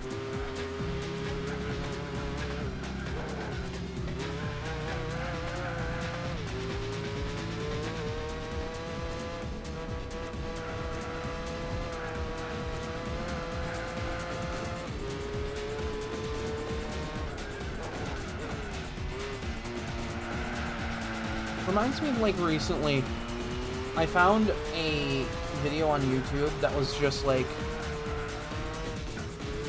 yeah, Velma did get her own show. I'm not about to sit here and talk about it, though. Not my cup of tea. I'll leave it at that. But I recently found a video on YouTube that was a compilation of, like, Nickelodeon cartoon openings from, like, all the way back when Nick started to, like, the modern day. And it wasn't in order of, like chronological order or anything. It was just, like, in a randomized order. So every so often, I would hear one that I recognized, and then there would be one that I don't recognize, like any of the newer Teenage Mutant Ninja Turtle cartoons that were on Nickelodeon. I just don't recognize those openings. You get SpongeBob SquarePants I recognize, Fairly Odd Parents that I recognize, Jimmy Neutron that I recognize.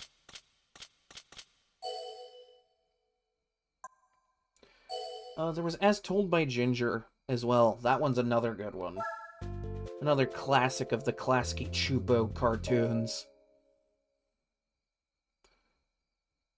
Funny enough, I just don't hear a lot of people talk about, because, you know...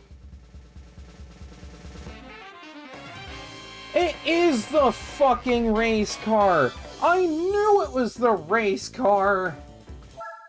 Why does it... Hold on. Hold on.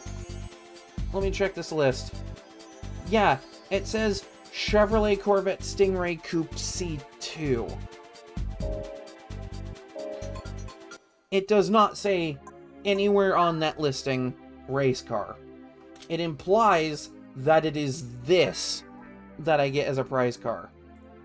It does not imply what I have just gotten.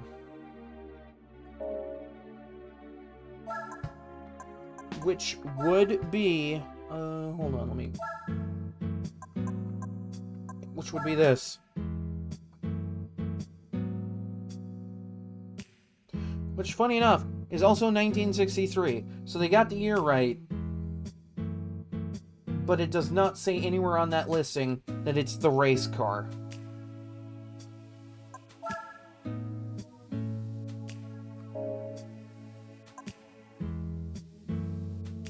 And let me refresh my memory, because I'm pretty sure that shows up in an American event. The All-American Championship, if I remember correctly.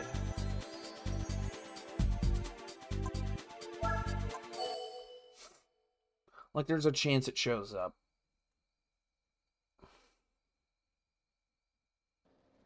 Yeah, see, right there. No, literally, right there. That. Ooh, Spec 2. That looks cool. Oh, this thing.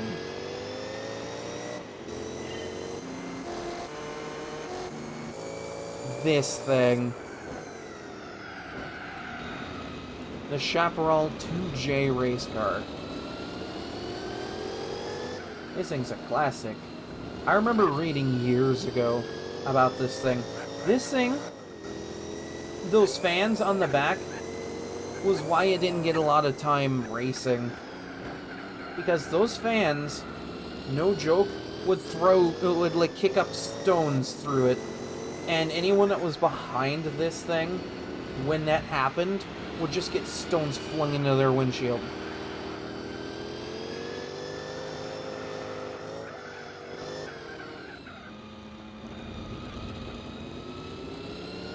Bit of a fun little history lesson for everybody. This thing is really quick, though. Seeing this show up here is... that's gonna be a real treat, because that is an American car.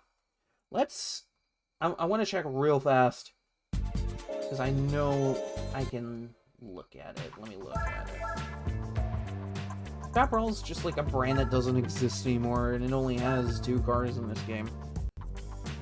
Yeah, see, there's the 2D, which has 420 horsepower. Nice. And the 2J, which has almost 700 horsepower. This thing's almost on par with some of the fastest stuff in this game.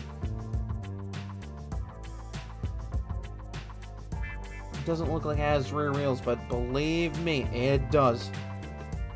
Look at it. It looks like one of the... No, you know what this looks like to me?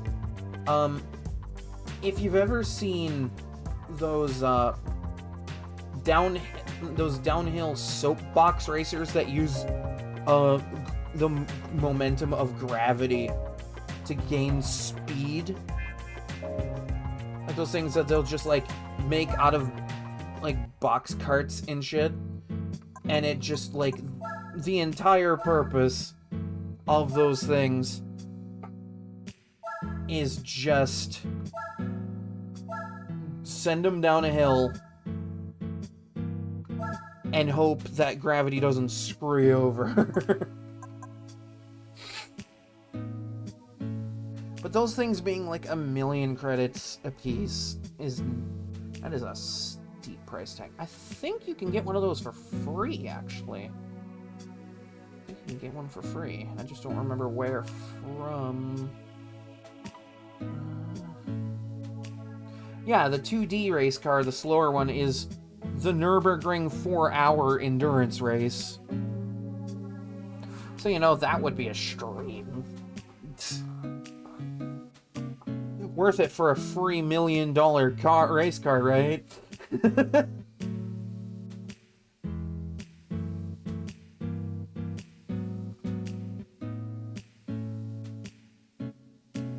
Yeah, there's no... I'm not seeing where the 2J would be good, like, from.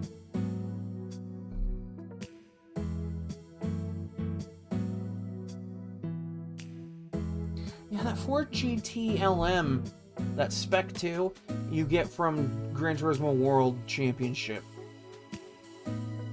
Like, you can just get that.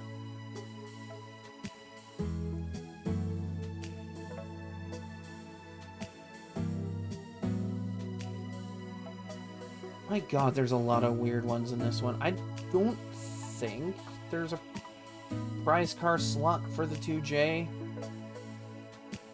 But then again, you know, was pretty sure that there was a C2 race car, and lo and behold, the game just dropped that shit in my lap.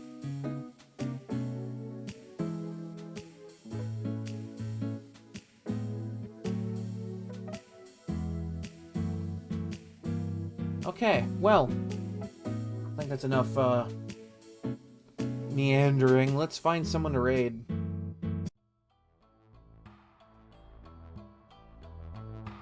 gonna close the emulator. Just do that.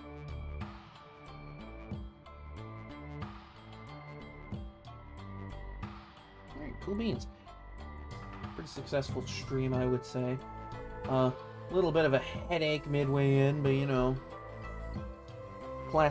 world classics will do that to you.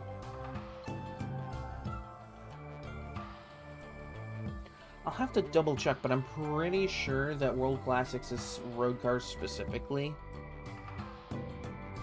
Because how funny would it be if I just took that race car I just got to that event?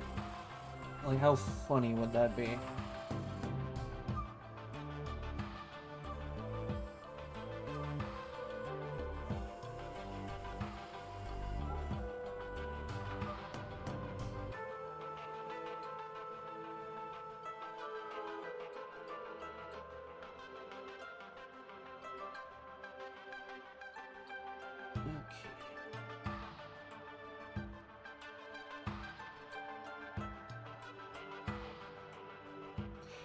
We are going to attempt to raid someone called Debussy ASMR. It is not an ASMR stream, funny enough. Funny how it's that kind of name with that, and it isn't an ASMR stream. It is, they are playing Hollow Knight Silk Song, which I think that's the new one that just came out. And funny enough, also another fanboy VTuber. Hey, gotta like, you know, give some props. Alright, cool, you know. Awesome. Well, that's getting set up. Thanks for hanging out, really heck appreciate it. I will be back tomorrow. More Gran Turismo 4. Gonna hopefully not pull my hair out more trying to figure this game out and how to beat it. Though, let's be fair, it wasn't really pulling my hair out and more just, you know, trial and error biting me in the ass, you know? So until then, stay safe, stay warm or cool wherever you might be, and I'll see everybody tomorrow.